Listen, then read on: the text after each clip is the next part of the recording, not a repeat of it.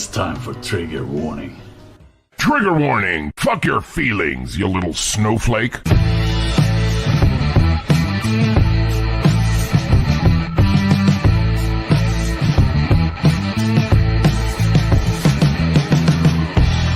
Triggerwarning.tv. How dare you!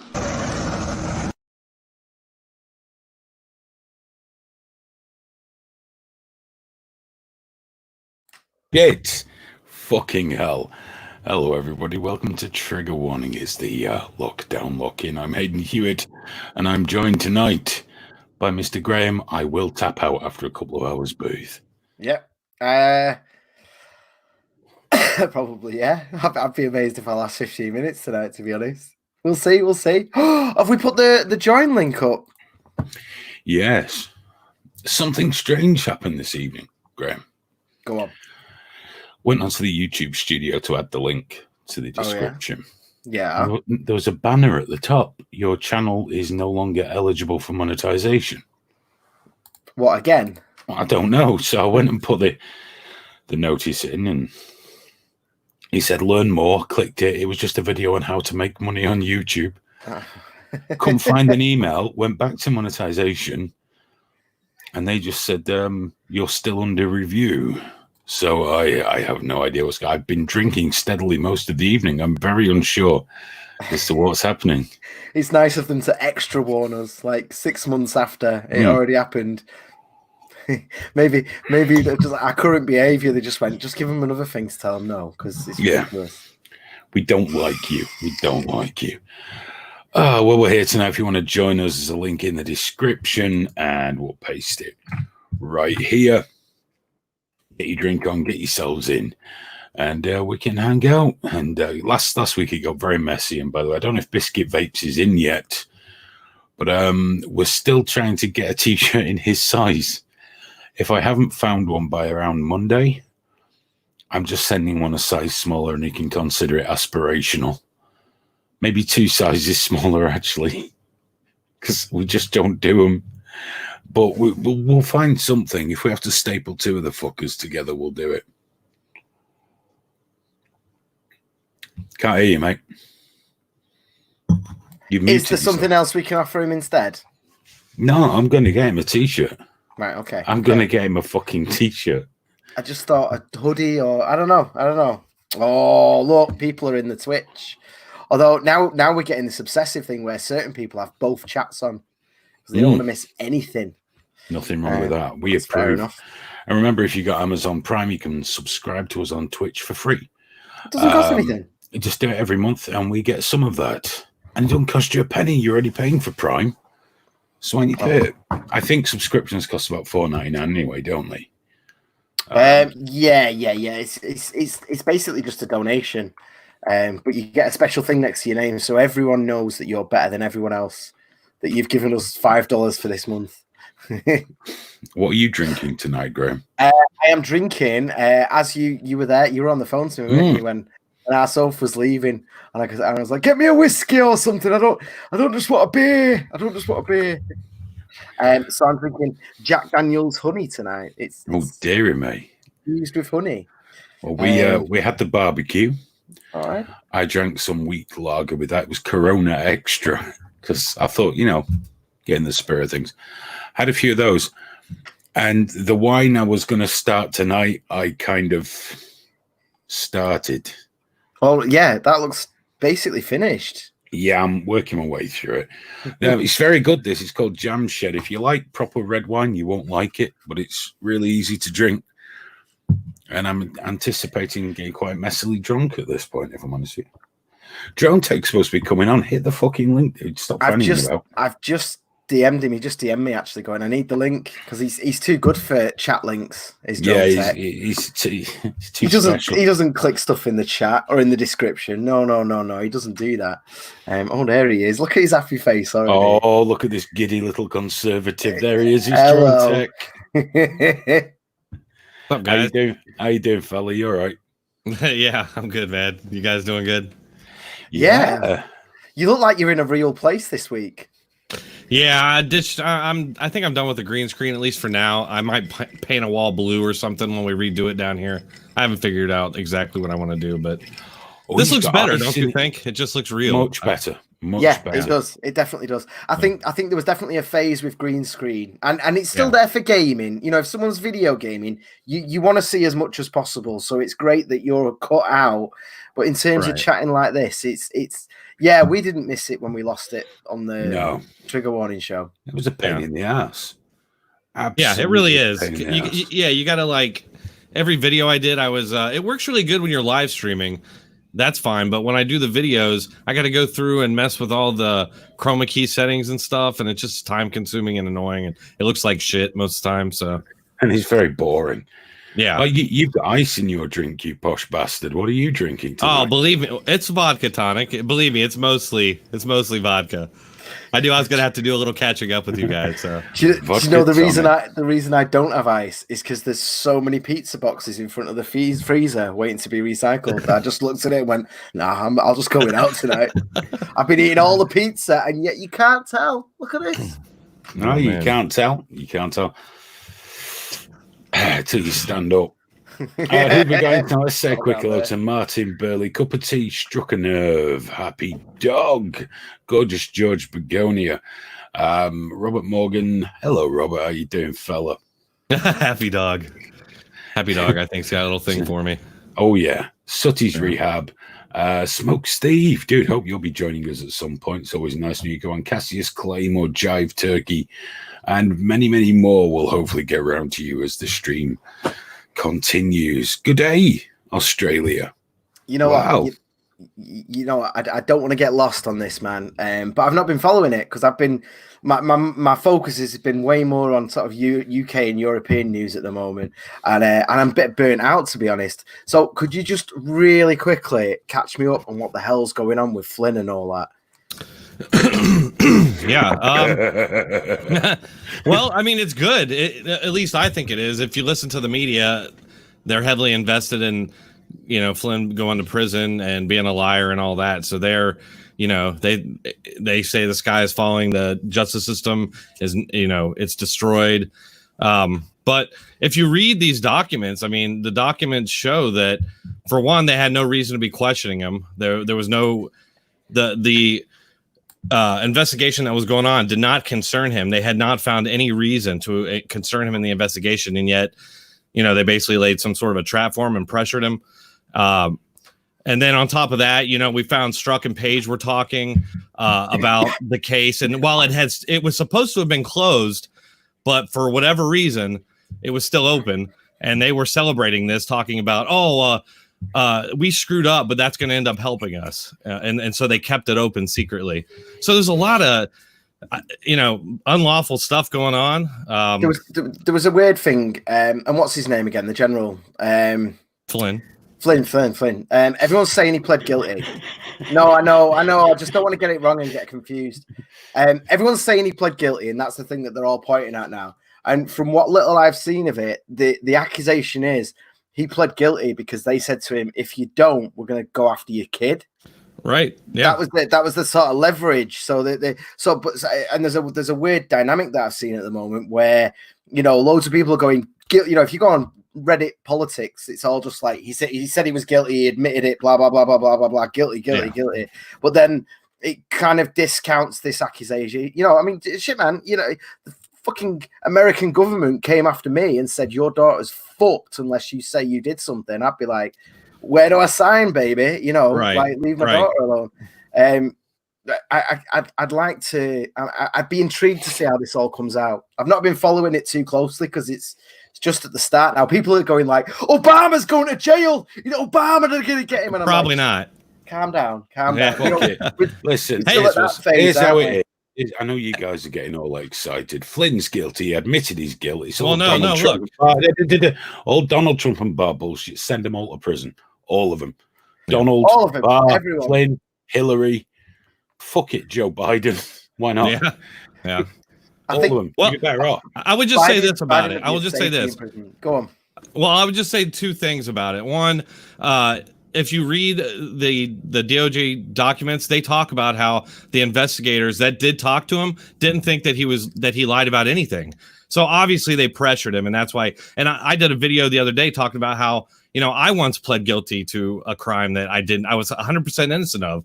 And I'm not going to tell the whole story again, but basically I had to fight something where I was completely innocent. We ran out of money. They dropped a big crime down to a misdemeanor, and I took it because we couldn't afford to fight it anymore, even though I was innocent. So it happens and in fact, something like all the cases that they go back and exonerate people with DNA evidence, 11% of those people all pled guilty, but then were later exonerated. So.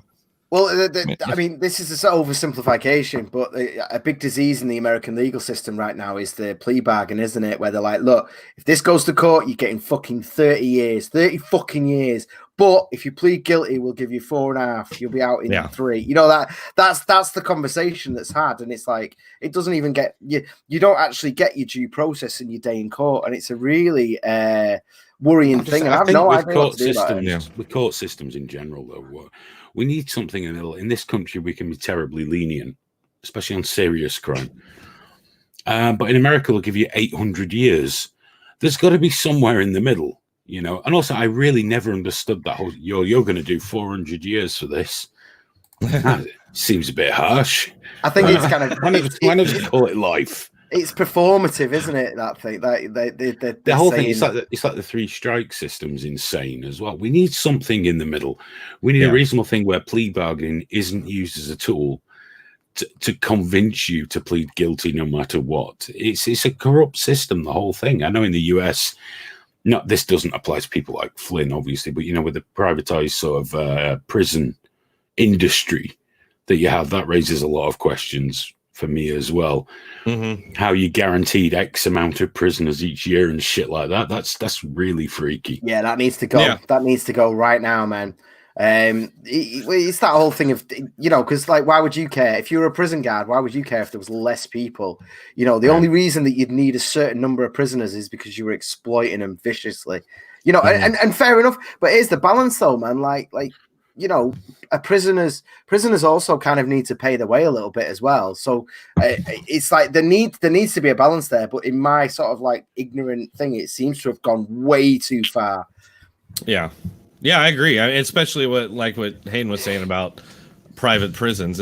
It's weird. There's sort of a weird paradox there where you need these private prisons because and they do it better, than the government does it, but you end up needing prisoners in there in order to profit from it and keep it going. So yeah, it's kind of weird contradiction there. Yeah, they're the things I'm really ropey on privatization of. Obviously, healthcare, despite what Graham wants. Really, I'm not going into that right now. I'm also very concerned. I wouldn't like privatized police, and I don't like the idea of a privatized prison system. We should demand about it because surely they're the only real purposes of federal government anyway, is to keep everyone safe, to run shit that shouldn't be profitable, should just be a thing. Because the prison system shouldn't be a profit center. That doesn't make sense. Yeah. Apart from that, they've really got fuck all to do as far as I'm concerned. Yeah, I'm okay with. Yeah. I'm okay with prison people working and making money. Yeah, but if you're going to insist on taking my taxes, then you at least run the prisons. You know what I mean? Yeah. So everyone should make money that works in the prison, but it shouldn't be a profit center. That's my problem. It shouldn't be something that offers a return to shareholders in the company. That to me is just wrong. That's not what it's meant to be. If you know what I mean, it's not a McDonald's franchise. It's hopefully the incarceration and possible rehabilitation of criminals. And if you're turning that into a profit center, something's going to be lacking. That's just the way of it. Because it's not like you're running a hotel chain where you have to provide the best care in your price bracket. You're dealing with people that have no choice but to remain in your shithole. And it just doesn't sit well with me. It really, really makes me very uncomfortable. Luckily, it's not my problem, but it still makes me very uncomfortable. Mm-hmm. I've got to ask, dude, what state are you in again? I'm in Ohio. Ohio. Oh, yeah, I remember now, yeah. I had some great times in Ohio, man. Oh, yeah? Yeah. I used to see someone from Ohio. Yeah, from what's the one that's Gahanna? The one that's like, okay. Yeah. You've been Gahanna. You've been near pretty close to where I am. Oh no way! Man. 20 minutes. Yeah. Oh, that'd be so funny. I've got to come and visit you one day, and we can just drive past the place, and she'll just be like, "Is that Graham?" No. Why would Graham be not only in America but in Ohio, but here? Just like that's him. Yeah, we went to that posh mall in the north. What was it called? The Easton or that's the one. Easton. Yeah. Oh, have you ever seen anyone that happy at the name of a fucking mall? No, because I can't remember, man. That's crazy. I've just got this weird awareness, she always used to get lost, so I'm really aware of the map of that whole sort of Cleveland 270 and everything. Yeah. Like I'd be like, oh no, you need to turn off now and all that shit. And, I'll be honest though, man. Like the being around a family and everything, it was I lasted about 3 days, and then we got a car, and I was like, let's go to fucking New Orleans, and I just couldn't take it anymore, family life and all that. It's like, I'm on holiday here, mate. I can't be in Gahanna from a holiday. As fun as it was. But yeah, I made the mistake of thinking I could just drive to New Orleans because it's 7 cities that way. You do that in half a day in the UK, 7 cities, but no. Yeah. Like bloodshot eyes. We had to stop in Birmingham. Yeah, that's a drive. Yeah, it was good though, man. It was good. Oh, now I know I've got to get out there. Well, I'll talk to you privately about that. So if the answer's no, then you don't have to humiliate me live on air. Because you might say yes. You might say yes. Oh, of course, man. Come and visit. And then, as soon as you go off, you're like, no, don't worry, darling. No. It was just no, he's not coming. Drone Tech. Yeah. Say no. Why? For the love of all that's holy. What is? No. I gotta know. What is it? What is this question? What are you talking about? He wants to come and stay at your house. Yeah, stay at my house. Pass through. Yeah, anytime, man, for sure. That'd be cool. Oh yeah, and then when the time comes, oh shit, we're not there, dude. I am so sorry. It'd be so this thing. It just came up. It'd be great you coming on though, me just sliding in on the drone table that I got. Oh yeah, man, that'd be awesome. Yeah, we got Brewdog right down the road. So I was going to ask that. Oh, Ohio's really interesting for elections. No wonder you got into all this. How is it where you are right now? Are things loosening off? Yeah, for sure. We went out today to go to I had to go to a baby shower that was a drive-through parade kind of baby shower. I woke up this morning just like in a bad mood. And the first thing I asked my wife when I woke up this morning was, what's the point of driving all the way out there for a baby shower, driving through by their house and then coming right back home? I'm like, what's the point? What are we doing? There's no point. That's ridiculous. Yeah. It's like I compared it to the ice bucket, or she actually did, to the ice bucket challenge. And it is. You remember that? The ice bucket challenge? Oh, yeah. Yeah. So everybody can get on the internet, take their pictures. Like, oh, I went on this parade baby shower. Anyway, so we did that. And it was pretty busy. Traffic was pretty heavy. Seemed like we went to a McDonald's because I was just craving McDonald's, and it had a giant line. We went to another one. It had a giant line. They all had giant lines at like 2:00. So everybody was out to get McDonald's today for some reason. They closed all our McDonald's, mate. They're all gone. Some KFC have opened for drive-through. I know, but it's not the same. No, I don't want KFC, but massive queues. Massive queues. With, of course, all the pricks on Twitter going, oh, why would anybody eat there anyway? I was hoping we were going to have a new normal. Fucking pricks. Go fuck yourself. Someone wants a piece of chicken, leave them to it. Because let's be honest, it's not the rich people in fucking KFC, is it? So just leave them alone. Arseholes. I had a bucket of drumsticks the other day. It was delicious. It was great. You can't go wrong with KFC. It doesn't have any. Here it's considered a bit common, but there's none of the stigma. I didn't know online when people would ask me, like, why are you going there? Are you black? Pardon? Really? I never understood that. Do you have to be? I didn't know. Yeah. Mate, I never understood that. Eating a bucket of chicken forever. But the problem was, it was very embarrassing to me because the next time I went, I blacked up. Turns out that was not the right move at all. You don't have to be black. That's not how you play it, Aiden. Yeah, it is. Here we go. Here he is. Oh, here he is. Everybody's favorite liberal child snatcher is a fiddler. How you doing, dude? I'm doing great. How are you guys doing tonight? I'm all right. I'm great, man. I'm okay, man. I'm okay. I gotta wonder. I gotta ask both you guys actually. Do you know the death toll in your state? Am I state? I think it's pretty low. Let me find out. Per million, we're not in such a bad place. No. Well, that was the interesting thing, because I saw a hospital today announced that it was 968 deaths or something like that, and like in that one hospital, not that one area, just in the hospital itself, 968. Yeah, and I looked, and like some entire states of America are like less than that for the whole fucking state, and it kind of put it in context for me, like this, the whole lockdown attitude right now, where we've got one town with one hospisptal. Okay, Ohio, they have it's like 1,200 dead. Yeah. 1,331. Yeah. For the whole Missouri, state. Yeah, we only have 493 here in Missouri, and almost all of those are in nursing homes or in downtown St. Louis. So how has that affected? What's your lockdown situation then? Mine is totally lenient. I don't know. Totally lenient. Oh, that's good. That's good. Because if you've got half what we have had a day, there's stuff closed. Today, you know, when they talk about overreaction and not many people have died, an interesting one I learned today was throughout World War II in the UK, 70,000 people were killed in the UK from World War II bombing raids and shit. We've already apparently lost over 30,000 people to COVID-19 in just weeks, fucking weeks. Yeah. But we are losing sight of it. It is communicable. It is very communicable, and it is dangerous. Apparently more dangerous than Hitler. I think the issue is on lockdown, though. Like, a lot of the track and trace studies are finding that it's just not being communicated outdoors at all. Like, barely ever. If you look at the warm states or the warm places, I mean, they're not having. I mean, their numbers might be high, but you got to look at it per capita, because the per capita in the warm places, it's just not there. Like California, Florida, Texas, some of them might have high numbers, but there's so many millions of people that live there. Their per million is very low. Hey, man, Wolverine's in good shape. I'll take that. Yeah, but you look like his institutionalized older brother. Man, I'll take that.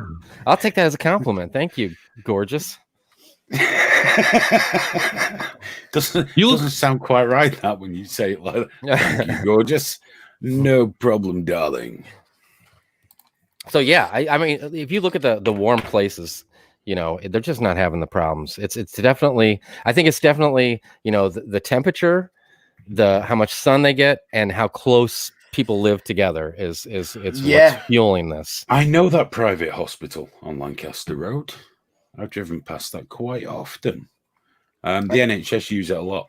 The NHS send quite a lot of people there for various things, I believe. There was an interesting one actually, and this got pushed away very, very quickly. And I saw, because in the UK, black people are getting it at a higher rate. It's not crazy high, like it's the difference isn't huge, but it's big enough to notice. And it got shushed away quite quickly. But apparently, vitamin D is quite a huge contributor to this, which is why locking people in the homes maybe wasn't the best idea in the world, And you gotta weigh the numbers though. Yeah, but in terms of, if you're close, you can still have social distancing without being locked in your house. You know what I mean? You can still, if they approached it the right way and inform the people to be protective. But the argument in the UK in terms of the disparity for black people is that we've just come out of a winter, and the vitamin D deficiency has actually just created that statistical thing where they're just more susceptible to it. I mean, I'm sure there's other factors as well, because the headline was that if you're black in the UK, you're 4 times more likely, which is not true. Once you adjust for age and socioeconomic and all that, it's about 1.9 times, which we can't work out, that they think might literally just be a skin color thing, just might be the amount of vitamin D getting in your body, but obviously that's not working. Yeah, I was gonna say, it's funny because I remember when this all started, and I remember hearing a lot of, I shouldn't say, I saw in a couple YouTube videos and a lot on Twitter, a lot of black people saying that they weren't getting it. Africa and stuff wasn't getting it because of the melanin, and it was that was the story, movie. Wasn't it? Yeah, I saw a lot about that. But I do want to one quick thing. Isn't it odd that like New York City is the epicenter, really the worst. It makes America look bad, but really throughout America, it's not that bad. And yet Andrew Cuomo gets all this promotion and adoration in the media, and yet DeSantis in Florida is doing a much better job, and yet he's being demonized and attacked constantly, in the media. Strange. They both should be attacked, if you ask me. DeSantis, Cuomo, he should have started stuff long before, and he makes excuses for it now.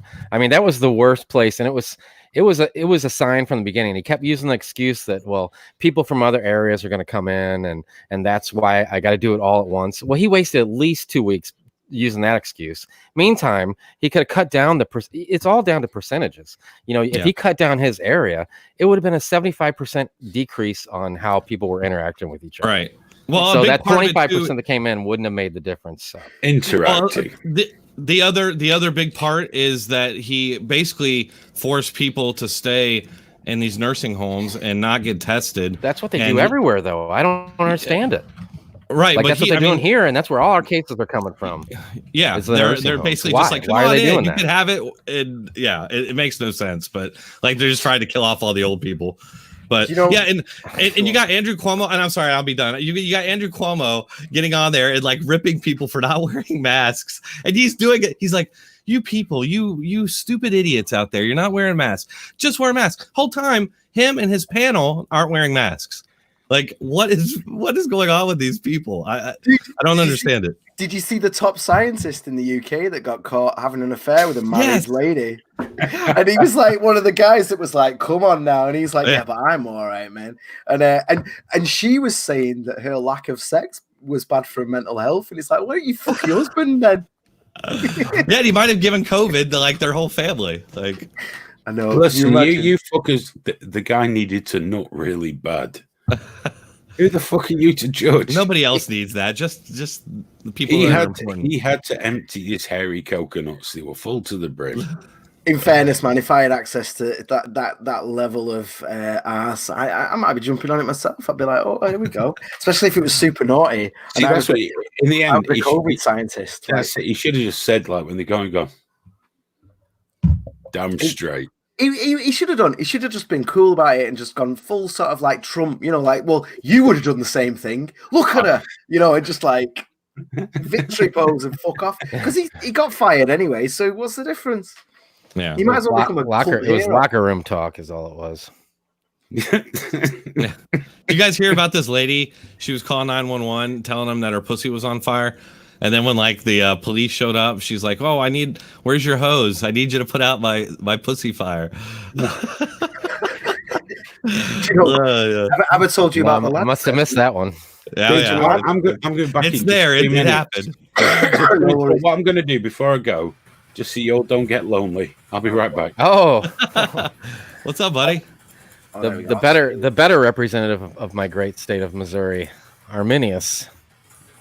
What's up? I'm playing a video game. I'm here to answer That's the best time to come on to be the center of attention in front of a bunch of people on an online chat. I actually have Rust open. I forgot to close Rust. It's still going there. I've still not played that. You know what I've been playing the last couple of days? That Stellaris. Do you ever play it? The space. I know of it, yeah. Never heard of it. It's really fucking good. It just turns your brain off. You're just so focused on it. You're like, oh yeah, like resource management across galaxies. Oh yes, like Red Alert, Command and Conquer, or what? Oh really? No, it's not like direct control like that. It's more management. Like you can move armies around, but you're not like it's not. There's a little bit of Command and Conquer elements there, but it's not like that really. It's more political and it's fucking great though. I'm not selling it at all, but I mean I don't care. I don't wait for him. Buy it. Real-time strategy, or how do you classify the genre? Yeah, it's kind of like like City Skylines or Sim City, but in space. That kind of like you're not hands on to every little minutia of it, but Oh, yeah, that shit gets annoying multitasking all that little mini management shit. Yeah, but to be honest, man, with my daughter running around making noise and causing shit, I just like having that on. Like, I'll turn the speed on minimum and I pause it, and I just take my fucking time over and get everything just right. It's like having a little garden or something, you know? Yeah, I just colonized an island. I colonized a new planet, and all the flowers were getting everyone high. And there was a mass rebellion because no one was doing anything. I was like, for fuck's sake, man. It sounds like the game Black and White. Do you ever remember that game? Yeah. Oh, yeah, dude. I remember that. Yeah. That sounds like that. I think I have that actually over here. I have a shit ton of like just PC games going back to like early 90s. I used to work at an electronics recycling place, and these people I loved going through all the stuff. But one day, these people had a Gaylord full, this giant box full of just like just PC games from like the early 2000s going back, and man, I got it like pretty much all of them. It was great. I remember the first computer I got when I was like 9 or whatever. You could buy like 50 games for like, I don't know, just in bulk for whatever price. I don't remember. I didn't buy it. I remember that. Does anyone remember the Commodore and the Amiga? Oh, yeah. Games. Oh, man. Well, you'd put a game on to load and go and have your tea or your dinner. Yeah, you used to have to run those games in DOS. You have to go in there and type the codes and shit to run it. Yeah, I had an Atari 400, and you had to do it that way. You had to go like, it was like 3 lines of code to get into a game, but yeah. Yeah, and then you would go and eat a meal whilst it was loading. You just like, this is going to be so good. Oh, yeah, man. I can't wait. A flat house and just like 4 colors, and you're like, fuck yes. Do you guys remember an old game? It was a Spider-Man game, and it was like first person. This is an old, DOS basic game, and you just put in commands for Spider-Man to do. Like, he would be in a room, and you'd be like, Spidey, go through the window, and he would, he might do it or he might not. He'd be like, no, I don't know what you mean or whatever. But it was like a scary game because in some of the rooms it was like Lizard Man and shit. It was cool. Oh, for fuck's sake! All right, you weirdo. It made my eyes go funny. Then I thought I broke it because I leant like that, and I thought I've gone on the mouse and fucked it. We got Chris Metallica here, our resident Jimmy. I took your advice and put some headphones on. Thank you. Very well done, Arminius. I'm glad you could make it. I was really worried you wouldn't make it tonight. But I'm glad you did. I got to play a tournament in League of Legends. Of course you do. Of course you man. do. It's super important, man. It's like crucial. Congratulations, Arminius. Play Rust, bro. Play Rust. League of Legends. I do play StarCraft 2. Do you play that? Yeah. What's that? StarCraft Which one? 2. Oh, no. StarCraft. I was a Warcraft boy, man. I was a Warcraft boy. My little brother. Speaking of kicking ass, by the way, my son last night. My son asked if we could play Fortnite together because he'd be like, "Never late night." I said, "Of course we can." He said, "I'm going to beat you. I'm going to smash you. I'm going to destroy you." 12-0, boys. I beat an 8-year-old 12-0. I would hope so. Nice. They usually have faster reflexes, but that's not all there is to it. No. You're damn right. There's skill and experience. Fucking nodding like I'm saying words of fucking wisdom. No, man. Beating young children at video games is always a positive. I let my little girl win far too often, seeing as she's 4 and she just can't handle it yet. But every now and again, you just have to like go, you know what? It's time to teach you a few things about Street Fighter. Fucking die. Nice. Oh yeah, man. I got Street Fighter on the Wii up there, and I've been wanting to play them. But she's not quite to that level yet. She's playing like these Pokemon games and stuff though. She's getting there. She's 5, so it's same with you. Yeah. That's the time to start beating them terribly. I tried it with Virtua Fighter. Kicked my ass. Hayden, what level are you in Call of Duty? I have Call of Duty. Is it Warzone? Yeah, that's a good game. I've barely played it. I'm not, because anytime I've had time to play a game, I've been playing Half-Life Alyx in VR. Graham, VR.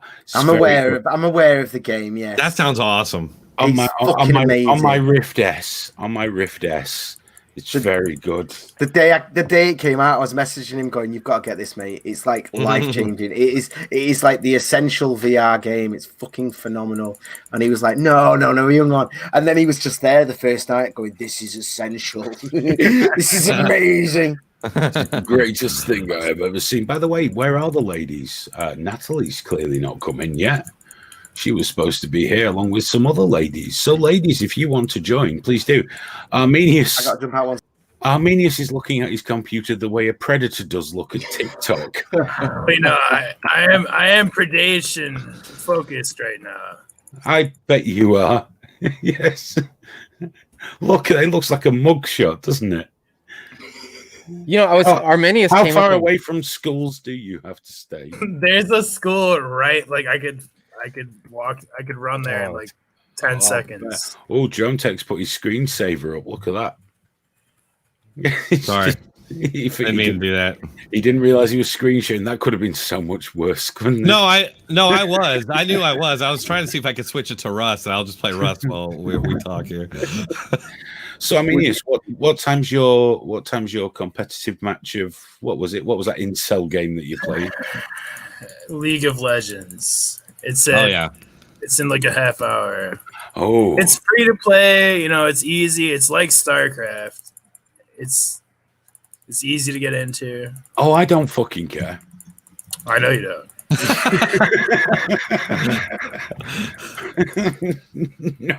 No, you don't have to tell me. I'm going to ease up on the drinking. Ease up on the drinking. No. I don't know. It's like playing cards or some shit. What, you want me to look at your ugly ass face when I'm talking to you? I mean, you know what we should do is play Jackbox games on the stream. That'd be cool. We could play any game on it. You know Jackbox? You familiar, Hayden? It's fun. It's like word games and different word games, and actually, people watching could play with us. Oh, wonderful! Well, last week we had a quiz. The quiz was a lot of fun last week. Apparently not. We got a lot of rotten feedback about that. It was riveting. It was riveting. Yeah, everyone got 1 out of 10. It really highlighted the intelligence of your audience. Biscuit Vape's only won because he agreed to shave his eyebrows off. I can't believe you guys did that to him. Oh, no, wait, he did it to himself. Hayden, you wanted to see Nick tonight doing his live feed. Was it a disgrace? Oh, yeah, he'd been on the Stella all day. Good luck. It was quality. I rang him up after it and he went, I don't know how I got through that. Did he offend any minorities? I think he offended everyone, but he was all right. He was a good lad. Smoke Steve was right. The quiz was really fucking boring. It just was. I mean, obviously, it really was for Smoke Steve because, not even 1 out of 10 for that motherfucker bouncing up and down his trampoline. Going, stop asking questions. Just say nasty things. That sounds like another feed on the internet. I've just dropped Arminius because he's wandered off. Probably to check on the children in his cellar.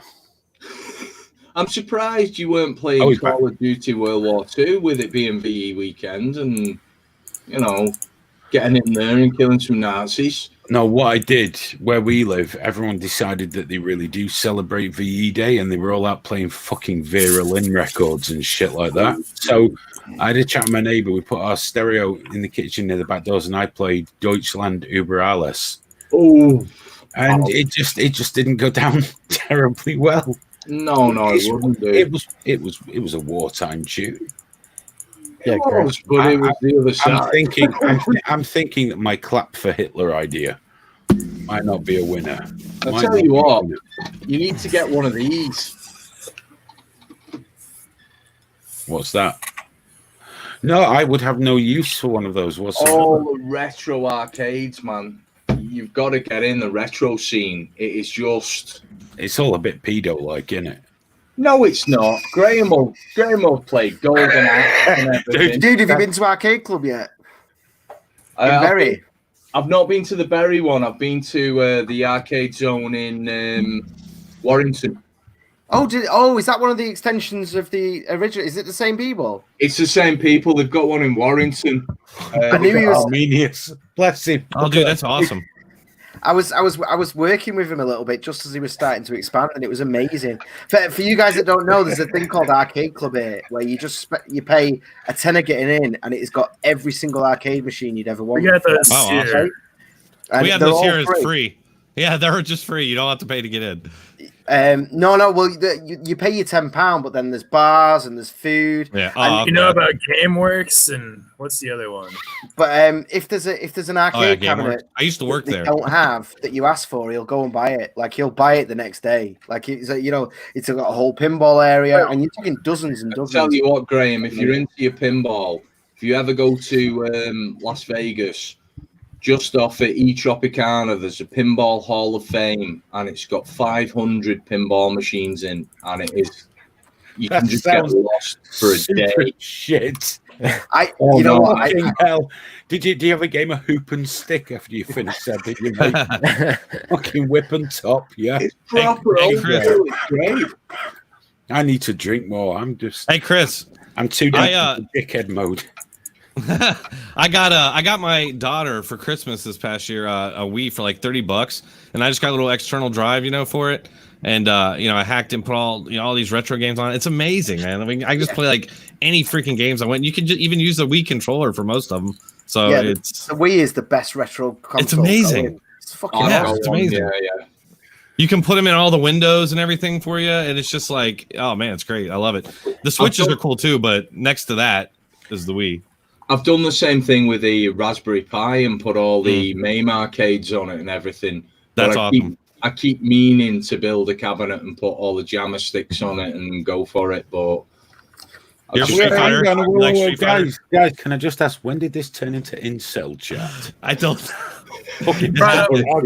Shut up! You were happy when it was Half-Life. You played games on it. Don't make me post the video, Hayden. Don't make me post the video of you playing DayZ with us. All right. I played DayZ. I'll do like it. A pro. I logged in. You told me don't shoot anything. Wait for us to pick you up. You took me to a house where I broke my leg and I was crawling for half an hour. It was fucking rubbish. What are you talking? I installed like 4 different games to play that fucking thing. And then it was dark. It was like pitch black most of the time, so we couldn't like even see anything. I did not. Anyway, hey, come on a raid with us. We were shooting at fucking no one. This was not the zombie extravaganza I was promised. I've got a bone to pick with you anyway, Hayden. Oh, this should be good. After giving the shit for the beard, I went through the cabinet, and I think you need that. Oh no, you see, mine's just grey because I'm old. Yours is just a neck beard because you're obviously an incel. And that's the way they fucking grow. Oh my god! Could you imagine if I turned up with like this fucking jet black Saddam Hussein fucking beard one week? It would be awesome. It wouldn't fool anybody. It wouldn't fool anybody. I'm getting older. I'm proud of that. Look at Aphid Lip. He's happy getting older. Man, it's just a number. It's just a number. Yeah, that's what pedos say. Do it with a temporary one. It's just a number. It's just a number, little girl. Hayden, here's some candy. Look at you turn into the dark side. Is Arminius having a wank? I don't know, but he's getting ready for some blow, man. I just saw the shoulder sort of moving in a rhythmic fashion. Scratching my leg. Arminius all day. Because I want to go outside and smoke cigarettes, but we'll go outside and smoke a cigarette. If you do allowed outside, is it past curfew? Oh no, that one. Yeah, I know. It's all right. Never mind. I know. I was going to start joking about your ankle tag going off then, but I just know that you're going to go. Yeah. Well, so what if it does? I just lost my game, so I'm irritated. If you do leave Arminius, I will miss the chiclet keyboard that you're tapping on every second. Oh, I love it. Oh, you guys hear that? I'm sorry about that. Dude, I love it, man. Bring it all day. I love the ka-chunk of chunky keyboards. It's great. Grandma's got one of those boards across the door now. Spaces between all the fucking keys. That shit's fucking retired. Yeah, my mechanical keyboard, the N key has given up the ghost, and there's no way I was dismantling it to solder it. So I sent Mrs. Hewitt to the shops to get me a new keyboard, and she did, and it's got all pretty colours on it.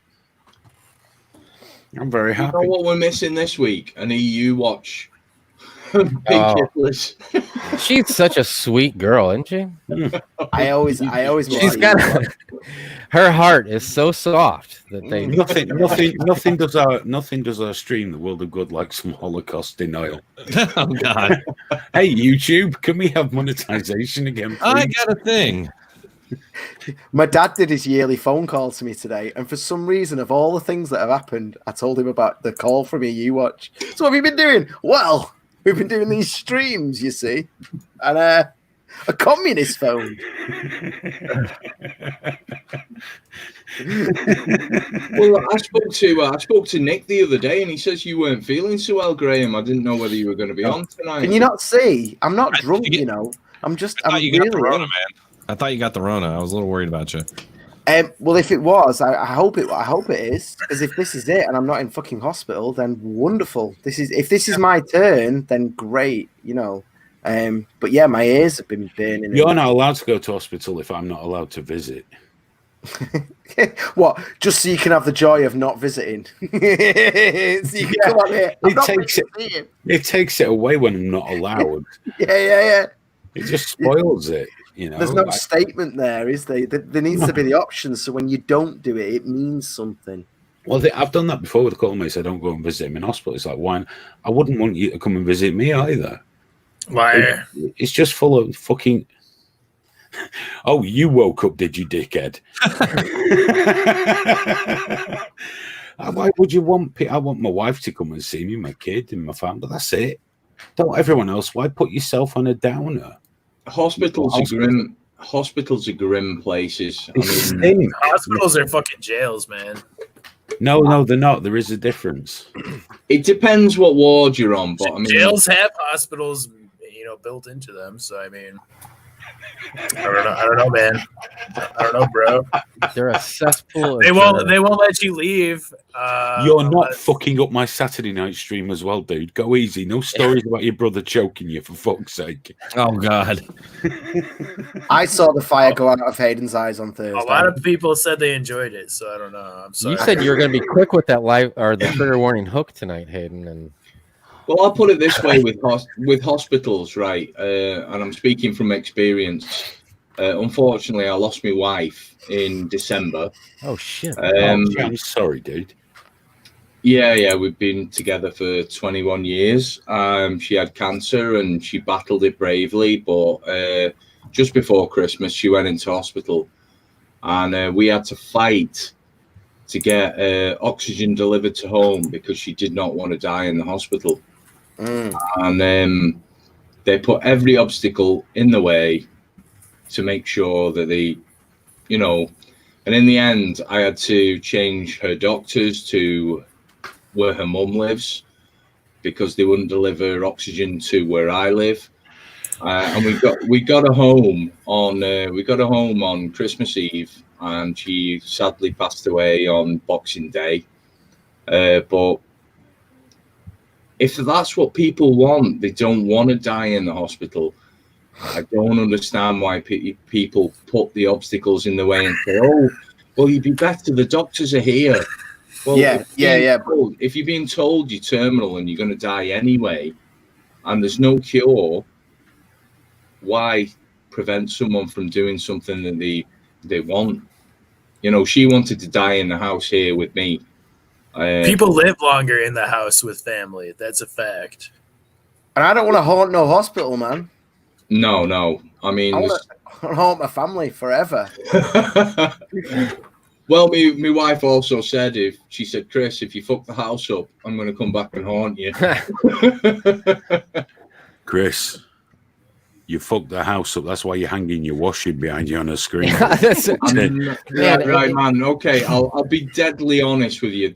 That's not washing behind me. That's just that's some sheets. Why do you keep kicking me away? I know. I'm just taking the piss. Right. I just take you away because I don't know how long you're wandering away for. That's just some. Go on, Chris. Finish up. Don't mind Arminius. That's just some sheets, right? The reason why is because. No. I know you showed us the stuff behind. Yeah, but when you're on a conference call, like say we work, and you sat here, and then someone goes, "Is that a gun cabinet behind you?" And you go, How do you explain that? Say yes. Well, yes, it is. No, you don't. See, Chris is saying gun cabinet. What he doesn't want them to know which one is go. Is that all? Hang on. Weren't all those things from work? No, that's when you've got to look at your eBay account and make sure you haven't done anything silly. Oh, mate, I'm so sorry about your missus, though, Chris. I gotta go. Oh, yeah. There we go. We've lost the Graham. I think Zelda might have woken up. Gone. Unfortunately, she did her best. She was given 4 months to live, and she gave the big finger to them, and she lived for 6 years. So, all right, man. Outstanding. There's a lot of love coming from the chat tonight. There. Yeah, I tell you what. The funny thing was, we were in America about 5 years ago. We went after she got the secondary diagnosis. And she fell ill. We went watching, who was it? Elton John and the $1 Million Piano at the Caesars Palace. And she fell ill in the Caesars Palace. And I have never had a bill like that in my life. Thank God we were insured. We got an ambulance from Caesars Palace to Las Vegas Hospital. It was $2,000 and something for the ambulance. Yeah. It was $55 for an aspirin, $92 for something called Tylenol, which I found you could purchase in any Walgreens for about $3 for a big fucking jar. Right. Then there was the blood tests, a scan, and various other stuff. In the end, before we left, they insisted we paid on a credit card, and the entire bill came to $11,500. Jesus. Yeah. So did you do it? Yeah, I just paid it, and then. Man, you should have just been like, "No, can't do it," and left. I mean, this is America. They already did the work. If you can't afford it, then they will they're obligated. To I don't want to judge you for that. No, I just put it on my credit card. Paid no, it, I understand. We go back to the terrible. UK, and I got reimbursed it straight away, like the insurance. Oh, really? No okay, problem. cool. Yeah. They went. You're insured, but good for you. Jesus. Yeah, that's good.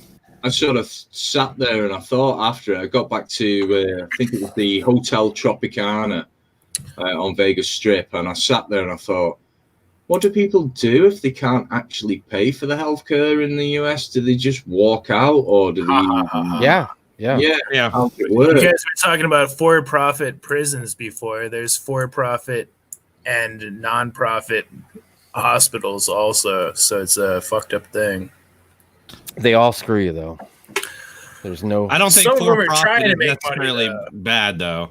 I mean, we went into this last time, but the one of the big reasons so many innovations come from the United States as opposed to anywhere else is because there's so much profit going to R&D. So it seems bad, but we're healthier because of it. And anybody worth. I'd buy that. I'd buy that if it wasn't for the way the insurance companies fuck people over there. That's the thing. Right. Is they're all Right. You remember Icky Jim, don't you, Drum? Do you remember Icky Jim? Biker dude on Live Leak? It seems familiar, yeah. Big biker dude, he got the cancer. Oh, really? His insurance company fucked him. He died a death you wouldn't let an animal die like that. Well, I guess he fucked himself. terrible. What kind of cancer did he get? I don't know, dude. He had cancer. He died in front of us on fucking webcam. I hate hearing that, man. I hate hearing about it. Maybe it's his own fault. What? How is it his own fault if he's got What kind of cancer did he get? What does it matter? Maybe he induced it onto himself.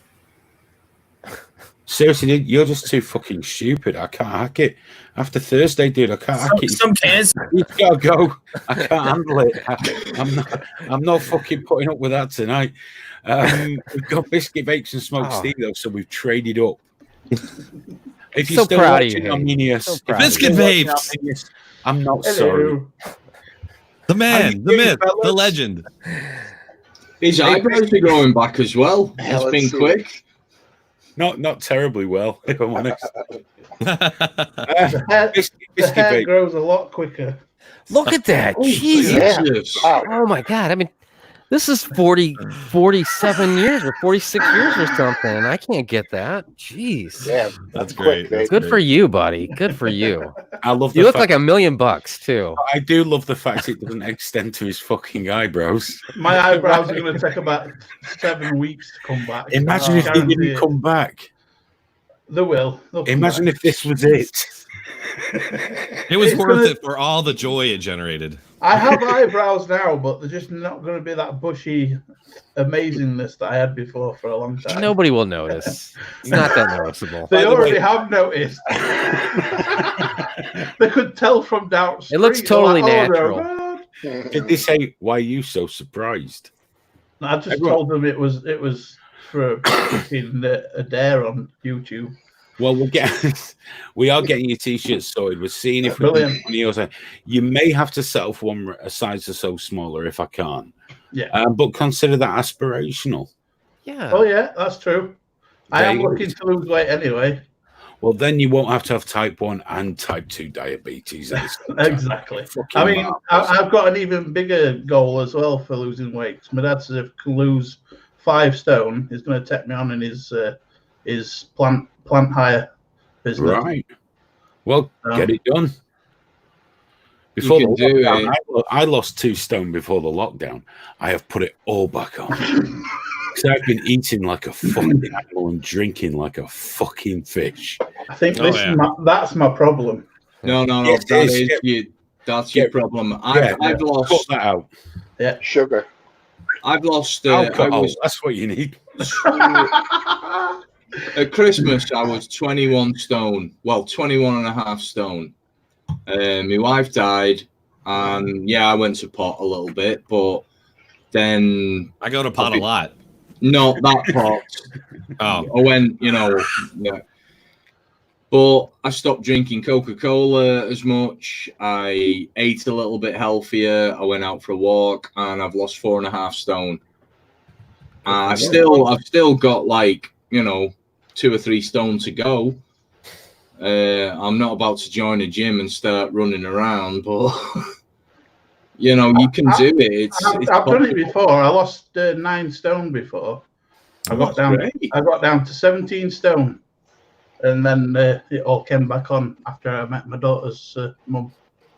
You got comfy. Didn't you? Yeah. Hey. Well, Biscuit Vapes, I think you hit rock bottom last week, so you only got up to go from here. That wasn't rock bottom. That was the most fun I've had in about 3 years. So. Rock bottom, you cheeky motherfucker. That was you're right. I'm bringing Graham back. That was the highlight of my bloody year. That was. I don't care if I lost my eyebrows. Graham, I've got some news. I kicked Arminius because he was being a dick. God. But also some other news. I've been looking for people we're going to talk to and trigger on your interviews and left field people. A guy called Jonathan Sothcott has produced more than 40 odd independent movies, mostly gangster films. He's going to come on. He's got a new horror film company. I've sent Glinner another message. He keeps not replying, but sooner or later he's going to go in because he has been banned on Twitter again or suspended.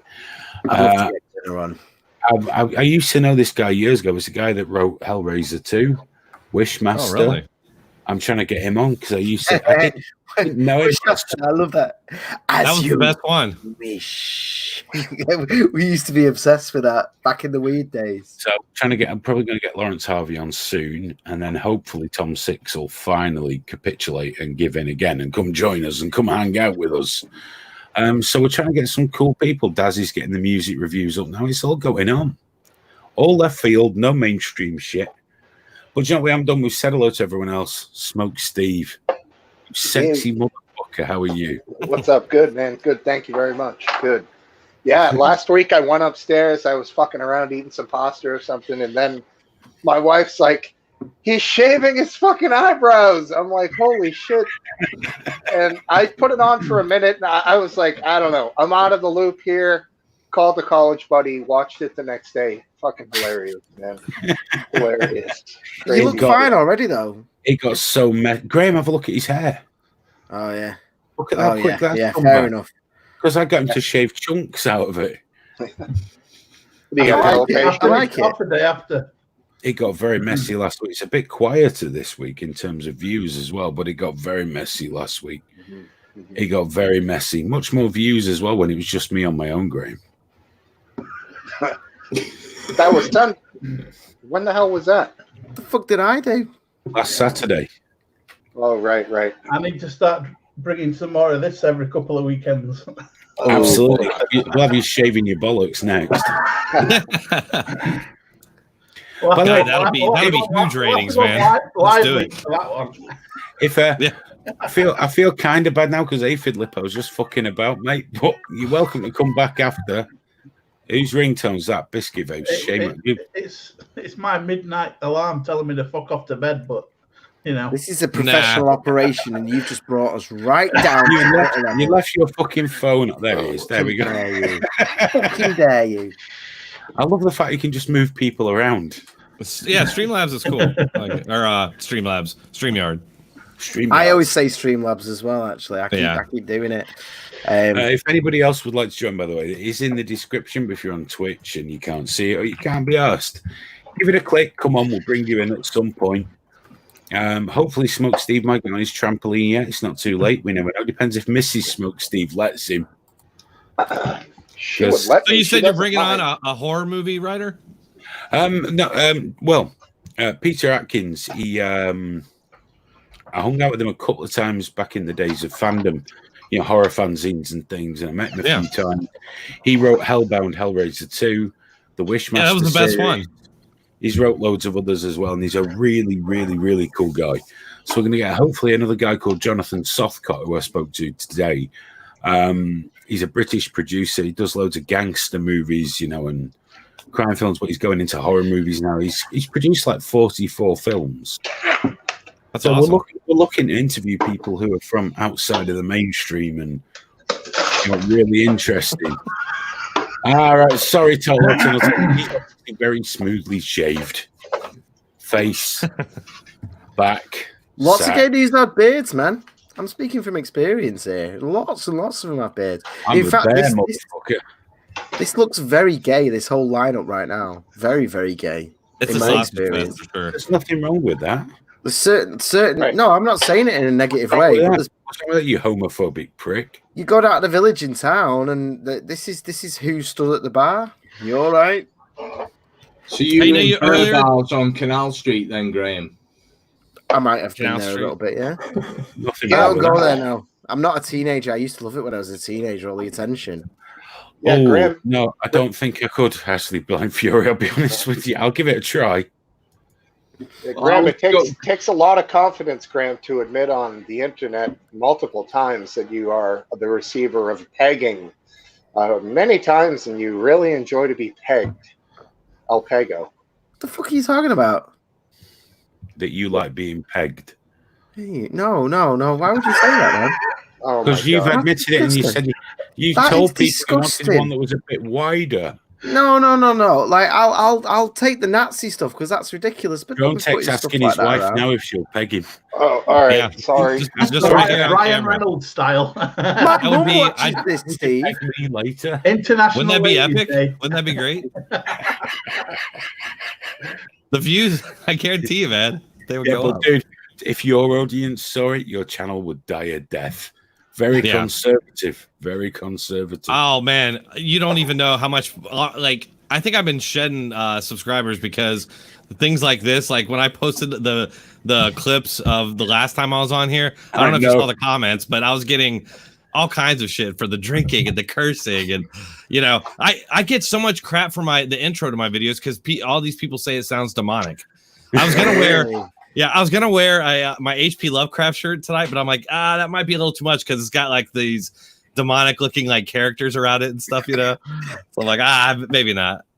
But yeah. Oh, Drone Tex, I had absolute murder last night. There was this feed, there's this guy in America, Joshua Feurenstein, and he's a pastor, right? And he was proper giving it about the coronavirus, saying... this year there was Y2K and nothing happened, and this year there was this, nothing happened, and then there was Ebola, nothing happened. And then he said, right, this whole thing is based on fear. Okay. And I said to him, Mrs. Drone Tech has just agreed. Fuhrenstein. That's an oxymoron, isn't it? The name. Oh man, this guy was. Fuhrenstein. Hitlerberg. Yeah, he right. was proper. He was proper. Like you had to, and he just went. Well, the whole thing is based on fear. It's the media and fear. You can't sell anything on fear. And I went, well, are you a pastor? And he went, yeah. I said, okay, let's take religion for an example. And he went, yeah. I said, okay, you believe in the Lord Savior, our Jesus Christ, and you pray, you go to church, you go to heaven. And he went, yeah. I said, but your selling point is, if you don't do that, you go to hell and eternal damnation for the rest of eternity. And he went, that's not fear. And I went, well, if that's not fear as a selling point, I think you're in the wrong business. I think best. Yeah. Can we redo the intro to your show? Yeah, do it. If I do it, will you use it? I will absolutely use it. I need something new, so yeah. Yeah, you sure? I'm absolutely sure. Why? No, something short. It's got to be like short. Oh, it'll be short. I can pack a lot. People will just stop watching if it's not like. Oh no, they won't be able to stop watching this shit. Oh man, I can't wait to see what kind of horrible. I can't wait to see how long it takes you to get monetized again this time. Right? Yeah. Speaking of which, we've got none of our like PayPal or Streamlabs links in the thingy, have we? No, but we can use PayPal like super chats. Yeah, but it's PayPal if you want to. Graham will put it in the description now. I can't get demonetized again. What the fuck? Oh, we're demonetized. Fuck, they hate us. Why? There's nothing like. Do you know what it is? No, obscene about this. It's not live leak. It's the obscenity. It's me calling Jessica and Iv a fat nonce. It's true, smoking, the drinking. It's all the shit that shouldn't be a problem. But apparently it's a problem. I'm not sure why. But it's because you haven't got the BBC 24 intro and hi, it's Hayden and we're live. I've tried that, except when we used to do it, I had the cock in the background, didn't I? The big dildo. We got getting banned on YouTube for nudity. And then we got banned on YouTube after I did that halal versus kosher video. Where I said they should both be banned, and we got a ban. Basically, we had two bans concurrently as well. So at one point, we had 60 days of YouTube. Yeah, I remember that video. You were describing how they killed them, and it was slow and torturous, and I mean, what the fuck? It's no big deal. They're slowly bleeding out animals. Apparently, it's me inferring that it's barbarism, and that somehow Jews and Muslims follow a barbaric fucking practice in slaughtering animals, but they do. So what the fuck do you want from me? Yeah. You know, I remember when I was in high school in Spanish class, and the teacher was showing videos of, the bullfights and everything, and we had to talk about it afterwards. And I remember telling the teacher it's barbaric, and as soon as I said that, she made me go out, and she's like, "Leave the classroom," and she literally like made me stand out there until class was out, and then came and like ripped me for calling it barbaric. It is barbaric. Is it any more barbaric though than hitting a deer with an arrow and then chasing after? Well, that's fine. No, that's all right. I mean, if you go and shoot a deer, you're going to eat it. Yeah. But don't they eat halal meat? No. But right, there's a difference between stalking and animal.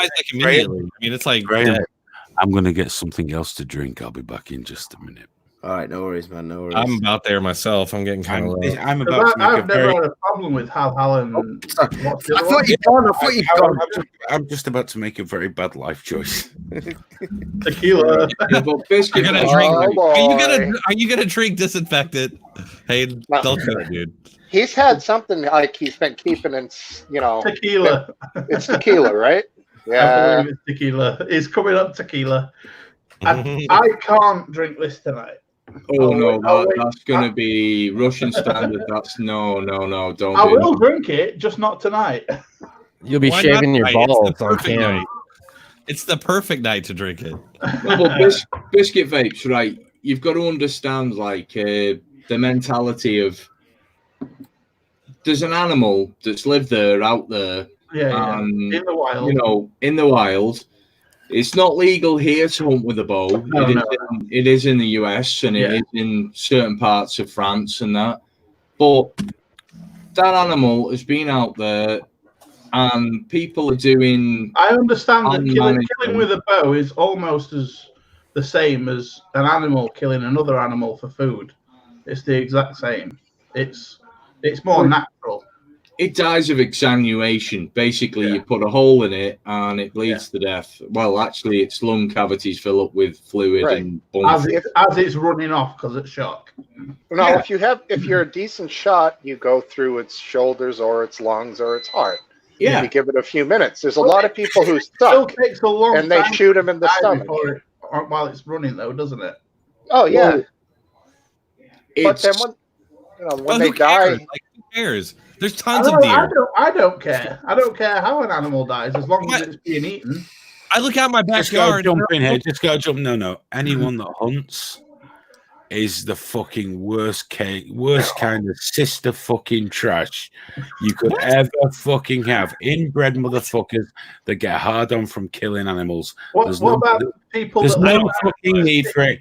Everyone that hunts could go and buy some fucking meat. Instead, they go in the woods, spray themselves with deer piss, drink beer, fuck the mates in the tent. Don't you think that's a good skill to have? To the fucking to be able to do that? Yeah, but if you buy it, but come on. We were just talking about humans, how much better it would be if you could die at home. But for animals, it's not the case. We need to send the animals to live in some factory their whole life, and then we slaughter them. Well, okay. I don't necessarily agree with that, but I think we should be able to kill animals if we're going to eat them. In the head to think the animals are sentient and being left to bled out. I don't see the difference. Well, the difference is right. It's in the field. Are they self-aware? Sentient? I believe they are. What do you mean? Are animals sentient? Are they self-aware?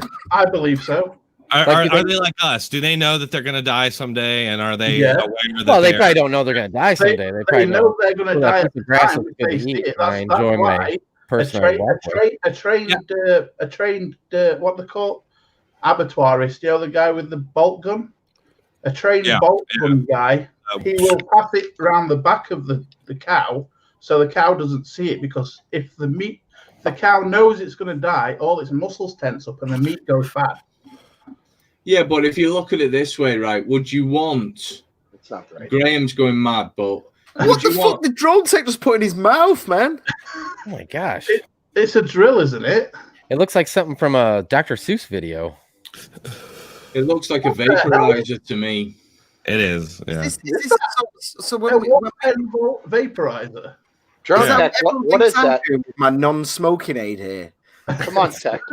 Is that weed, dude, or what? THC? Look at that thing. It's got a dial on it. Yeah. Pretty cool. Can you shoot a potato with that? Yeah, it looks like a power tool, doesn't it? I think that's probably what it used to be. I thought it was one of them drills that you could coil, like a snake for plumbing.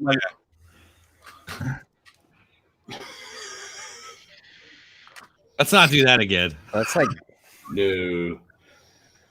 What? Honestly, I thought your mouth was vaporized my ass after years of, It's called a plenty. I think the next thing above this is like the volcano with a big balloon on it. Have you seen those? Yeah, I've seen those. Yeah. They're like ridiculously overpriced. So, well, how much did that thing cost? Seriously, that had to be expensive. It cost $100. $100. Do you get $100 worth of more pleasure than you used to with it? Well, it's clean. I mean, it's way cleaner than smoking out of like a bowl or something. Right.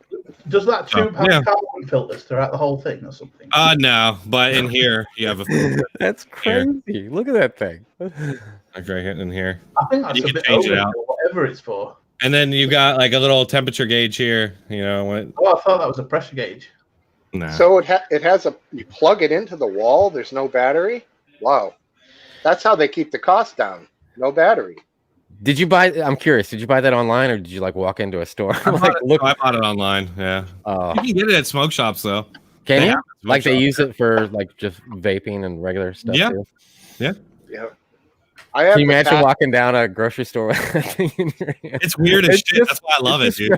It's so fucking weird. It's just like, what is this? Don't judge me. Oh, Torgo. Does anybody, that guy that right there, does anybody here know who Torgo is? I bet I'm the only one that knows. No.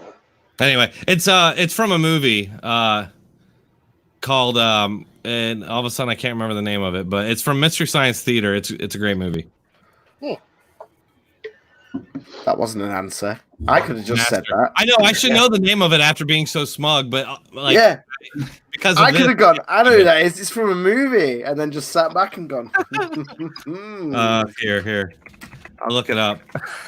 Yeah, Manos Hands of Fate. It's called Manos Hands of Fate. There you go. Not seen it. It's Mystery Science Theater. Do you guys know what that is? They make fun of movies, old movies. The aliens sitting in the theater. Yeah, great show. I've loved it since I was a kid, but they make fun of that movie and they describe it at one point as every scene of this movie looks like someone's last known photo. So that's the kind of movie this is. It's a weird, fucked up movie. The coils in your contraption. What do those do? What do those do? I don't know. I imagine it has something to do with distributing heat because it gets pretty hot. Yeah, they could cool the smoke down. Like a radiator almost. Yeah. What it sort of looks like is, have you ever done moonshine? It looks like the worm of the moonshine. Right. Exactly. Yeah. Copper pot. Yeah. Yeah, man. Great show here called Moonshiners. I watch it regularly. Tim Smith. Just a quick one. Tiamat says comment was deleted. Tiamat, we don't delete any comments. Sorry, that's not us. So YouTube will automatically censor things, and if there's no moderator to constantly show them, then it just won't show them. So your moderator fucking hates me, Drotech. Really? Modus, yeah. Modus operandi. Yeah. He's like, he fucking hates me. It's hilarious. I know. I don't know why. I do. Do you know what it is? He credits you with ruining Live Leak, but this is probably true. But also on the flip side, he used to have an account and he made a second account to tell him how good his first account was, and I caught him for it, and he's never been the same since. He gave himself props. Oh. No. Massive bender. But there we go.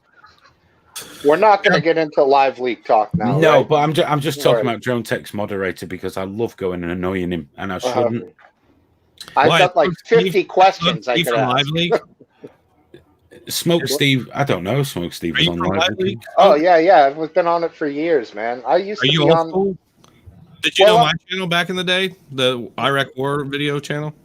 Maybe. I mean, I was around with Boston Baked Bean, and there was some other guys, Mr. God and all those guys. I just was a lurker, but I've, commented and all that bullshit, whatever. But I was good times. I miss those days. It was fun. Yeah, I gotta say, since it got brought up, if it's just the Your Stay section, I mean, it's so disappointing. I wish there was some people.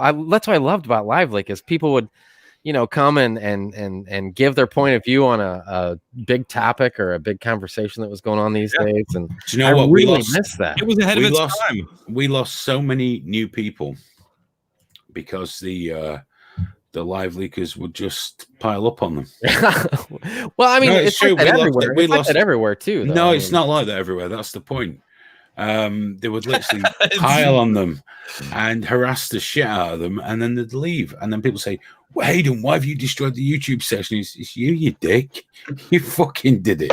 Yeah, well, yeah, the hypocrisy was amazing. But Graham's had to leave, by the way. There's no new people. Like you're saying, maybe that's it. But it seems like it's everywhere. It seems like everywhere people got this hard on and anonymity, or however you say it, too many syllables for me. But how it just, I don't know. It just seems like it's ruined so much. I wish there was a place where everybody could, somehow prove who they were and just fight it out. Last man. The Live Leak forums used to be that, but those died forever ago. Oh yeah. I fought many battles on that forum. Many battles. We've got the trigger warning forums now, but they're very quiet. Forums don't do very well these days. Not anymore. Yeah, it's kind of an old school thing. It's mostly like Reddit for that now. And I can't stand Reddit, dude. It's just overwhelmed with hardcore leftists, and it's just and they got their every place that I was getting a good feedback from, like the Donald channel on Reddit, which is now quarantined, and I can't even post on it anymore because of their new rules. But yeah, that channel, I used to get tons of views from there, and of course they've locked that down. So speaking of live leak low Nazi upvotes, the even somebody that perfected that skill was that guy Big Dog, and Hayden used to have such a good impersonation of Big Dog. Big Dog. Oh my God. I'm a big dog. I'm a rough, tough motherfucker. Oh my God. Don't fuck with me, Hayden. I'm a real mean motherfucker. Had me a yard of cock tonight. He didn't like it when I did those impressions. Oh my God. Really annoyed. Oh my God. That dude was that's so after my time. I don't know anything about that stuff. Oh, Big Dog. He was there's people that you know, you can make fun of people on live like for many different reasons, and some of them were the people that spent so much time on their points and the lengths they would go through to increase their point value because it made them feel better. Yeah.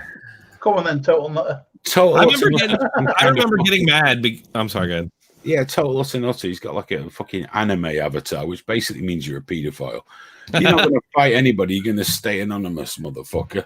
That's what you're going to do. Hey, I probably shouldn't admit this, but I do love Dragon Ball, the Dragon Ball series. It's my favorite. I love it. I know. Hey. Yeah. Back to the incel show. Video games. Now let's get on to anime. You all watch anime? You know you do. Someone here does. Not you. I remember Ghost in the Machine or Ghost in the Shell from back. Oh, Ghost in the Shell's awesome. Ninja Scroll. Did you ever see that one? That was a good one in the 90s. Yeah, I like the old ones. When we first watched it, it was like, holy fuck. The Ghost in the Shell movie was quite good. It was, and it was. Yeah. I was like, oh my God, the ghost is the soul. Wow, that's so deep. But well, it's pretty obvious. I mean, but right yeah. now it was played by Scarlett Johansson. That's oh man, what's wrong? You don't like any? How about Berserk? You guys ever seen Berserk? You people fucking disgust me. No, trust me, Hayden. Look up Berserk and watch. You'll like it. I guarantee it. No, you'll love it. I'm not doing it. It's like Dark Ages, and it's this dude that has a giant sword that just fucking destroys everybody. Giant sword that just. It's gory as fuck. It's gory as fuck. Just check it out. It's awesome. No. No. Won't do it. So Hayden, you came in for a quick rage quit, which I think you should try to adapt that to your show. I think when things get bad, you just rage quit. I think that'd go along with. But anyway, and go to bed. About the people that hunt animals. I gotta go back to the animal. Sister fucking pussy. What if they're doing it for food? Do you still have a problem with it? How many do it for food? But you even said that a lot of them do it for food. You can go get the majority. You said you can go get food, and like that was better than going to hunt for food. So you think an animal that's purely raised in that kind of environment for food is better than going and killing an animal? Aphid, shut the fuck up. That's a stupid fucking argument. 1 minute. Hold on, let me answer Aphid. One at a time. I'll take all you fuckers on. I don't know. I will. Just one at a time. Yes, I eat meat. Yes, it is killed for me to consume. But I like to think that the guy in the abattoir doesn't think it's a great day out with his friends and gets a little bit of a hard on from killing an animal like every single hunter does. Sure. I mean, I live in a city, and I can't speak for people who live out in the country, but I don't think that's how they feel. I've told you. Let Drone Tech speak now. No, my thing is, what's wrong? Like, people go and they hunt deer, and then they use that meat and they feed the hungry with it. Of course you do. But you know what's funny? Yes, what's funny? A lot of these people. Look at this. You know what's messed up? A lot of these pantries and stuff won't accept deer meat and stuff that's hunted, which I think is bullshit. I'm not a hunter. Look at me. I'm clearly not that kind of person. But my dad hunts. Clearly not. You look like the type of guy that would go hunt. Well, you got a flag, you got a beard. Right. Where's your gun? I got him. Yeah, I know. He did have that curly tube vaping mechanism. Right, yeah. And I watched Dragon Ball, so there you go. Right. But, you're an enigma, man. My family does do a lot of hunting, and they eat it. I'm telling you, most hunters eat their meat. They fish. I believe they eat it. What's wrong with that? That's a great skill to have and pass down. It's a wonderful. You don't know when the shit's going to hit the fan. Oh yeah, because society's going to end tomorrow, and we've all got to go out. You never know what's going to happen. Why would you not want that skill? I live in Manchester. What the fuck am I going to? I'm going to have to go out to a field and find a cow to kill with a hammer. No, you all just know America's going to come and save you no matter what happens. America's going to come and save you. Healthcare, sure. Your empire is going to collapse. Oh, yeah. How much would it cost to buy a whole, deer, worth of meat? Cheaper than if you're going to be buying meat separately at the grocery store. You don't need to buy a biscuit vapes. You can just smear yourself in deer piss. Suck your mate's dick. What you do? Hold on. Don't do that, man. No biscuit vapes. Separately in steaks, it costs what? $500? No biscuit vapes. Yeah. Let me explain the process. Biscuit, here's what you do. You buy a rifle. Yeah. You go out into the woods with your friends. You smear yourself in deer piss, drink some beer, suck each other's cocks, and then shoot an animal in the face while masturbating. And that's what they do. Well, maybe you're jealous of that kind of man-to-man, confrontation, and that's why you feel more comfortable with an animal just suffering its whole life in some, I could small cage. I could suck a dick anytime I like. I just don't understand an aversion to hunting. Like, what's the issue? I don't get it at all. Well, it's very simple. Anyone that kills for pleasure. For pleasure, like what's that mean? I'm hunting and getting food to. This is a bullshit thing. Most Americans that hunt are already fucking fat. They're not lacking anything in their fucking life. All right, they go out there in a $40,000 truck with a $2,000 rifle, with a fat fucking wife and 3 fat fucking kids. I'm putting meat on my table. You've been eating meat all fucking you fat prick that you've bought from Costco. You want to kill someone. That's side effect. No, it's a caricature. It's a generalization, although sometimes true. It's remarkably accurate. Let's be honest. And all right. What about full of fucking deer? What about fishing? Fishing's just retarded. Fishing is fun. I even like fishing. I love fishing, but I fish for pleasure, not yeah, for. But you're all retards. Throw them back usually. I guess my confusion is, Hayden, that it just seems like the life of the animal, if that's what you're concerned about, would be much better if it lived its whole life in the wonderful environment until it got plugged and didn't know what happened. And if it lived in some horrible environment where some low-wage worker did it for the minimum wage to feed us. I just don't understand where you're coming from. I'm going to mute you if you don't stop. It's a bullshit fucking argument, and you know it is. Each one of these fuckers buys farm food from fucking Costco every fucking week. Don't you fucking dare try that bullshit. As if it's some kind of fucking, I don't know, what's that? Who was it that played in that GIF? As if he's some kind of frontiers. I like the idea of a father and son going out into a forest and killing something. And spending 4 days tracking an animal and then killing it together and then taking it home. Biscuit vapes, you know what's even better? What I did with my son, where you go 4 days camping, walk through the wilderness, see animals, and manage not to fucking murder anything. You've already got plenty of fucking food. I watch far too much American TV. I'm sorry. You do. And that's when you end up in a tent with another bloke. That's when you end up in a tent with another bloke saying he can't quit you while he shoves 8 inches at you.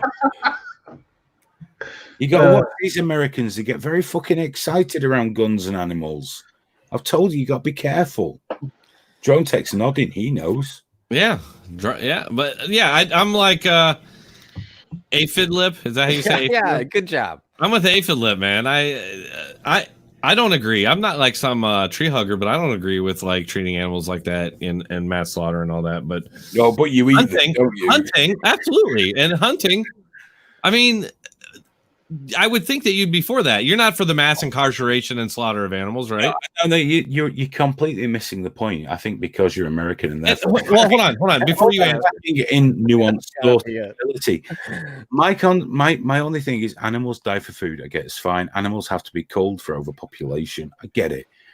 If you go out and enjoy the act of killing an animal, which they all do, and get that little bit of wood, that little bit of mahogany, okay. Basically, you're shit. I'm not saying you shouldn't be allowed to do it. It's none of my business. If you do it and you just love killing and taking a life just for the sake of it, yeah, that's shitty. You know what? What's this? Those people are sociopaths anyway. Then in there, these guys that the problem with farms, supermarket. Hold on, though. Here's the other thing. All right, not just the food. They want to kill. Not just the food, not just killing, but look, hunting is something that goes back to our like primordial history. Why should we not keep that up and doing it? So how pathetic is a human race that can't hunt? How pathetic is a human race that can't hunt? How many things would you like to bring back from the past? Shall we burn some witches? But we owe everything to it. We owe everything to hunting. But guess what, dude? Do you have a car? Do you have a car? Of course. Why don't you have a horse, bitch? That was good enough for us back then, right? But that's not a. Yeah, it is. It's called advancing. What you're doing is picking and choosing the things you think shouldn't be advanced because somehow it's important. Horses are not a requirement to our evolution or survival. They helped. Oh no, they very much were. Hunting and eating were everything. It's the whole reason that we evolved. Eating is actually just important or we die. Hunting was something we had to do. Exactly. That's my point. Now it's something we want to do. No. Why do you want to? There is no need. There is no human need to ride a horse. There is every need of a human to eat meat and eat food. Yeah, no, you see, that's incorrect. What if you have to traverse a great distance? What I'm saying is don't get hung up on the horse thing, dude. I'm saying we advance as a civilization. What you're doing is picking things going, well, that was tremendously important. We should still do that. No. I just think it's a thing on its own level. You're just trying to excuse your psychopathic, probably homosexual countrymen because you got that flag behind you and you think, I don't want him making a bitch out of me. Fuck that shit. I should be on your stream and talk about hunting. Is really like that. The homosexual part of it still benefits the animal in the end, though. We can all agree on that. Hey, Philip, we can all agree on that. If people want to go to the woods and fuck, I'm all for it. Whatever makes them happy. I'm not homophobic. If a yarder cock makes you a happy man, you go and get a yarder cock. Hey, I'll say right now, I've never done it. I've never hunted in my life. So, what kind of man are you? Yeah, you can't be a conservative. Are you a new conservative? I live in the UK, and even I've been hunting. I started out a lefty. I don't know if you knew that. Oh, even I've been hunting, and I live in the UK. You want to tell a story about what was one of the first things to really get me thinking? However, I was not. You went with the views. Is what you did, didn't you? You still harbor those. No. Feelings. You fucking sold out for the. You've been outed. You've been outed. I was bit on YouTube. So. Oh, you've been outed now, dude. That's it. It's fucked. No, look at this. So Alex Jones, you motherfucker.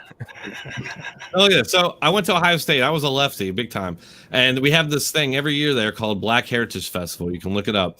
And me being a good liberal and not racist, which I've never been, a racist. I never thought in those terms at all, but. I went to the Black Heritage Festival, a white dude going to the Black Heritage Festival. So I go right on my dorms and they have this stage set up, right? And there's I didn't know at the time, but the Black Israelites were on the stage right in front of my dorms with this huge crowd of like students and just people from the area. And what's a Black Israelite? I don't know what that is. You don't know what a Black Israelite is? No, I don't. I totally don't know what that is. Do you know what the Covington kids? Do you know about the Covington kids? No, I don't know about that either. I'm not well educated. I'm like, does everybody backwoods. Black Israelites are basically like black Nazis. Okay. Not really. They seem like Jews. Israelite, you would think it was a Jew. I'm thinking like black Jews, like a bunch of Sammy Davises is what I was picturing. I think they believe they're basically they're supremacists, black supremacists. And they want to sure, or wipe out white people.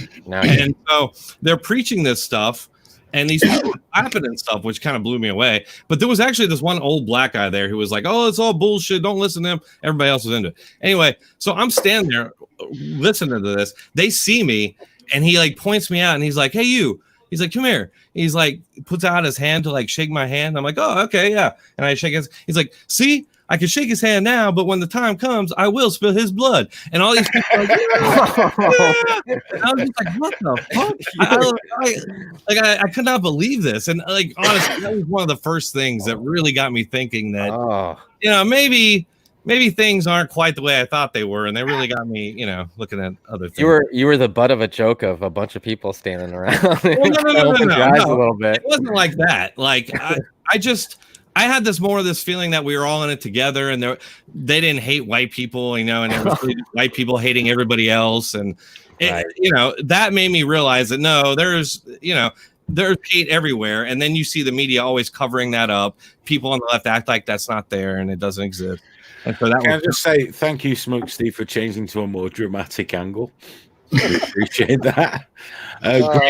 Graham has had to leave us. He's not well. He started coughing again. Oh, Graham's not back tonight. Graham, imagine my surprise at him leaving after just an hour or so. Oh, I had so many nice things to say to him tonight too. No, he has been poorly. He's been coughing a lot. Has he got COVID? I don't know if it's the COVIDs, but he has been poorly. So, if you get anything right now, even if it's the common cold, you're doing it wrong. You failed. You're not keeping the ship tight enough, because let's be honest, if you got any kind of disease or we all knew that no matter virus, Graham was going to tap out around the hour and a half mark. Right. We knew that was going to fucking happen. So, that's true. But at this point, the last couple of days when I've been on the phone to him, he's not been great. Oh, poor Graham. Graham's very delicate. Was he drinking water? That wasn't alcohol, right? No, that was booze. He was drinking. Oh man, he probably shouldn't be doing that. Yeah, that's good. Always gets things going. We think we had into December, and while my wife and my kids were really bad, they had a really bad fever. I got it, but it wasn't near as bad. But I don't know. We don't know if it was actually COVID, but my kids got tested, and it was not the flu. So now we're looking at it like, because we had 105 fever, or they had 105 fevers, and for weeks. I mean, it was bad. COVID. Just that Elf Boy said, "Do you have any black and minority ethnic guests?" We had a guy on that I think was black or Latino, the crippled guy that Nick kept asking if he was okay, and he vanished. But it's whoever appears in my lineup gets on the show pretty much. We don't get a lot of black or minority ethnic viewers, I guess. I don't know. Well, going back to what Drone Tech said, I always remember I went to I think it was somewhere called Salt Lake City. Yeah, Salt Lake City. Utah. I was based in Ogden, which is like 20 minutes south of that. So yeah. Well, it was funny because I went to Salt Lake with my wife, and we were walking down the street, and there was this guy, really nice guy, black guy, stood outside of a shop, giving it all the beans for the shop. And I was walking past, and he just stopped me and said, "Oh, come inside." And I was like, no, I'm going down there. We're meeting some people. And he went, "Shake my hand."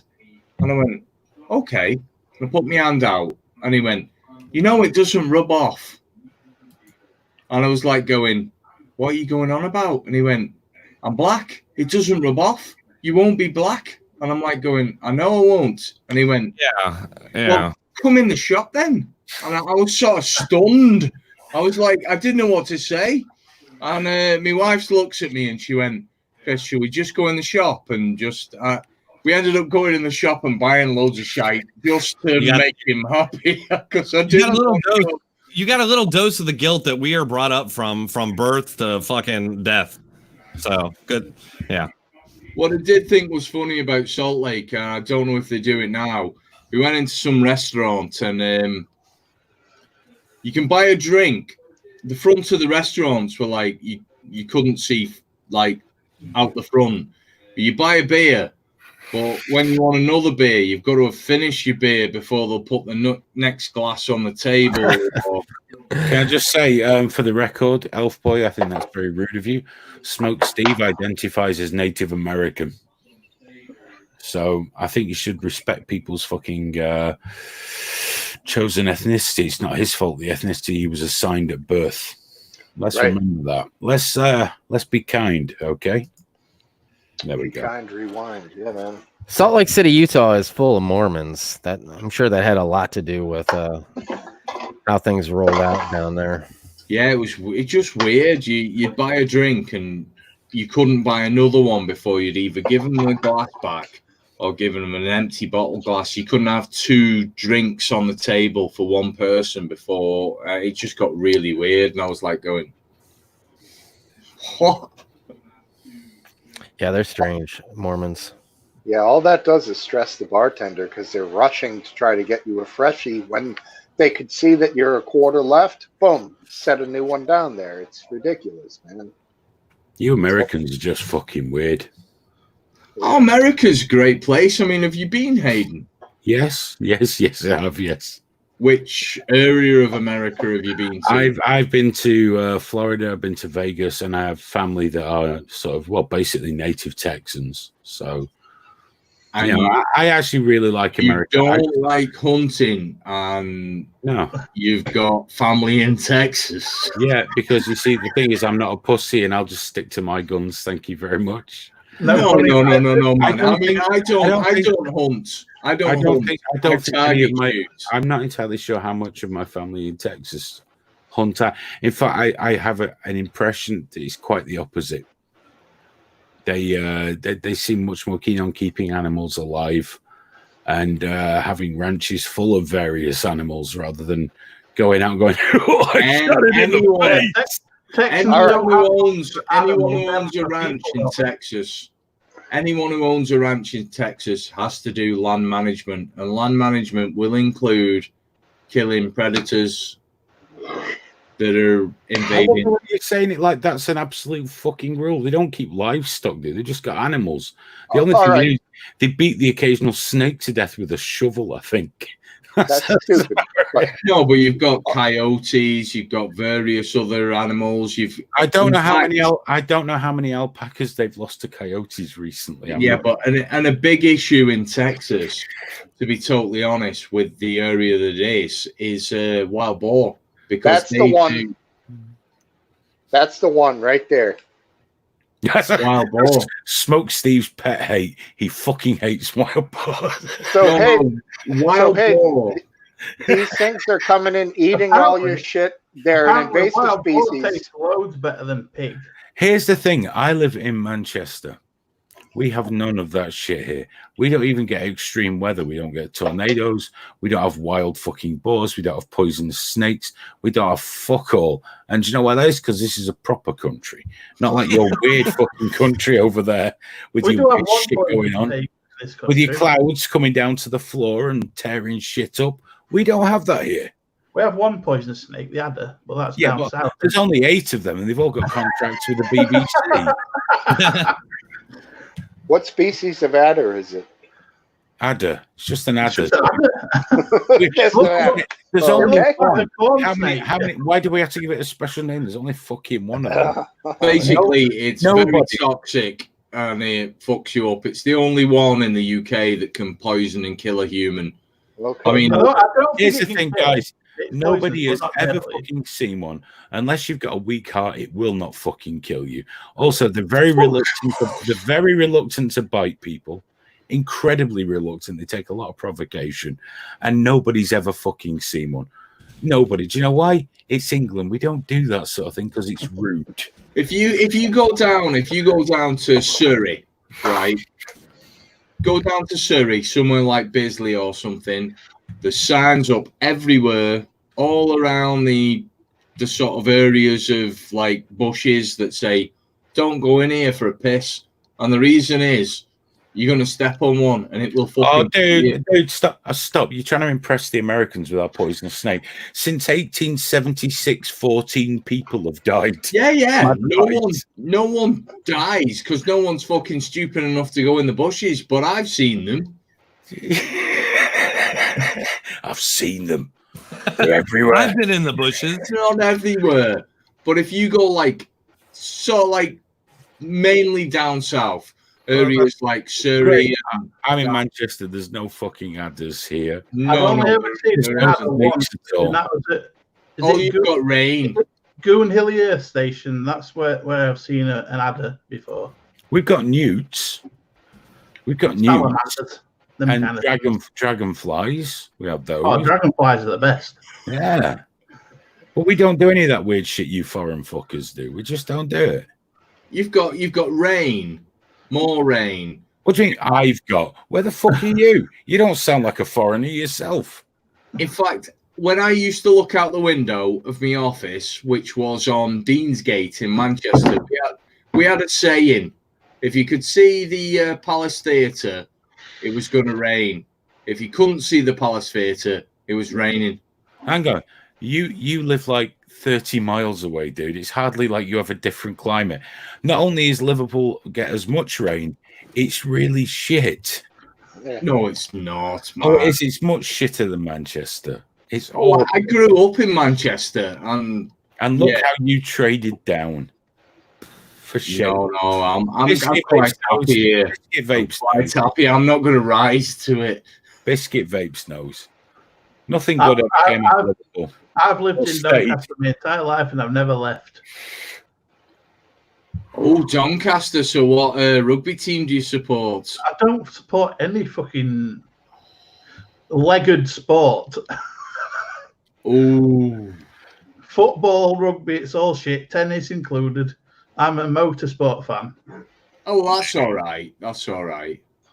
Especially superbike racing and TT. Can't beat Superbike. I used to go regularly to the MotoGP and the Superbike with my wife, and that was good. But if you're from that area, you really should be into your rugby.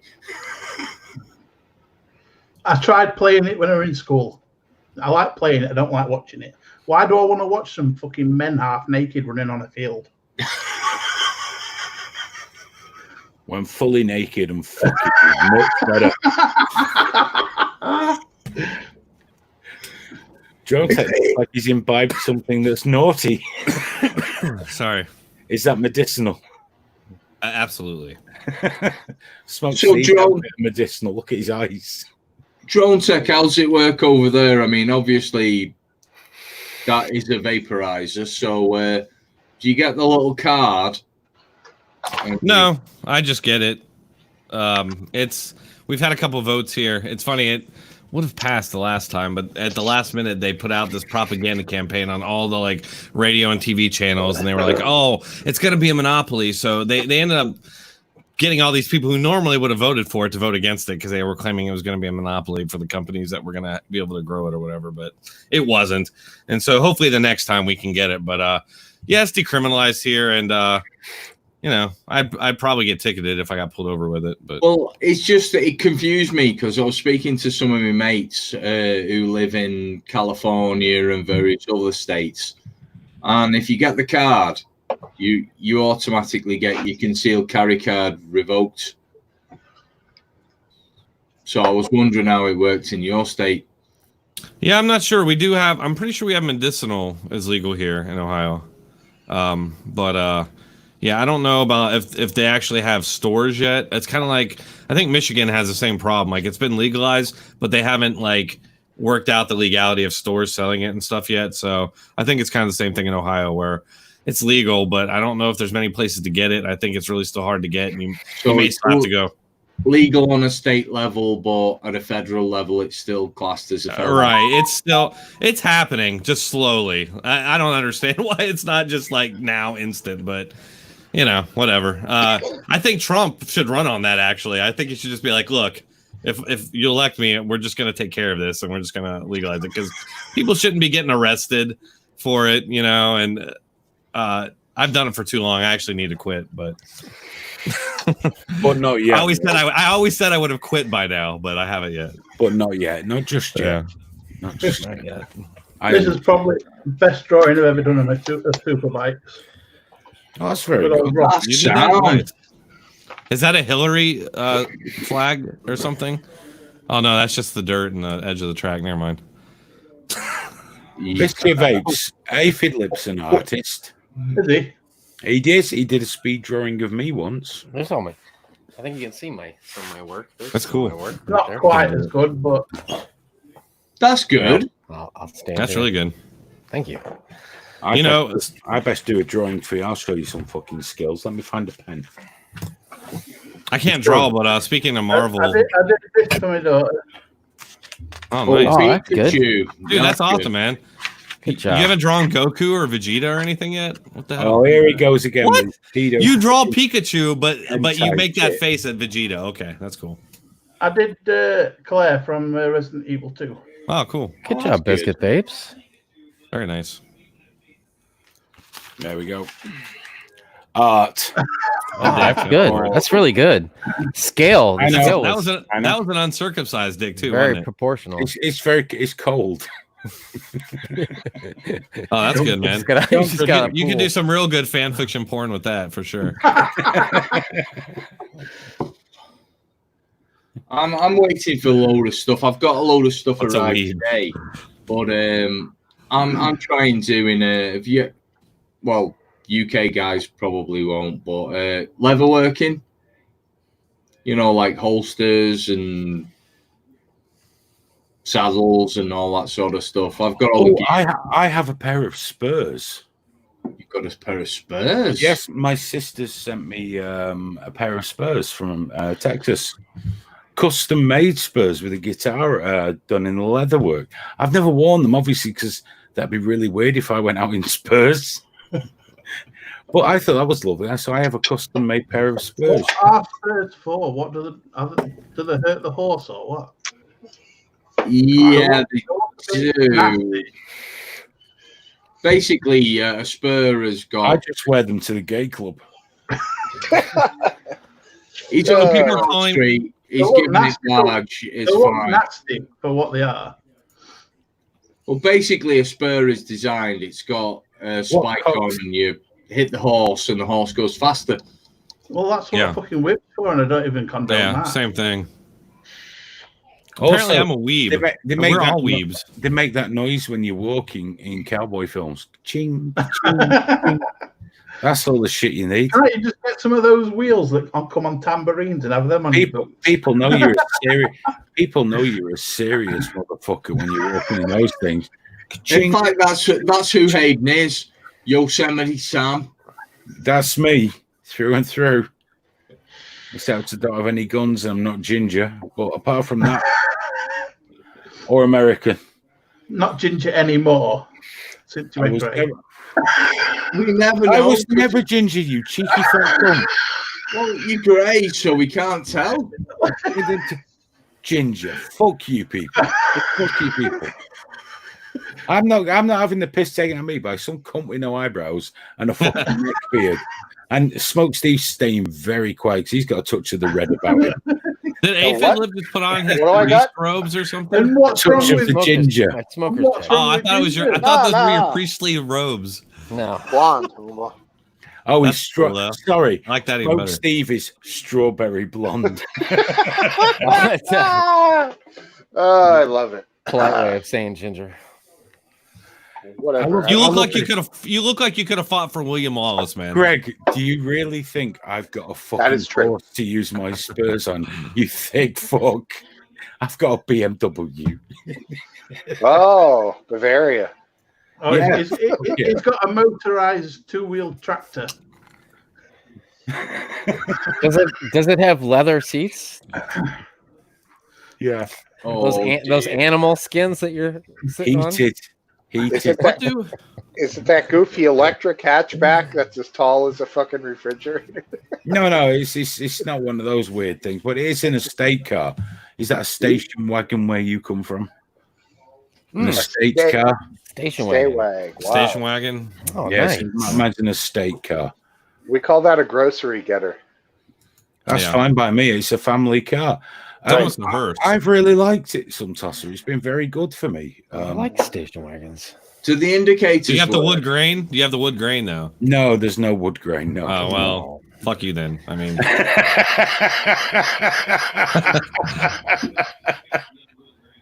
No, it's really good because you can get lots of shit in it, which is the only thing you need once you've got a family. How much shit can I get in this car? How much shit can I fit in? Good for camping trips, getting all that luggage. Yeah, I can get all my shit in for camping. Yeah. I'm curious. Do you guys to one side and say, now you've bought a BMW, you don't need to use the indicators? I found that they actually have an indicator stock. Very surprised. I was very, very surprised. And it works. Volvos. Volvos are very nice. Volvos are very, very nice. There. Yeah. Nice. Do you celebrate Mother's Day over there across the pond? Yes, we do. There? Yeah. So tomorrow, you guys all going to call your mom? We all hate our fucking mothers. Oh, come on. An American. Is that how it goes over there? Where you invented fucking Halloween. You all hate your mom. Mother's Day for us happened a couple of months ago. It's already happened over here. We've already done it. And now you hate your moms. No. We just have it at a different time from the US. We have it at the correct time. I thought we invented time over here in the States. Do you know what? An American fucking redcoats, man. Do you know what? They never change. They never fucking change. An American actually said, pissed off about the T-tax. We were talking about Halloween, and he said, "Why are you even celebrating an American fucking holiday?" It's like, oh, you poor baby. I don't know why we celebrate in America. There's pubs where I live that are older than fucking America. Jesus I know. Christ. It's lame sometimes. In fact, when you say that, why do you guys kiss our ass and just follow everything we do now then? Because you're the most powerful nation on earth. It seemed pathetic. I know you all act like oh, we don't follow America, but you all depend on us so much. It's ridiculous. America, make no mistake, America is the most powerful nation on earth. I don't seek to take away from you what you are. What I don't do is make out that everything's good and that you are actually a bunch of sister fucking weirdos. Oh. That's why we kicked you out of Europe, but you've done very well. That sexual tension has made you very productive. And you've come up with great things like fast food, nuclear bombs. How about the space program? How about space exploration? Oh yeah. How about medical innovation? It wasn't started by Americans, and it wasn't sped up by Americans. But you're right. Well, that's true. But we landed on the moon. We landed on the moon. I still rest on those laurels. Which American was it that invented penicillin? Oh no, that was English. Which American was it? Which American was it that basically looked into radioactivity?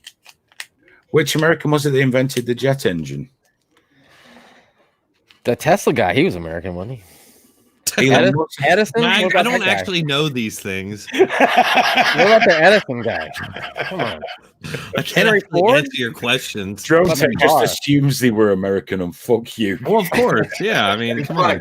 I mean, I know we got these German scientists, Nazi scientists. Smoke Steve's thinking about it. Hang on, I'll have the answer in a minute, guys. Don't you worry. British made the television as well, but America only improved it. Yes. Is that John weekend? Hang on, the internet was invented by Americans, but the World Wide Web, it took an Englishman to go, that's very uncivilized, let's make this better. I'm pretty sure Al Gore did that, Hayden. He's English, fuck you. Going back to what you said, Hayden, though, where you've got pubs older than America, I reckon you have drunk in Peveril of the Peak in Manchester. No, I've never drank in there. I know it is a great pub, but I don't go in. It's one of the oldest pubs in Manchester. It's tiny. I just don't go in pubs very often. I don't like pubs very much because you have to mix with the public, and I don't approve of the public. Oh. I find them terribly unsanitary. I want nothing to do with them. I'm just being honest. Yeah, like Frank Whittle invented the jet plane, but we shared that information with the Americans in an information sharing program. Guess who didn't fucking share back, you selfish, greedy cowboy fucking motherfucker? Oh, whatever. You all you all depend on America. America is like the reason you're able to have a national health care system, and the reason you're able not to spend a ton on your military is because you got us. Like you have all this extra money that you don't have to spend on your military because we got it. I mean, that's just a fact. I mean, if anything happens, we're going to be there. Isn't it really good of you to do that from the goodness of your fucking? It is. We love you guys. You're our cousins, so we'll be there for you. We were your cousins. You're our bros. I will accept you as our cousins when you learn how to drink tea properly, you fucking heathens. I've never drank tea in my life, man. Fuck that. Joan Tech, when you come to England, all right, because it is going to happen at some point, isn't it? It will eventually. I'll take you for an all-day breakfast. I'll get you a nice cup of tea, a proper cup of tea, none of that weird sugary shit you people drink. Honey, no milk. Not me. Honey. What do you mean, honey? No milk. What the fuck? Yeah. Shut the fuck up. Little honey. You colonial fucking idiot. No. Honey. Very strong breakfast tea. Smoke Steve will throw a fucking halberd through your chest, man. Smoke Steve couldn't hit my fucking chest. I was stood next to him. Look at his pupils. Right. And also, he's a lovely man. How dare you tarnish him with your violent mentality? He's a lovely human being. He's beautiful in every way. Look at him. Thank you, my friend. John Tech, technically you didn't love us that much because really on the 4th of July, it was against the English. We had a ship off the coast and the guy who actually came out, Francis Scott Key, to arrange the release of the prisoners that the English had. He penned your national anthem. So, do you want to know something really awful, John? Right. Yes. The English, obviously, the Americans had the French helping them with the naval blockade. So the French basically saved you. The English decided that we could either put all our resources into the Americas or we could put our resources into the Empire. We decided not to use our resources on the Americas, which in hindsight was a terrible mistake. Well, they had no chance. The guerrilla warfare that our side was using was just gonna it was gonna pick away at them. Oh, I mean, they had no chance. If we put the entire force from the Empire onto America, you'd be drinking tea right now, fucking now, and we might be half Japanese, half German in that case. Who knows? No. If we'd taken America, we'd have been all right. But the fact is, we decided, you know yourself, resources are finite. We had the largest empire the world has ever seen. We had to service that empire. Now, for me personally, I think, what does it become? Yeah, but at least we did it. You'll never do that. Does that hurt? Well, I don't care about empire. You don't care about empires all the time. No, I don't. And hey, we're a part of you. I mean, there's no getting away from that. Don't you? We're like family, dude. We're family. Your history is our history. Your history is our history. You know that. Yeah, Americans don't care about history. Definitely from Britain because they set off to Plymouth Rock and that's what happened. Hang on, they set off. We got rid of them because a bunch of religious fucking lunatics. No, but they set off to Plymouth Rock. And they all went over and they gave the Indians AIDS. Well, most of them died in the first sort of season because they couldn't provide food. AIDS. You know, I have a question. Can I ask you guys a question, you UK people?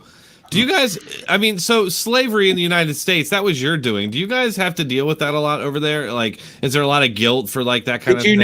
Well, here's really. Hang on. That's weird. That's kind of weird, don't you think? Here's something you'll find interesting. In Manchester, there's a statue of Abraham Lincoln. Now, Manchester was a massive textile city. Part of the Industrial Revolution was basically Birmingham state, but Manchester really took it to basically create the Industrial Revolution. It was here. Now, the workers of Manchester voted to boycott American cotton because of slavery. Workers. And so that's why there's a statue of Abraham Lincoln, because we refused, and we were one of the largest importers of cotton. We refused to accept cotton as slavery was still a thing. We did our part. Now, Liverpool, where Chris has gone, but I notice he's run off now, the Liverpool workers would not entertain any such idea because they didn't give a fuck about the black people in America. But yeah, Manchester, actually, there's a statue. If you ever come over, I'll show you where it is. That's interesting, yeah. Because our mill workers, along with the mill owners, in a time where everyone thought it didn't work like that, And if you went without money in those days, you starved to fucking death. They basically voted not to use cotton from the Americans. Now, someone just said it's the Derwent Valley. It was still the mills in Manchester that processed it. I'm sorry. But in that area, but Liverpool refused. Liverpool still wanted the cotton because people in Liverpool hate black people. Well, ouch, and that's bad and everything, and I'm not for that, and I'm against slavery. But isn't it odd that only America? Like, is there any other country that has to undergo the kind of shame and guilt? No, we do get that. There's lots of people here that go on about. I mean, it's still going on in the Middle East, and they don't. There's no blowback for that. Nobody even seems to give a shit. English people, a lot of them hate England for our colonial past, as if we had anything to do with it, as if they aren't all benefiting from the dreadful shit we did. I don't think there's a country on the planet that's got a history that's bad.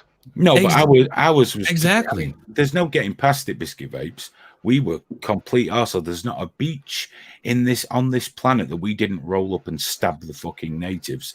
However, I didn't do that, and we've all benefited, all of us. You know, everybody. The slave trade, it's too easy to say it was Britain's fault, America's fault, but it's also the Muslim slave trade was huge. Yeah. The African slave trade is still continuing and was massive. They just sold them to white people instead of other black people. But we've got to point the finger at the powerful people because we get comfortable in our societies. We give them freedom. Therefore, we attack ourselves straight away. And it makes no sense to me whatsoever. Isn't that how you know that side and that argument is actually like our enemy? It's actually, it's an argument that's made in bad faith that's meant to chip away at our countries. I mean, dude, you know, it was victory in Europe. We were told by a load of people on Twitter, right, that it was xenophobic to celebrate it. I'm like, well, it wasn't England that won; it was Europe. Mm-hmm. But it's xenophobic. I believe we got a new person. It's Jacob. Hey guys, how you doing? How are you? You're a dude. How's it going? Yeah, going well, mate. It's actually, what time is it? 8:10:06 in the morning, Australian Eastern Standard Time. Holy shit, that's early. Well, we're in a different time zone, so yeah, I don't agree with that, by the way. I don't. How you doing, Darth? Well, yeah, it's Jacob. My full name's Jacob Lorenzo. Jacob, so it's just my username. Yeah. Where's your address? Man. Good to see you. Where's your address, Jacob Lorenzo? All I can say is I'm from the far north coast. There you go. Don't give him your address. Look at him. Look at that creepy motherfucker. Don't tell him. That's a great face if I've ever seen it, man. He is quite attractive for this group, I must say. Well, I'm 22 years old, so he's young. Younger. We got fresh meat on here. What you got, Jacob? Come on, it's getting weird. But he is Australian, so get in there. I feel like I'm in a prison cell. They do fall off a fucking shelf after a certain age. To be honest, they're in the sun a lot. They get very. 200 years later, we're on a prison island. This is true, but I'm just saying that they're very attractive when they're younger. Then they fall off a cliff. Look at Paul Hogan. Every Australian looks like Paul Hogan. Paul Hogan. That's amazing. I'm trying to think of any other famous Paul Hogan. Is that Hercules? Oh no. Oh, Paul Hogan. That's yeah. That's that guy. Are you referring to Crocodile Dundee? Yes. He's actually a great bloke, you know. He's a great bloke. If you actually go back to, he's actually had his own show called Hogs. You should see his other stuff. He actually had hosted his own comedy show. Jacob, in the UK, we got that before. That's awesome. Dundee. We used to get his comedy show, the late night. Oh, that's actually amazing. I remember it when I was a kid. Cause I used to turn my telly on at night, and you put Paul Hogan on. There were always tits in it. That's amazing. Always tits. So I used to watch Paul Hogan long before Crocodile Dundee. It just turned up on sort of. I'm gonna have to look that up. That's awesome. Yeah, lots of breasts, John. Lovely breasts. Oh, that's actually great. You know, he's actually the greatest person of what I call. I'll need that after this. Breasts. I'm a great Aussie man. Can you see how I managed to engage everybody that calls into this show? Doesn't matter where you're from. Really amazing. Americans. You're a talented man. You're a talented man. I think I'm very underappreciated, if I'm honest. Yeah.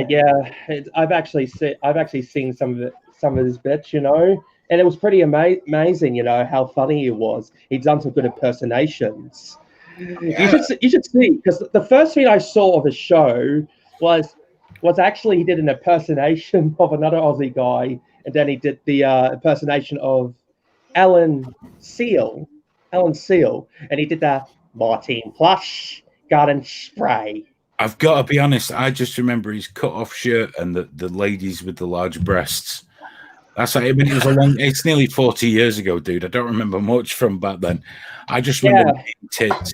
And as a young man, in tits, it obviously left an impression. Which, by the way, my son's 8 years old now, guys. Yeah, my son's 8. If we're watching films and there's nudity now, he covers his eyes. That's great. So what I like doing is time it's finished now, and then he opens his eyes and tits. But the thing is, if he doesn't know that you can see him, I catch him taking a look. That's a good sign. Yeah, it is. Oh man, it's things have changed a lot. You know, there's actually comedy shows that gone down the toilet. But we think there's some good comedy shows. I just know that we have a TV show called Fat Pizza. Check it out, Fat Pizza. It's so hilarious. He's created by a guy named Paul Fennick. No, I'm not familiar. I mean, to be honest, we don't get anything from Australia here apart from, I don't even know if they're still going. Obviously, Neighbours, Home and Away. And in the old days, there was the fucking Sullivans, which I will always hate Australians for. Yeah. And what was it? Steve Irwin shows we used to get. The Young Doctors. That was another. All the soap operas. We got all the Australian soap operas. But we don't. Steve Irwin stuff we used to get as well. Yeah, but he got fucked up by a fucking stingray. It's so horrible, isn't it? I always hated that happened to him. It was fantastic. He really cared for the animals. It was awesome. I was very disgusted when Peter actually made that statement against him. I'm going to be honest, you might not like this. He should have just fucking left him alone, really, shouldn't he? Because he got bitten by a wobbegong shark. No one else in history has ever been bitten by a fucking wobbegong shark. But like it was meant to be. It was his destiny. It was inevitable that it was inevitable he was going to be eaten by a crocodile. It was never going to be a crocodile. It was never going to be a risk, you know. It was always going to be some animal that never kills anybody else. Yeah. Well, it was the risk, you know. It was the risk. He actually understands the risk, and he's done things that no other person could do. He was bigger than David Attenborough, so he was. So that's why David Attenborough didn't get killed by a stingray and is still alive. So I guess David Attenborough #winning. I think it's safe to say. Yeah, but David Attenborough filmed wildlife from like 6 miles away with a telephoto zoom lens. Yeah, that's why he didn't get stabbed to death by a fucking stingray. It's okay, but I can take a joke. There's a fucking lesson there. Leave him alone. Leave that shit alone. If there's a crocodile, don't get on its back. Leave it alone. If there's sharks, stay out the fucking water. Leave them. I wonder what would happen if David Attenborough got killed by another unexpected death. I'd be laughing my tits off about that right now. If he got bit by a tarantula while trying to film chimpanzees or something. Yeah, my favorite is that American guy that allows insects to sting him. I've forgotten his name. He's Coyote Peters. Coyote, you know that? Oh, he's beautiful. He got a murder hornet. He lets any fucking dreadful creature fucking sting him. Right. So he can tell you what it feels like. Apparently, what it feels like when any of these animals sting you is it's exactly the same. It makes good television, though, Hayden. It makes good television. Hang on. I've got to check. My wife is going to be so fucking mad with me now. Your wife? You miss it? Do you guys know about the guy? So the Live with Bears guy. Do you know about him? Oh, right. Do you know what happened to him? He got. Do you know it all was supposedly recorded? Do you know about that? Oh, I know that guy. I know that guy. And his family never released it, but Timothy Treadwell. Yeah, I know they never released it because real smart guy. Her mother has it probably. But the funny thing with apparently she's deleted it now. Apparently with Treadwell, what's funny is he always wanted to be accepted as a bear. You know, he thought the ultimate was bear, and it turns out bear on human attacks, they rarely eat people. They ate him completely because that is what they do to other bears. So he got his wish. That's crazy. I didn't know that. That blows my mind. His dream came true. Take it with a pinch of salt, John. It's just what I've said a few times. But his girl was with him, right? And they massacred. Did they eat her as well? Yeah, there were sounds. Apparently there were sounds on the tape of him telling her to run away, but she decided to hit one of the bears with a frying pan instead. And after it had finished with Timothy, it ate her. He did tell her to run away, get away, but she wouldn't. She was trying to save him. Is there a transcript of this tape? I've never seen it. Documentary. Hey, Drone Tech, did I interrupt you or anything? No, go ahead. I've been interrupting all night. What a polite guy.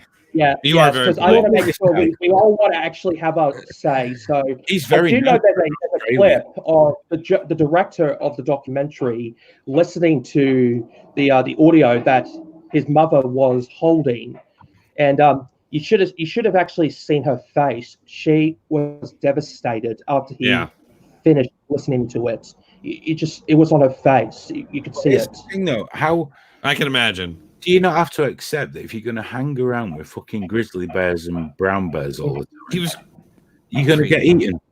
Because the fucking big animals that eat things. Yes. I think crazy. 500 Smith & Wesson Magnum if you're going to be hanging around with birds. No, but that's the point. You don't. You either go there and try and be a part of it and get eaten and become much more a part of a bear than you anticipated.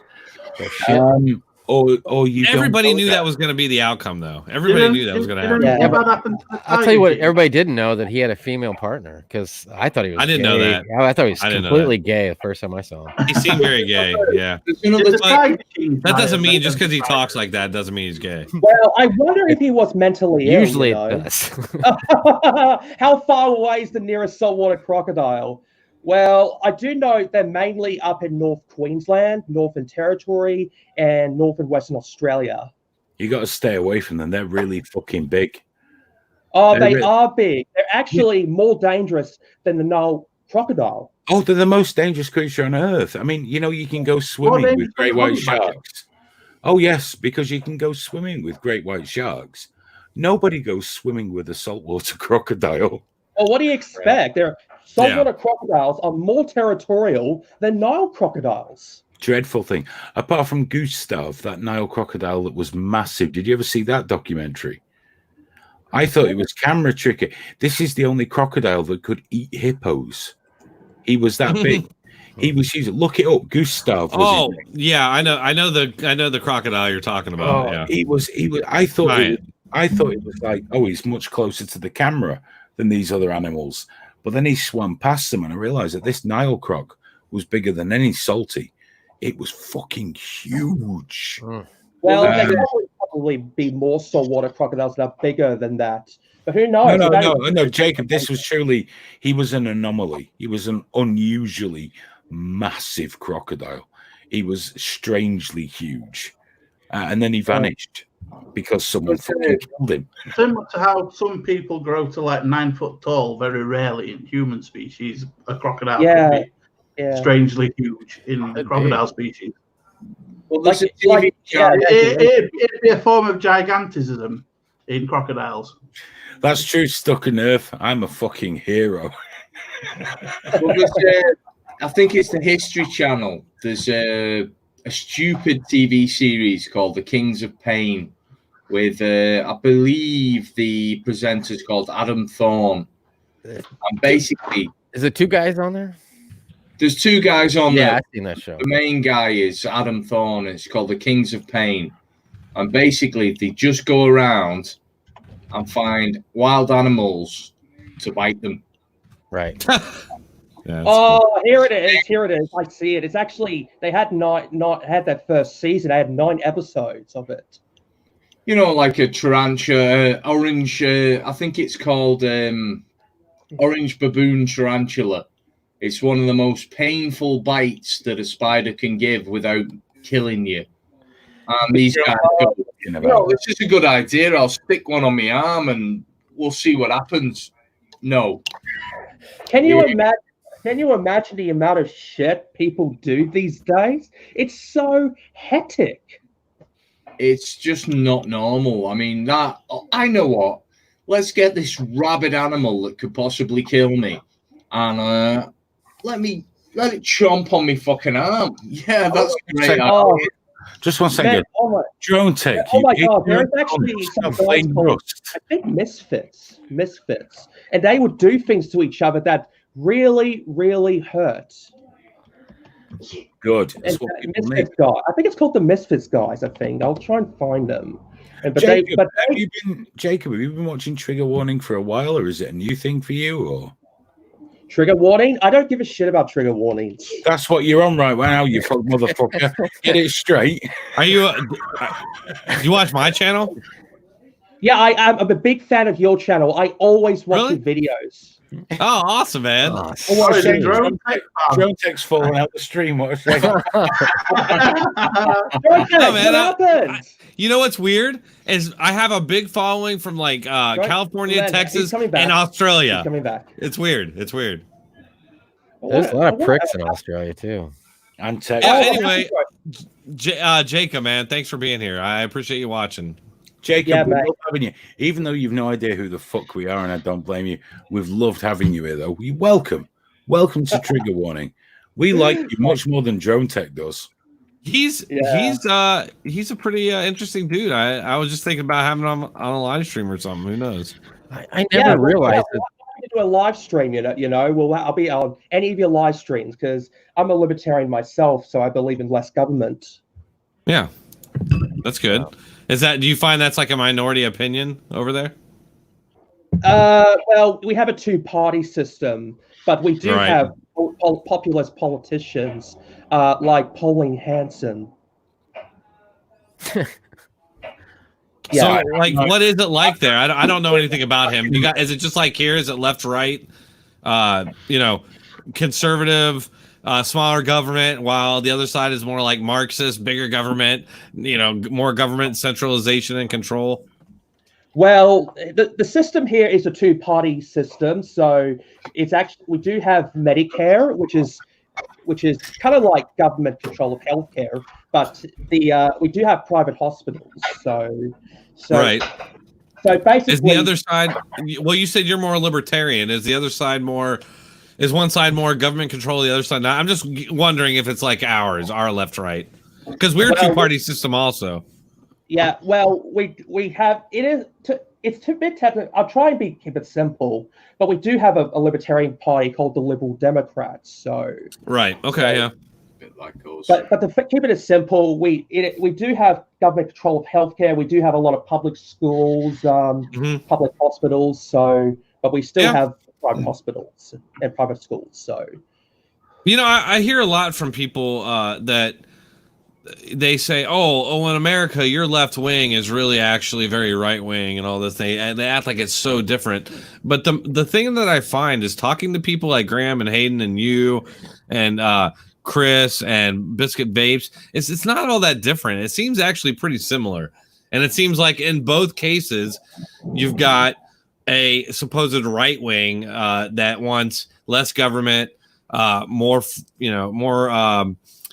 gun rights or any of this thing, and then you got the other side. It's more like Marxist, socialist. I don't know. It seems like that's what's going on in all of our countries. Am I wrong? I mean, it seems like. Well, unfortunately, we do have gun control. We do have gun control, so we do have restrictions on firearms here. And the right wing and the right center party supports gun control. So. But you had that. Really? You had that after the Port Arthur massacre. Port Arthur, yeah. Some people still believe that there's no full story to what happened at Port Arthur with Martin Bryant. So, I mean, we're the same here in the UK. We up until 1997, 1987, we had something called the Hungerford Massacre, and the Hungerford Massacre was some dickhead who decided he was going to walk down the street with. He had an AR-15 and I believe it was a Heckler and Koch G3, and he shot a load of people. And yeah, it's actually pretty tragic. They basically banned all semi-auto firearms. Yeah. And it wasn't good for the shooting community. I mean, us that target shoot, that was that. And then in 1997, there was a dickhead who walked into I believe you'd call them an elementary school in America. Yeah, Dublin. Yeah, an elementary school. Basically, he walked into an elementary school and he shot 16 children and a teacher. And they banned handguns. It's really stupid. That taxi driver, didn't we, in the UK that went around shooting? That was Colin Bird.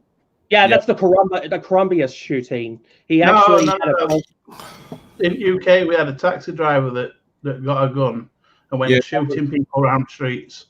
That was Colin Bird in the. That was in Columbia. I think. I call it Cumbria, so I think. Cumbria. Yeah, Columbia, America. Yeah, his name was Derek Bird. He actually was a taxi driver at Copeland, Cumbria. Yeah, it was Cumbria. He shot. Cumbria is an area of the UK called the Lake District. Basically, he went nuts. He shot his mum, and then he went on a rampage, and he shot about. Was it Paul Gascoigne that fetched him a Well, here's the thing. I got the weapons right here in chat, and he had two weapons with him. He had a bolt action rifle and a double barrel shotgun. Yeah, well, basically, it was the guy was an idiot, but like all the previous ones, like Dunblane and Hungerford. The people in the shooting clubs had said, this person isn't suitable to own a firearm. And the police ignored it. Yeah, that's police incompetence. If I was in charge of the DPP, I would have actually charged the police with manslaughter for not doing anything to stop it. The taxi driver wasn't actually mentally anything wrong with him until he had a breakdown, I believe. He had a mental breakdown more recently towards the actual event.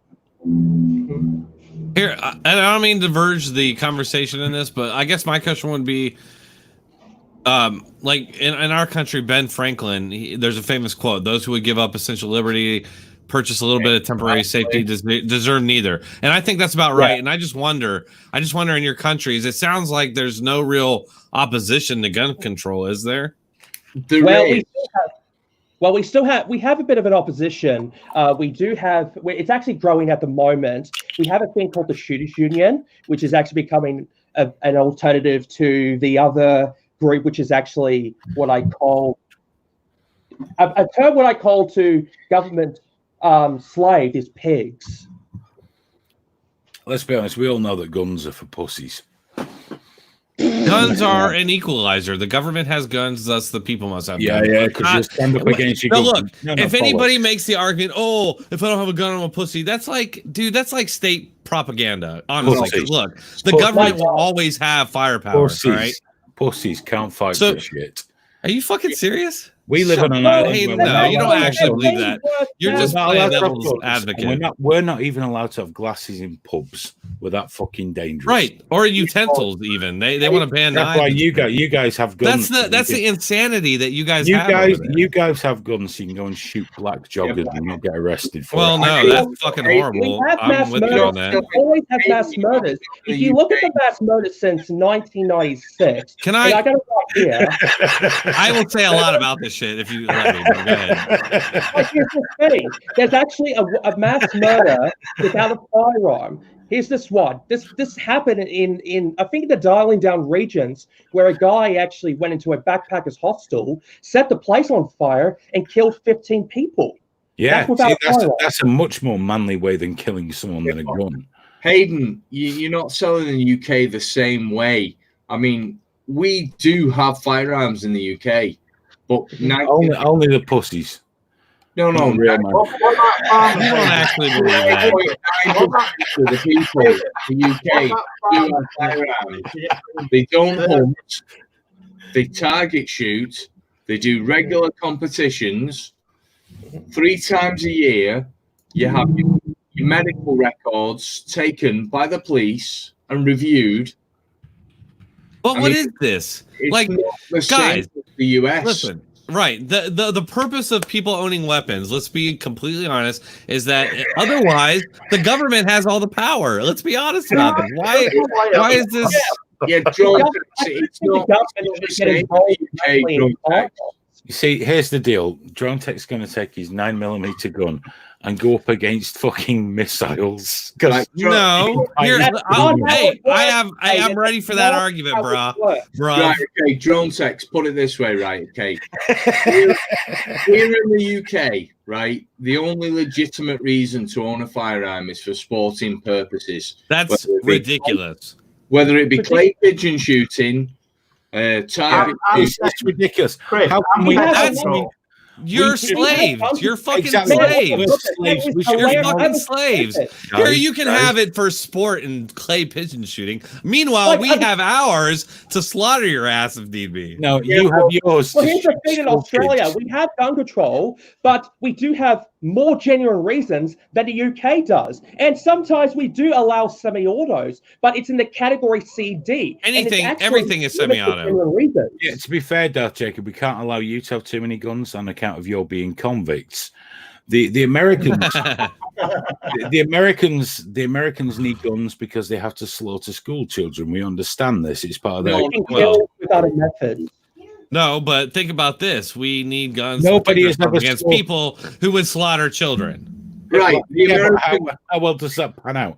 Let's be honest. Do you know why I think you should be allowed to have guns in America? Because it doesn't matter. Exactly. It doesn't matter why you think, because it's a natural right of any human living creature. No, that's none of people's business to decide what people should have. No, exactly. Shall I tell you why I think you should be allowed to have guns in America? Because you want them. So have them. Right. Well, it's more than that, but yeah, ultimately that's what it is. Yeah. And that is the way it is here. Right? We would go to, you know what? We'll go to war in this country before we give that right up. We would. Because you're pussies. I understand. Massive pussies. We're willing. You're pussies. You're the pussies. You're a fucking slave. You're a fucking slave. Dude, we had the largest empire the world's ever seen. You live at the behest of your empire. Oh, because you have independence, because you got. Tell me how free you are again because you've got a gun. Well, tell me how free. These are two separate arguments. These are two separate things.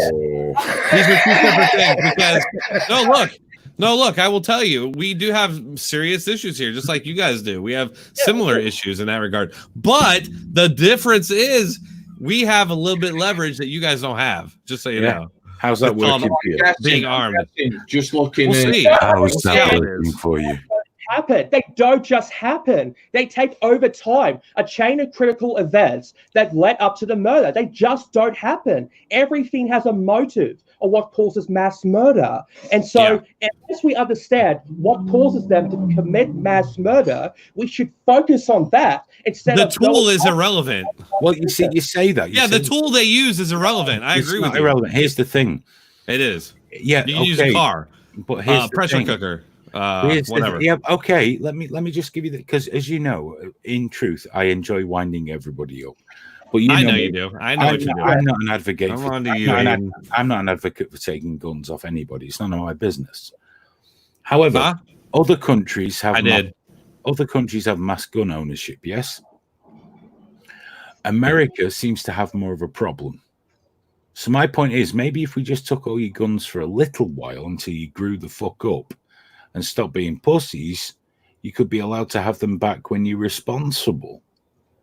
There's no such thing as a term for anti-gunners responsible, okay? Have you seen the mass murders overseas without firearms? Where? It is horrific. Where? Okay, for example, one of them was the Lockerbie bombing, which some guy put a bomb on a plane, which probably was an intelligence agent, and actually killed over 270 people. Okay. How many people have died from illegal shootings in the United States of America? Okay, well, if you want to Well, I would say I don't know the exact number. But first of all, I'd say if you look at it per capita, it's probably still higher. But per capita, we have a lot. We have the third highest population, and also let me tell you that a good percentage of those. Listen, a good percentage of those gun deaths are 1, gang violence, all right, and 2, suicides. And I'm not saying that is an excuse, but I'm saying that legal gun ownership is not the problem. Okay. Yes. In fact, that's not the issue. It's gangs. It's fucking. That's the main issue. You know what? Serious for me. Hold on. Let me finish this thought. You hear about mass shootings in the U.S.? Listen, Jacob. Hold on, Jacob. Let Jerome just finish his point. Look, if you look at everyone thinks in mass shootings in the United States is a big thing, and it is, and it's a problem. And they think it's a white male problem. Here's the thing. Gang violence, gang mass shootings are not counted in those statistics if you look it up. So, what's that word again? Well, what's that gang word again? Violence per capita. I just like the way you said statistics after a few vodka tonics.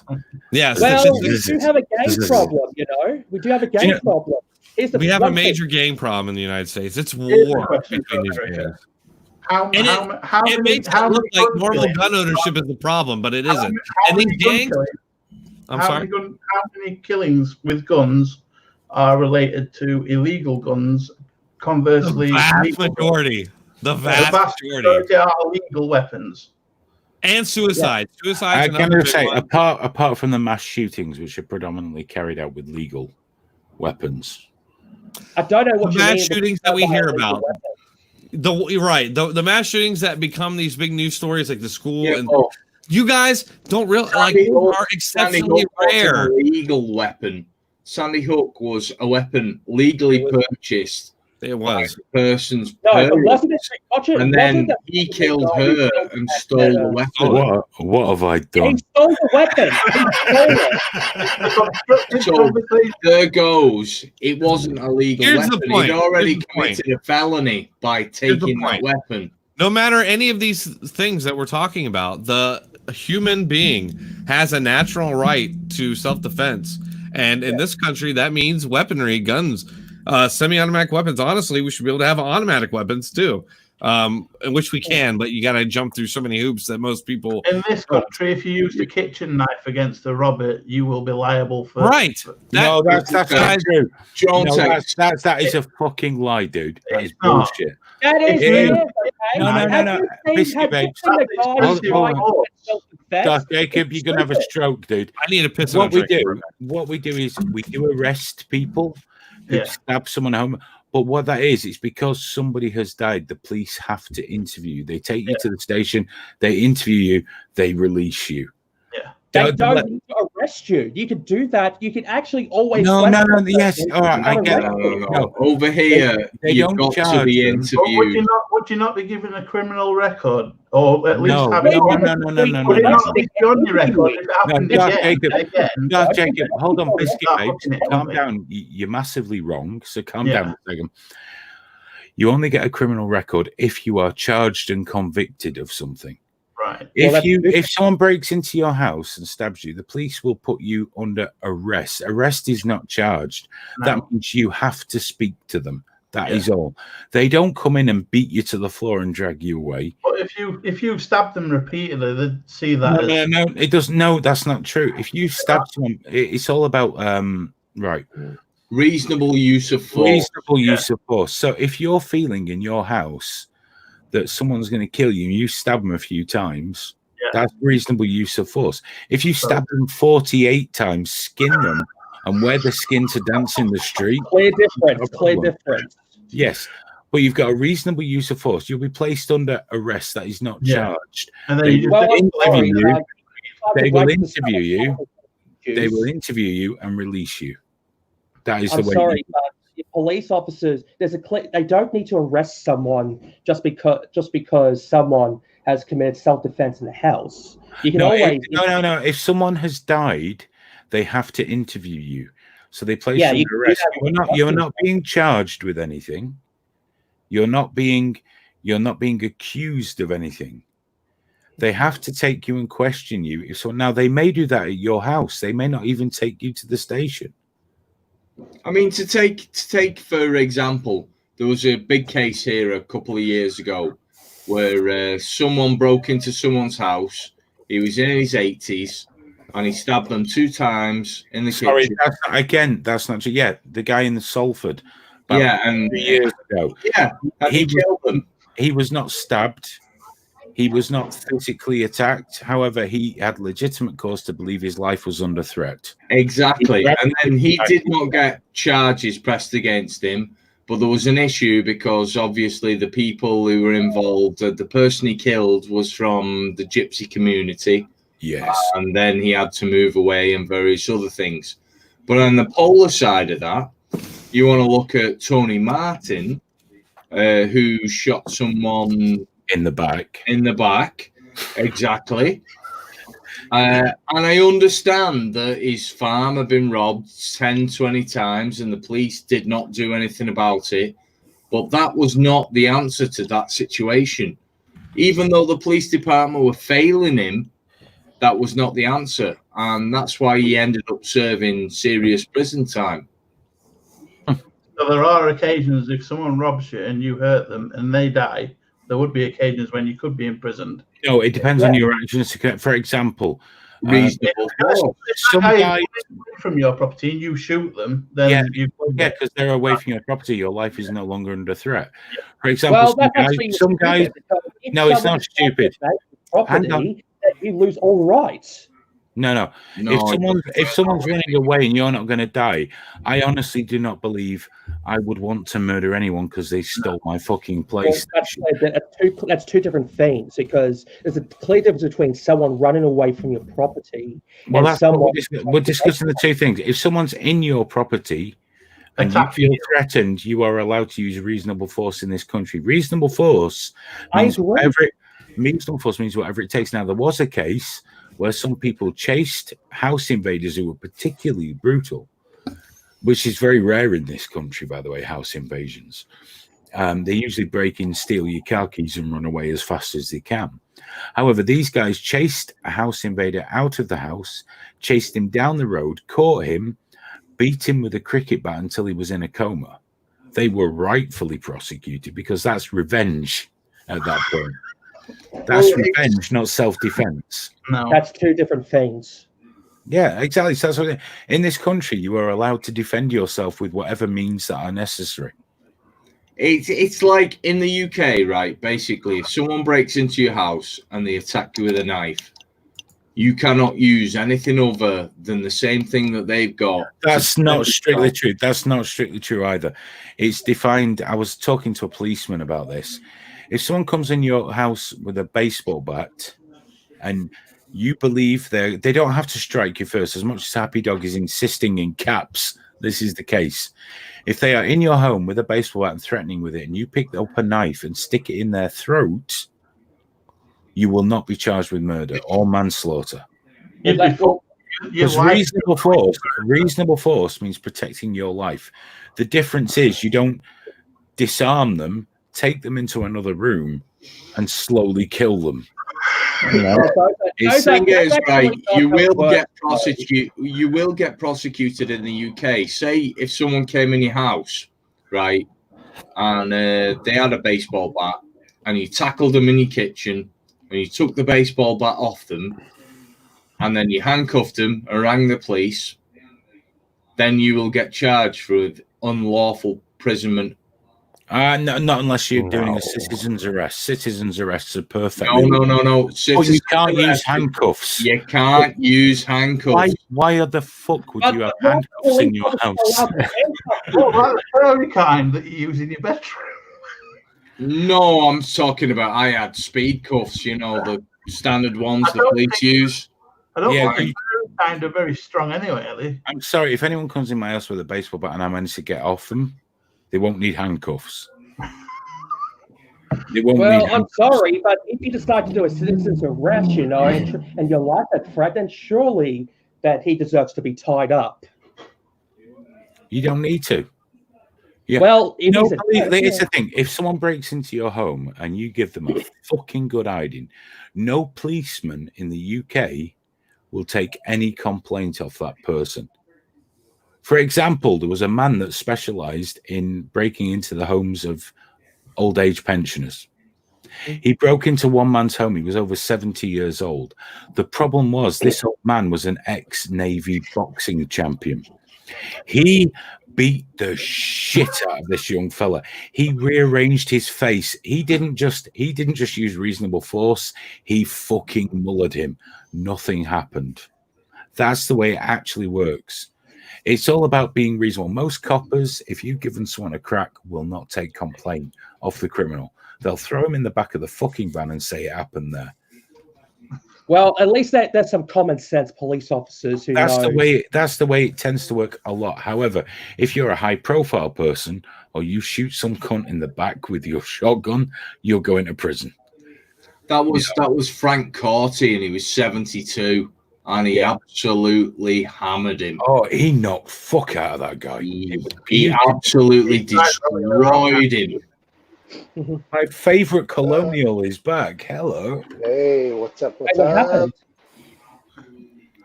I got a call from my college buddy, so I had to take it.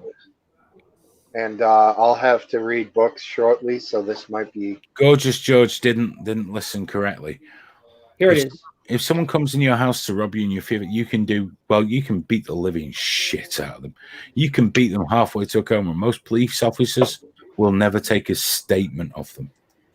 Now, here we go. This is the thing. Happy Dog saying, bullshit, Hayden. I got arrested for protecting my car against two people threatening to smash the windows.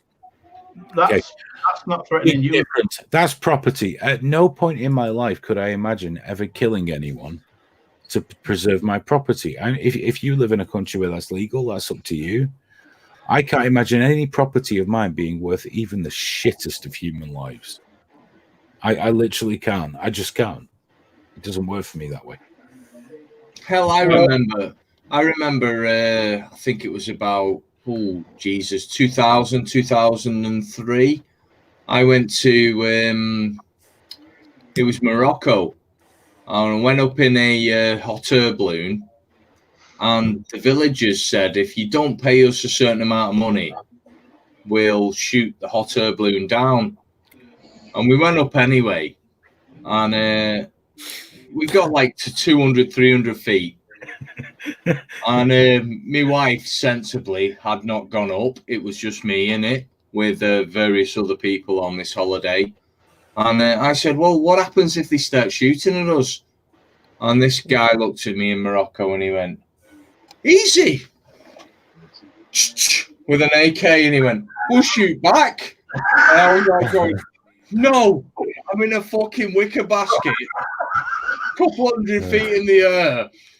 Well, they don't have the right to shoot you if they want to. If they want to shoot over something, like if they want to shoot you, Happy Dog's going by something unfortunate happened to him. For example, Happy Dog. Once when someone broke into my car, we got out of the house. I couldn't catch him, but I set a dog on him, and the dog got him, and he bled a lot. And when the police turned up, I said if I'd caught him, I'd be in trouble, wouldn't I? And they went, no, sir. If he had sustained an injury whilst you were apprehending him, I'd have taken no complaint from the scumbag. So, Happy Dog, that's your experience. It doesn't mean I don't know what I'm talking about. It means that you think the world revolves around the fact that you had a fight in a car park and it didn't fucking work out for you, dude. I'm sorry. You're not a lawyer. That's the way this shit goes. You got unlucky. Maybe you shouldn't have been trying to bite the bollocks through the jeans over your fucking car, dude. Well, I got a Shambok in my car, so. Oh, Jesus. They're bad news, you know. If you got caught with a Shambok over here, you'd be in serious trouble. Shambok. Do you biscuit vapes? Do you know what a Shambok is? Is it like it's a weapon they use in South Africa by the police. It's actually kind of like a whip they use, and it's made out of the rubber truncheons. No, it's not rubber. I thought it was like a police baton that's big and black. No, it's about 2.5, 3 feet long, and it causes serious internal injury. It's a bad weapon. Look at Smoke Steve. He's like, none of this shit. What are those T-bar shapes? You guys get far too excited by this shit. Well, here's the thing. If you look, a shambok is a long baton that's not extendable, and it's actually used usually in riot control situations where if there was a protest, they would start whacking it across people. Basically, it's a cross between. Excited. It's a cross between. Where's Armenia? He'd fucking love this. It's a cross between a baton and a bullwhip. It's basically long. It's got the flexibility of a bullwhip. So when you whack it, I mean, they were used in Mogadishu and various places. Yeah, they cause serious flesh and internal injuries. I'll show you. There's some pictures of shambok injuries, and you should see the. We should definitely look at some shambok injuries right now. I'm going to put that in my phone. All right, I'll share my screen and I'll show you what it's like. Well, hang on for a sec. Aphid lip. Let's face it, guys. None of you need any of this shit. God gave you all you need right there. Yeah, Aphid lip. Actually, you're probably all right because I believe there's a company called Cold Steel in the USA, and they actually make shamboks. Like a Harry Potter. Share my screen. I'll show you a video of it. It's going to be brutal. Well, yeah, okay. I'll just pop you out and I'll share your screen. There we go. Oh, that's good. Right, I'm out. He's killing his buzz. He spoiled it for Smoke Steve. You use them to that's the US Cold Steel one. That's fine. That's actually far less exciting than I anticipated right then. Wait for it. No, they smash things with it basically. Lame. Well, you don't want him to show actual people getting hit by one, do you? Yeah. No, he does smash shit up, but not people. Oh, how is this? This is not exciting. I'm sorry. Shit blowing up. That's exciting. Yeah. How much did your shambok cost you? Linda wants that. Linda won't call in, even for a free T-shirt. Linda won't fucking call in. I don't know. I think it costs about $25 or something, Australian dollars. You should come on with Arminius. He likes to talk about how much his weapons cost him. He does. Yeah, that would be awesome, you know. Oh, here's a watermelon. He's still watching it. Oh. Okay, there should be some shambok hits, you know. I think there should be some footage of police of. Here's the thing. There's a riot here of police in South Africa. It's weird that they pronounce it sham with a J. I've just looked in a 54-inch Cold I don't know. Drone Tech bailed Mr. Kill C1. I've at least two of my members masturbating furiously over rubber whips from South Africa. So why I've just looked actually online, and a 54-inch Cold Steel shambok is £22.96 delivered in the UK. However, due to coronavirus, they are out of stock. What? Do people think zombies are out to get it? Oh shit! That's fucking gas in it. 54 inches. 54 inches. That's a lot of real estate it's got to take up. Well, the 42-inch version, which is only £15, is also out of stock due to coronavirus. Yeah, it's amazing. Somebody's kids trying to get at him. Do you want me to get the shambok out of my car so I can show you what it is? Yes. Go and get your shambok. All right, you know what? I'm gonna go and grab a beer. I think. I don't blame you. Jacob's very excited, isn't he? He seems almost like on the spectrum. I think they call it these days. He just seems really happy. Bless him. Oh, look, he's running. Oh, he was jogging and everything. His car wasn't. You won't find me doing that. Right. If anybody else would like to join the stream, because we're getting near the end of this shit now. It's been 3 hours. Fucking fuck my life. If you'd like to join us, there's the link. Do come and hang out with us for a bit until it's time to go, because Darth Jacob's getting his Shambok, and pretty soon Aphid Lip will be getting his fleshlight. It's in one of those cabinets back there. I know it. Oh, Justin! Apparently you've got no. Oh, hang on. There's Justin. Hello, Justin. Oh, we got a new guy. Hello, mates. Oh, you're lagging pretty badly there, dude. All right, guys, you ready to see it? Oh, hold on, Justin. We've got Darth Jacob's Shambok. Yeah, we're ready to see it, dude. He's in full stance. Look at him. Oh, look at him. He's so excited. Oh. Yeah, Wow. this is the Shambok. You keep that in your car, you said? Yeah, I usually keep it in the car just in case some dickhead tries to commit road rage. That's it. So you get out and Shambok a motherfucker. Yeah.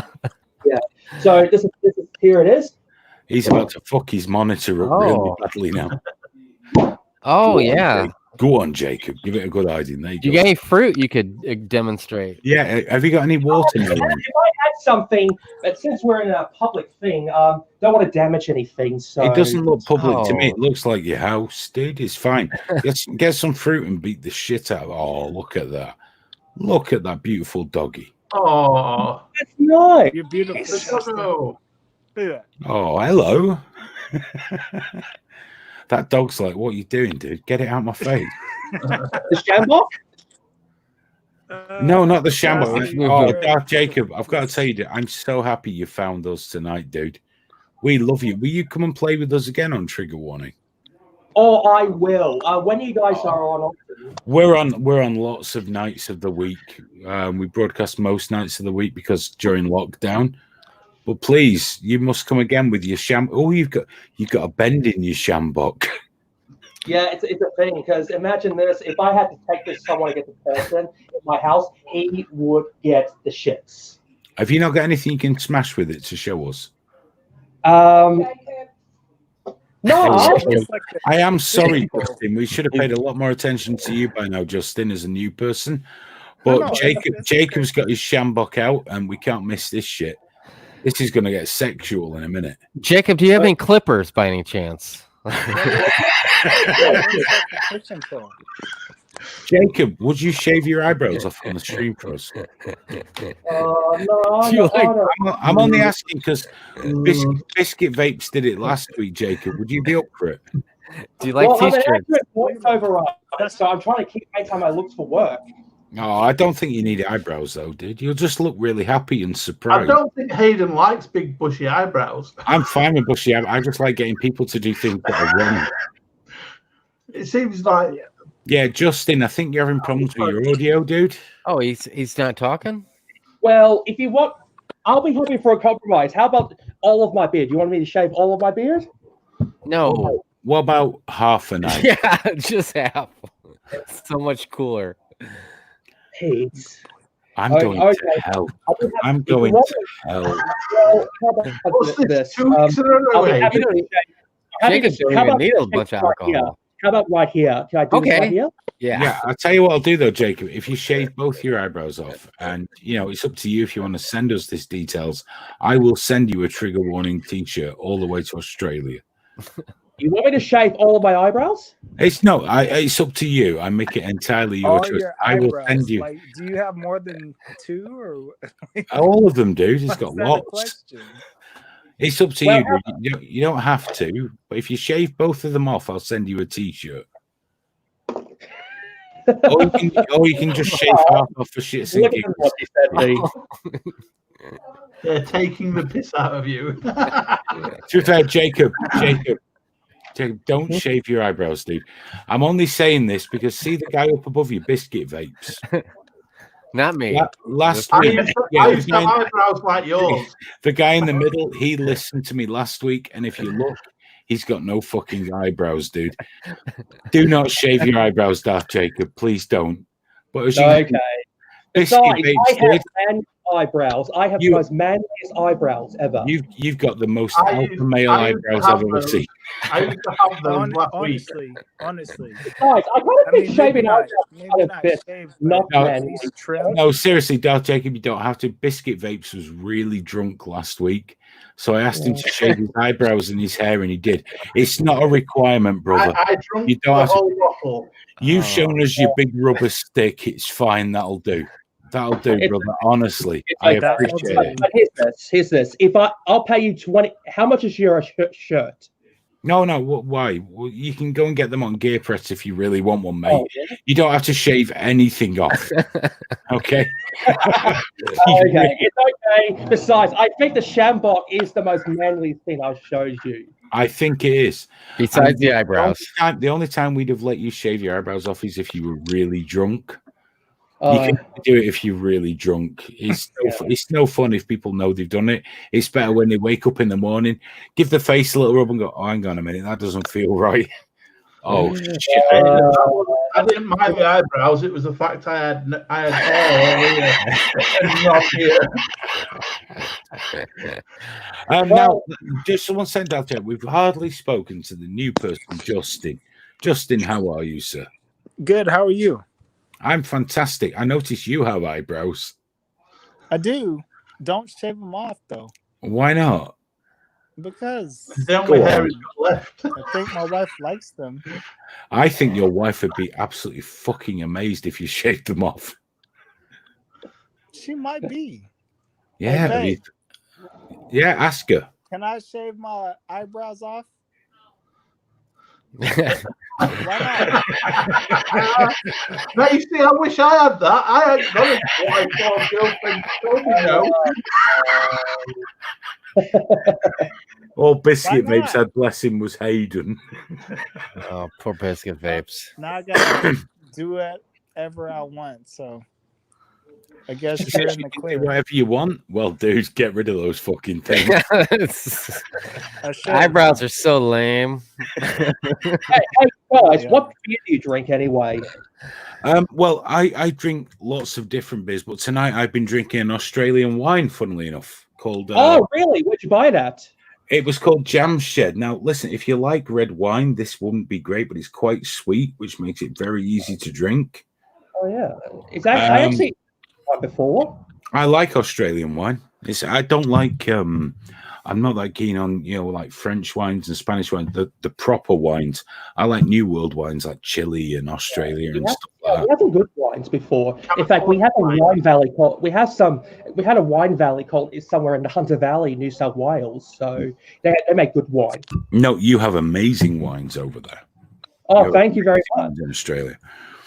If it wasn't for the sharks, the trees that poison you, and the crocodiles and the convicts, Australia would be awesome. Yeah. It's actually very great here. Here we have some good stuff though, despite our. I've been more scared of the castle, Harry. Oh, struck a nerve. I'll have you know, this was £6.50. that was £6. Yeah. I think they cost anything up to that particular brand costs anything up to £8 in the supermarkets, but £6 in the supermarket. That's amazing. I actually about £6.50 thereabouts. It's really nice, and I should stop drinking it because Mrs. Hewitt is going to be so disappointed with me in the morning. But, she can't be more disappointed than she was last week. Well, the thing is, she chose to marry me, so fuck it. So, Justin, we're talking about your eyebrows, dude. Yes, sir. Are we gonna lose at least one of them? Maybe not lose an eyebrow, but I remember, like, I lived in Mexico for 2 years, and the gangsters in Mexico would put lines in their eyebrows. See, that's because they're not as manly as you could be. You know, they didn't have the courage. They half-assed it. Yeah. They were pussies, dude. But I think at least I could put the lines. I reckon you could just take. Away with it. I reckon you could just take one. No. Are you? Do you watch Trigger Warning quite often, Justin? Or are you quite new to us? Do I watch what? Trigger Warning, or are you quite new to the show? I don't know what that is. That's the show you're watching. That's brilliant because that's the show you're on right now. Justin watches Drone Tech, and he came here. That's fine because this is how it works. We share people. It's great. But what we do is, have you been drinking tonight, Justin? Of course I have. This is my wife. She has not been. Oh, hello, Justin's wife. Nice to see you. She doesn't seem quite as happy with that as you are. I think maybe drinking just a little bit more. Yeah. Just me or her? Well, no, I can't speak for her. She might just be unimpressed with the whole thing. Right. I think drinking a little bit more. We'll open up the eyebrow discussion shortly. We'll see how. They want me to shave my eyebrows off. Well, are you gonna fuck them or are you gonna fuck me? Wow. You gotta get on camera. Wow. Can I just, Mrs. Justin? You gotta get it. Jesus. Oh, Mrs. Justin, we love you. Thank you so much. That was fucking beautiful. Wow. That's a very, very, very, very valid point. That is a very valid point and one you should really think about. My advice would be to shave the eyebrows. It's Alex. Oh, look at him. He still looks like he's been poorly. How are you? This guy still suggested I shave my. She'll forgive you, dude. It's okay. They'll grow back in 6 to 7 weeks. But what about tonight? No getting laid. He looks so sexy without eyebrows. You should just tell her. Yeah, does she love you? Is she your wife or your girlfriend? My wife. Oh, it's sorted then. Just do whatever the fuck you like. She'll forgive you. It's fine. You see that? You see that? I do. That's beautiful. She'll forgive you. You've done more than that.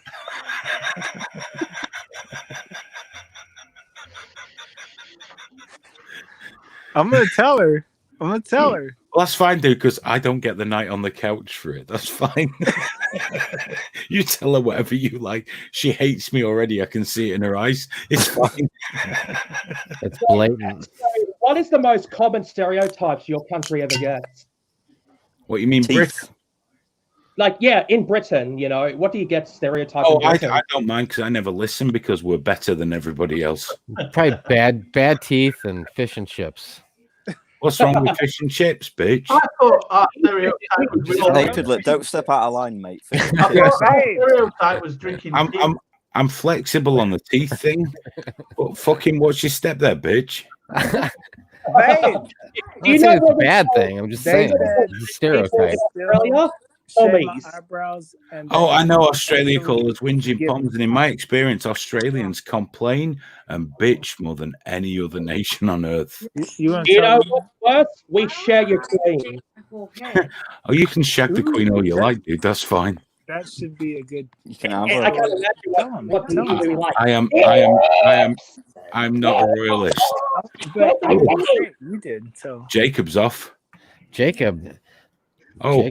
Mrs. Justin looks she's back. So unhappy with me right now. She's back. You told me what you said. They still want me to shave. Could he not lose, Mrs. Justin? Could he not lose just one eyebrow, please? Just one. No, because he loves my long hair, and that's like me shaving my whole head. Do you want me to shave? Oh no, well, that'd be great too. That'd be great. You know, you guys could share the time a little bit. Single. I got Biscuit Vapes to shave bits of his hair last week. You'd be attracted to a bald woman? Oh versus yeah. Someone with long hair? Oh, either or. We're good like that. I wonder if anyone ever masturbated on woman videos. Well, that's crazy. Oh, I think it's time for another trigger warning apology tweet going out for Garth Jacob tonight. I love how the light glares off of her head. It is. Do you know what? It saves us like light bulbs and shit. But if you can see Biscuit Vapes, who's just up above you there, he shaved his eyebrows off last week for a t-shirt. Oh, she's gone. Yeah, she's not impressed. I ran her off. Oh. She's like, what the fuck are you doing this week on the internet? Who are these dickheads you found now? Isn't it bad enough you normally watch Drone Tech? Now you're watching this shit. I've noticed Drone Tech got a younger audience too. Yeah, Drone Tech had to log off. He had family stuff to deal with, which is a shame because we love Drone Tech on this show. Yeah, well, Drone Tech is a very awesome guy. He really tears apart the other side of the left propaganda artists. He does. I've known Drone Tech for since 2006. Oh, really? Yeah. When we first started Live Leak, he was one of the first major sort of uploaders, and we were in touch the first day, and we've known each other ever since then. Wait, you created Live Leak? I'm one of them. That's amazing! Congratulations! That's not normally the reaction you get. And all I have to show for it is this fucking t-shirt, dude.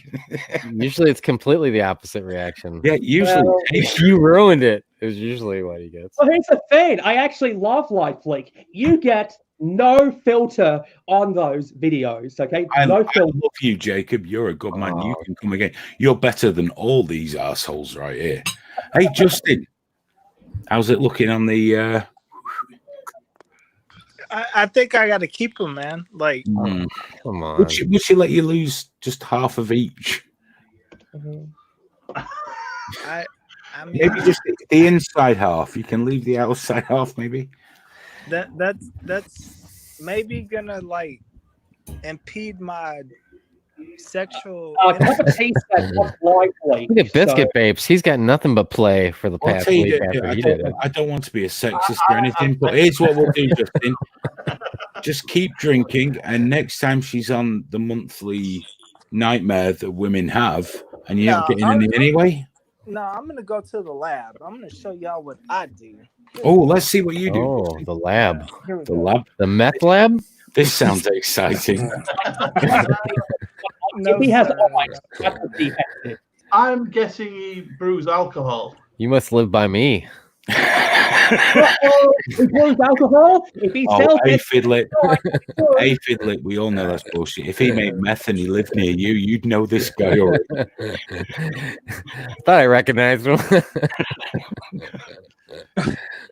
Well, he's gone all serious now, Justin. Look at this. Are we there yet, Justin? I'm trying to program. Give me a minute. What are you programming? What the fuck? We were off to the lab. Here we go. This sounds serious. You're in the UK, right? Yes, I am. Yes. And I am. So, like, name something big in the UK. Big Ben.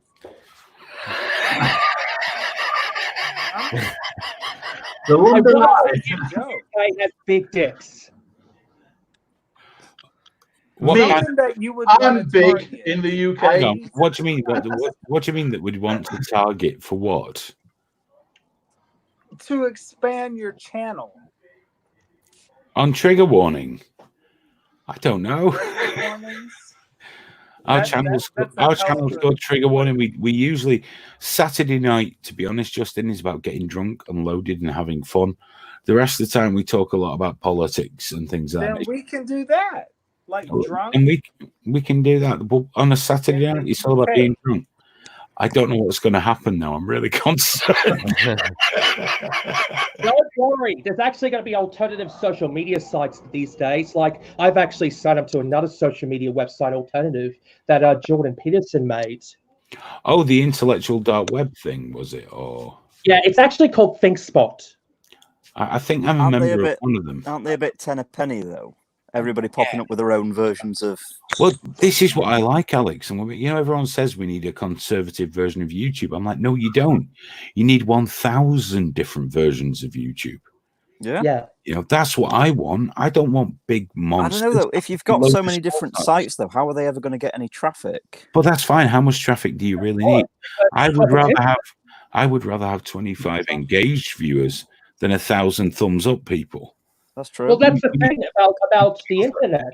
It's getting very diverse these days. I expect the internet will be very decentralized. Mean we don't need to rely on YouTube, Facebook, Twitter. Many people would actually sign up to other websites, and they'll get good traffic.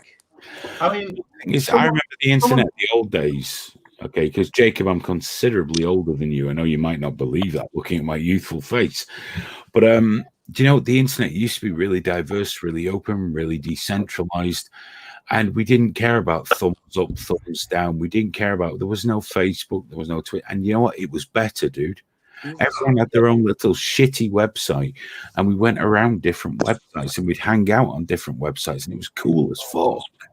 Someone's amazing getting a site called now, they've tried to simplify it, but it's just become centralized in YouTube and Facebook and Twitter. It's really depressing. I remember I put depressing. I agree with you. It's pretty sad, but don't worry.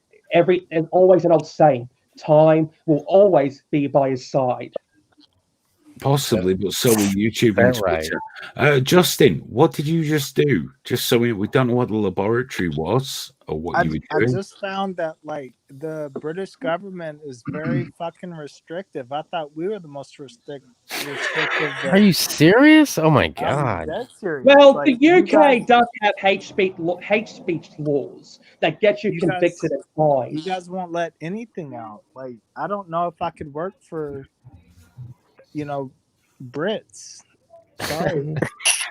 So what was okay, because we don't know what it is that you do. I've got no idea what's going on. Yeah, where's your lab? I thought you built it up like you're going to some lab. It looks like you walked to the other side of the room.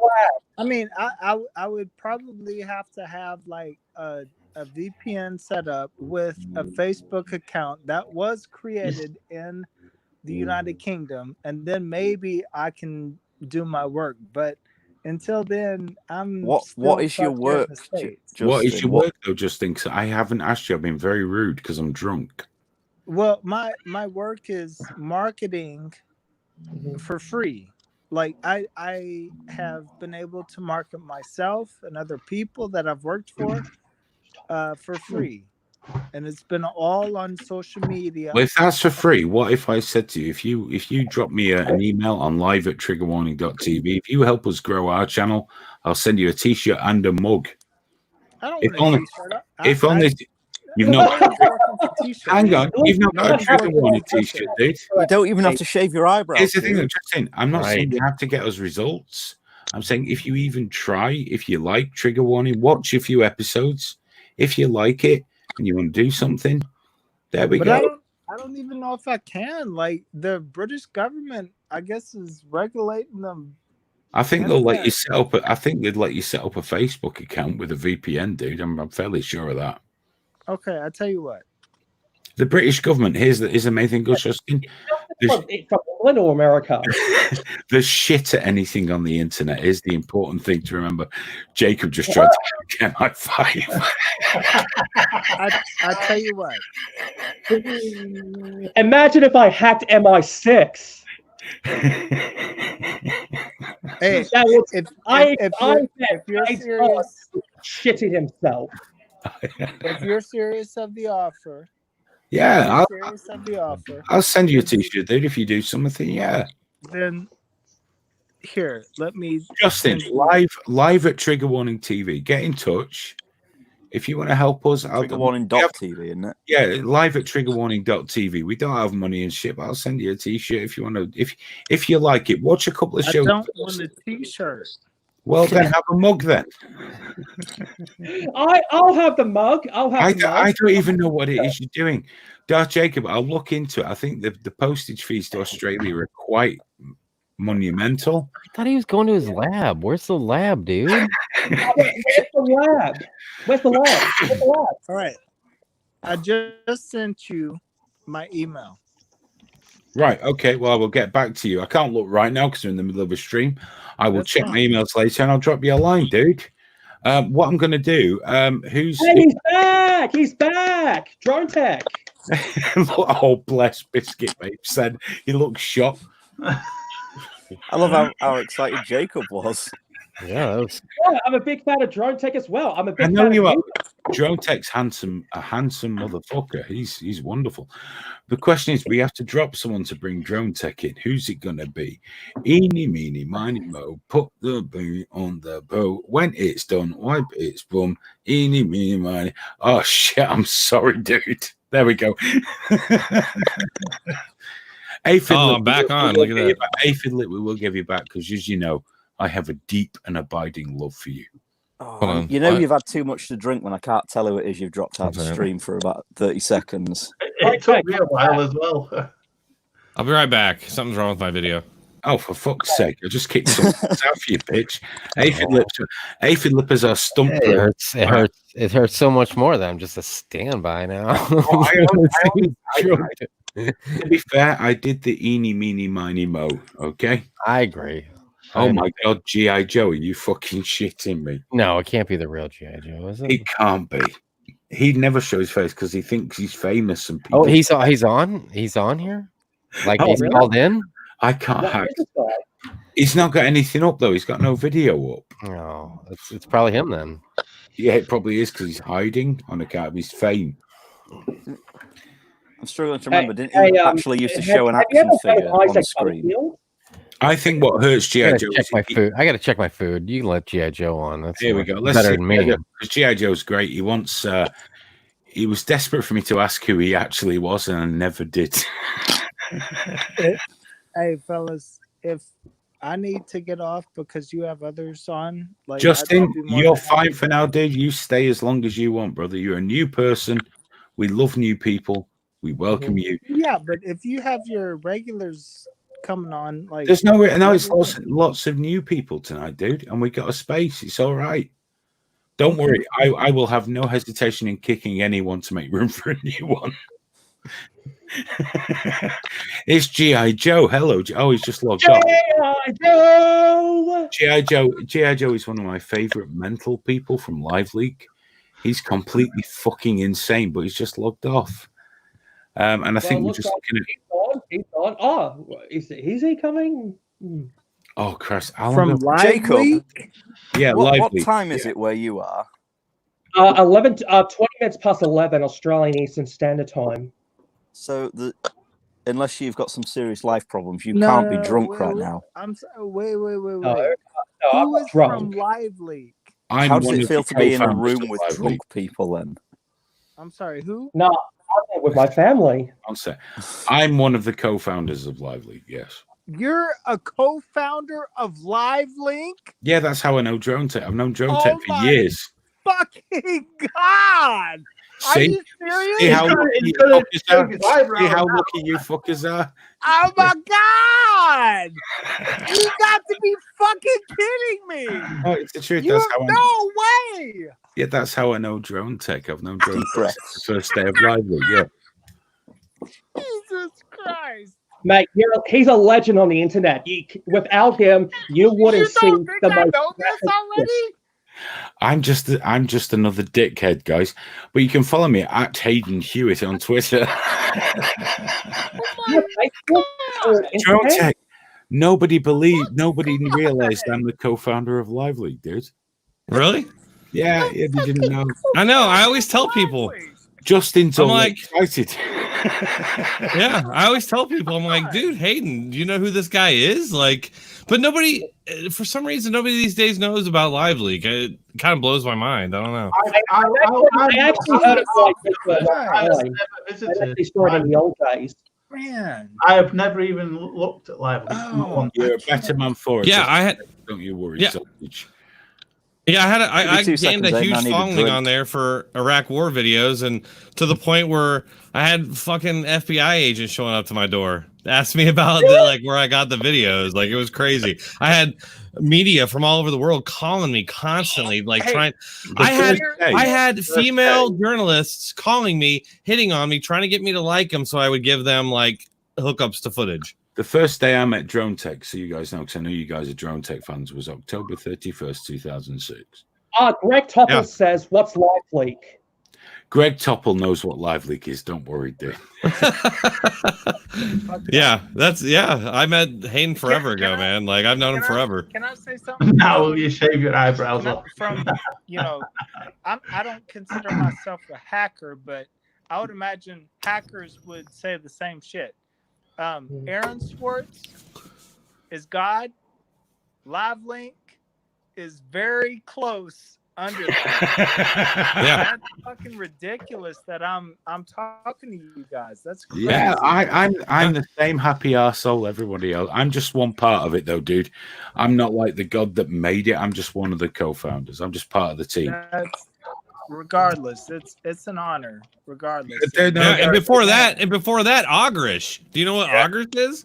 Hayden is the Ogrish guy. Like, if you have any idea about that stuff, like, man, Hayden is definitely like a historic figure when you talk about the history of the internet. There's no doubt about it. I mean, I'm not kissing up. He just is legitimately. And in the UK, he's like an evil villain in the media. It's hilarious. Oh, really? Story, Hayden. How LiveLeak came about? I'll tell you what. Let me go and have a cigarette, and I'll tell you. I just need to go a quick break. Drone Tech, will you hold the fort, sir? Sure. Thank you very much. Yeah. Well, that was actually amazing. So why isn't it as big as say? I can't believe Elon I'm talking to LiveLink. I don't know. Like LiveLeak, I'm not really sure what happened there. It was huge, like during the Iraq War, and I like to think I was at least a little bit a part of that. Me and a couple other guys. There was a couple other big posters at the time, but I think Iraq War footage was like the big thing at the time. Before that, Hayden ran Ogrish, and if you're not familiar, Ogrish was basically a forum where they posted videos. Let's say if you guys have ever heard Faces of Death. It's an old video called Faces of Death. Basically, stuff you wouldn't see anywhere else, like murder videos and people getting shot and stuff like that. I wasn't necessarily interested in that, but I posted war videos there because I was interested in war videos just because. Yeah. So how did you get the war videos, Tech? Yeah. Well, how did yours come through and Hayden's didn't? Like that's the standing question right now. What do you mean? Well, because like everybody knows of LiveLink. Yeah. But Hayden's like war videos, like apparently that was under the same configuration, but for whatever reason, it didn't get posted. I don't know about it. Yeah, LiveLeak. It was at a certain time. YouTube was big at the time, but not as big as it is now. I actually had gotten banned from YouTube, which is why, because I was posting war videos and I had done something wrong. I don't know to this day, but that's what led me to LiveLeak and Ogrish. And I don't know. I started posting war videos, and Hayden would feature them on the front page, and they would get like 20,000, 30,000, 40,000, 50, 100,000 views and shit. And at the time that was a lot of views. And I don't know. You never heard of LiveLeak? Is that what you're saying? Me? No, of course I have. Like, oh, okay. I'm honored that I'm meeting people that put that shit together. But that shit was like 20 years ago for me. Yeah, it sucks. Yeah, it sucks I always saw my channel like, so basically I found a way to, like, on Facebook to find Iraq war videos. That's how it started out. Like, basically I found these search terms that I started using on Facebook videos, and I started finding soldiers and shit on Facebook who were putting their videos but not making them private. And so I started pulling those and posting them on LiveLeak. That's how it started. And then soldiers and shit started sending me shit, and started posting that on LiveLeak. Hayden would feature on the front page, and boom, they were huge. They would go viral, and that it was a big thing for a while. And then there was a couple other people started doing the same thing. They caught on, and those people got big. And like one of them is still big to this day. He's understated himself. I was in touch with him on the first day trying to help him get videos uploaded to the site. And that's how we got in touch at first, wasn't it? I think. Was it the first day? Yeah, well, because I got banned from YouTube, and I started posting on Ogrish, and then you were like, you reached out to me, and you were like, "Oh, I got this Live Leak site. I want you to come post here." Yeah, and that's why I started posting. What happened? I'm just drunk enough to talk about this. I'm talking to the people that founded Live Leak. I'm just drunk enough to talk about this now. I don't often like to go into the history of it. Here's how it worked. There's a lot of things I can't tell you because of NDAs and stuff like that, but I became part of Ogrish around 2003 when it was going in a much more serious direction. And then we did it for a year or two, and it was okay, but we wanted to do something different. Literally, we just wanted to do something different. We saw the writing on the wall for Ogrish-type sites. You know, it was all... You had to have, like, advertisers that were porn advertisers and rape videos, and we didn't want to be part of that. So we literally got together and said, what would be really fucking cool? What would we want to do? So video sharing was a new thing. So we were like, well, it's got to be video sharing. It's got to be about war, and it's got to be about all the things that we cover. Not a gore site, because we'd done that. Ogrish was, in my opinion, the finest site of its type that ever existed. I don't think anyone's come close. The Legendary. YNC, Best Gore. I mean, Best Gore's a haven of anti-Semitism. The YNC sells you rape videos. Ogrish was all about, this is reality, fucking have it. And I love the attitude of those guys. So we were working together, and we were working on Live Leak for quite a while. And then it was decided we were going to go live on October 31st, 2006. I woke up at 5:30 in the morning to go live. Found out that the other guys had got too excited and launched it early. And that was the day when my life was both made more interesting and destroyed. My career was fucked from that moment onwards. That was, you know, I kissed goodbye to a more lucrative career. I thank Mrs. Hewitt so much for putting up with all the bullshit we've had because of Live Leak. But I don't regret any of it. It's been amazing. It's very difficult at the moment because the internet's changed so much. And keeping something like that online is so fucking difficult. But if it was left up to me and the way I'd run things, Live Leak would have shut down fucking years ago. We'd have been shut down. But there's far smarter people than me involved. But it's just something I've always believed in. And I've enjoyed this shit out. And I've met some great people. Drone Tech amongst them. You know, I've met some amazing people because of Live Leak. I've done amazing things. It's been fucking hilarious. I'm a guy that left school with no qualifications, that was supposed to achieve nothing. Dude, a website I was involved in was mentioned by our Prime Minister, the White House press office. I once gave a speech at the Copenhagen Fine Art Museum. Yeah, you were mentioned, dude. You were mentioned more than a couple times in major U.S. media. And it's hilarious because, you know, I just did it because I like the big fuck you to mainstream media and everything else. And that's what I really did. And trigger warning is very small, but it's an extension of what I really believe in, which is no opinion should be forgiven. It doesn't mean every opinion should be agreed with. But it's whether you're left, whether you're right, whether you, whatever you are, you should be heard, but you should be able to be argued with. And that is why we have very limited success. No, keep doing what you're doing, bro. You're doing good. I'm not going to stop. I enjoy this shit. I enjoy the shit out of it, you know. And eventually in the future, I think that YouTube and Facebook and Twitter will become the MySpace of the future. Maybe I'm not sure I agree. We don't want to be the MySpace. If I go back in time, just before you just jump in, Justin, for a minute.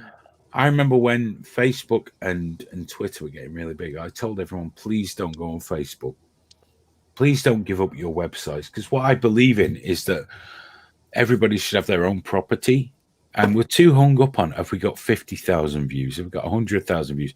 YouTube hooks us through the bag with a monetization. DroneTechPolitics.com.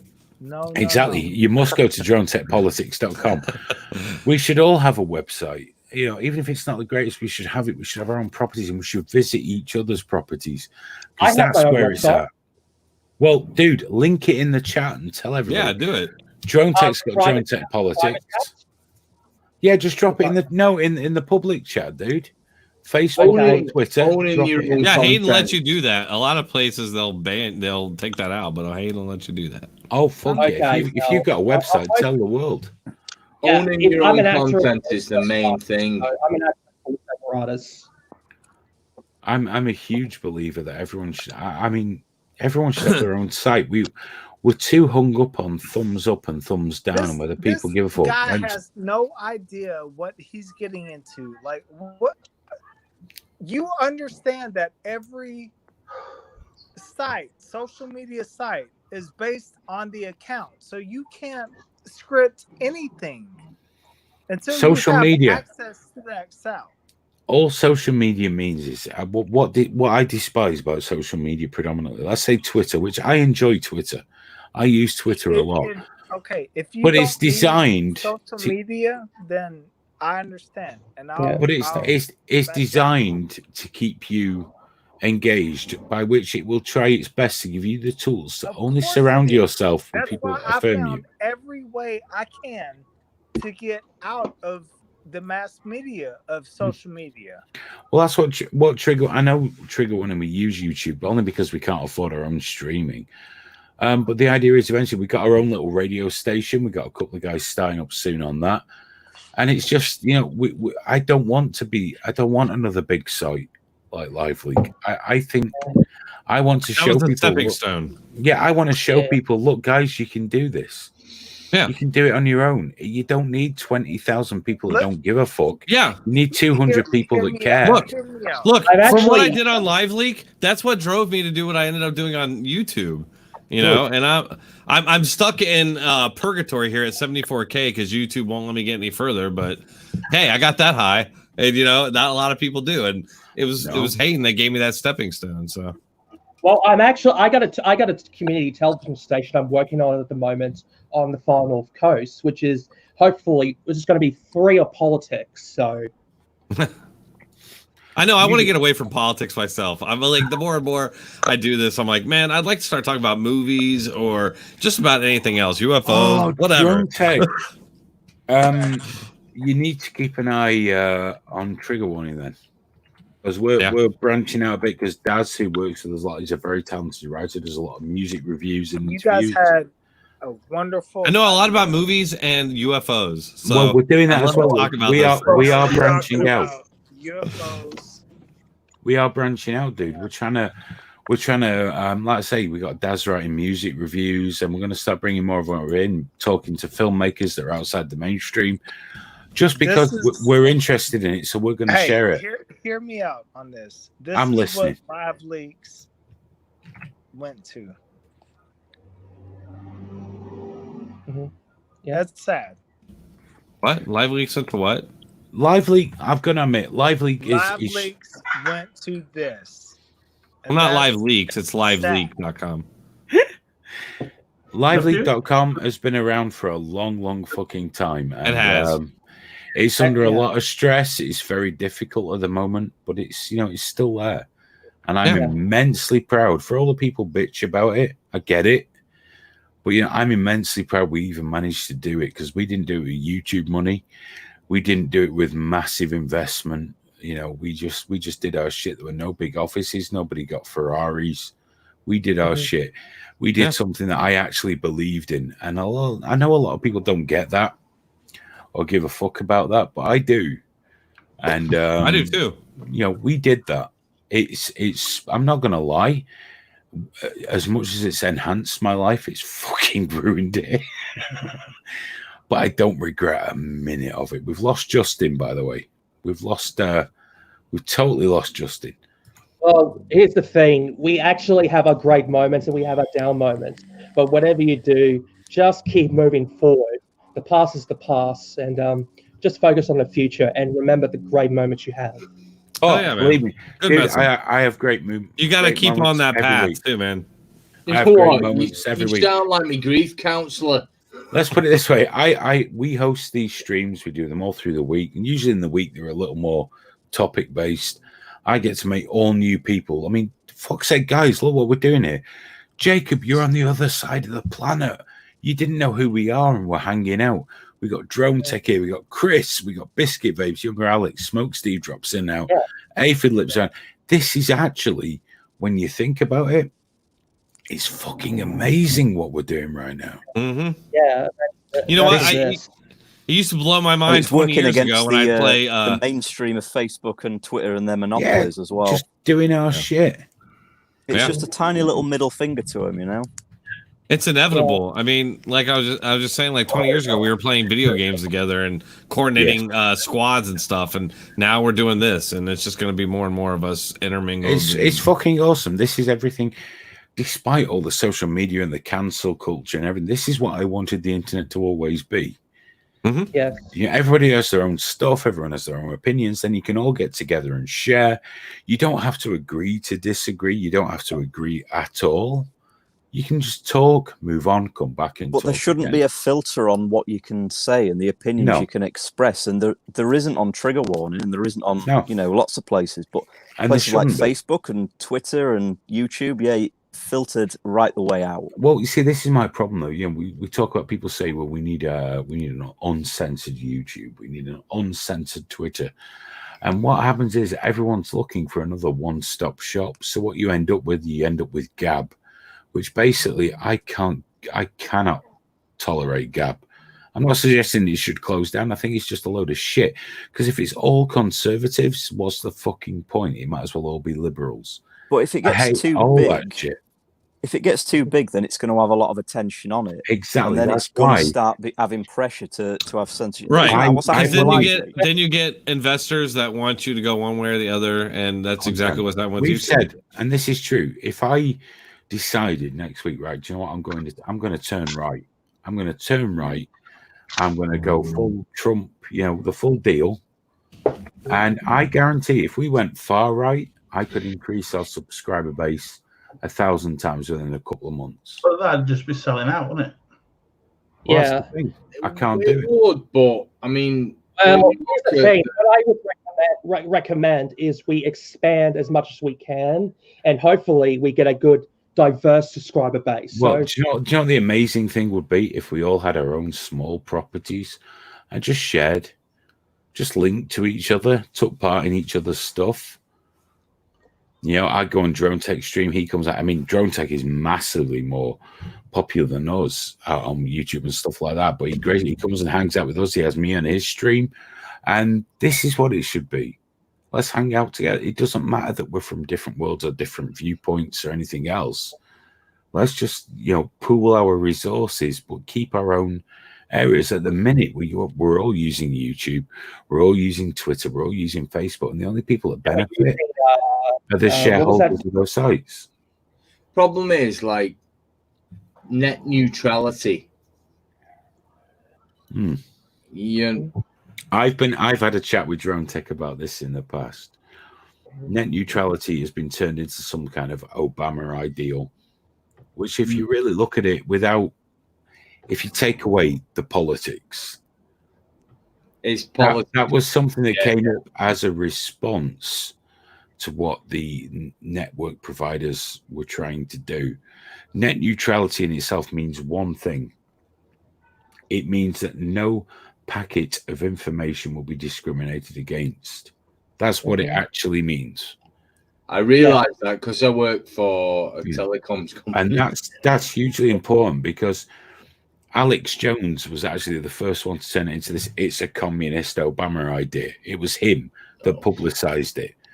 And that was a huge mistake, because previously he'd said he'd fight anyone that was against net neutrality, because Alex Jones knows deep down that net neutrality is the one piece of legislation that stops the giant telecoms going, actually, do you know what? Unless you pay us another $400 a month, you're not going to be as available as Facebook.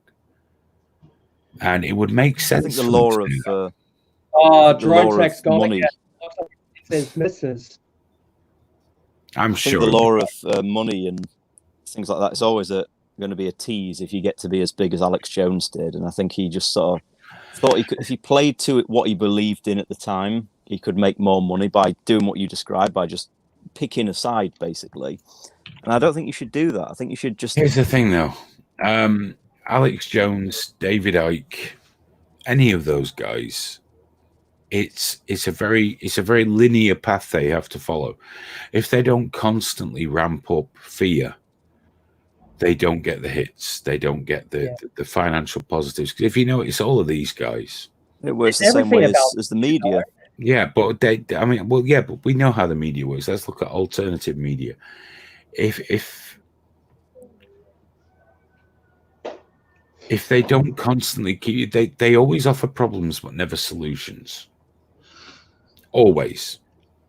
Because as I said before, and I think I said earlier in this feed, I got in a row with a pastor from the US last night, and the guy was a dickhead, a grade A, what you would call like moron.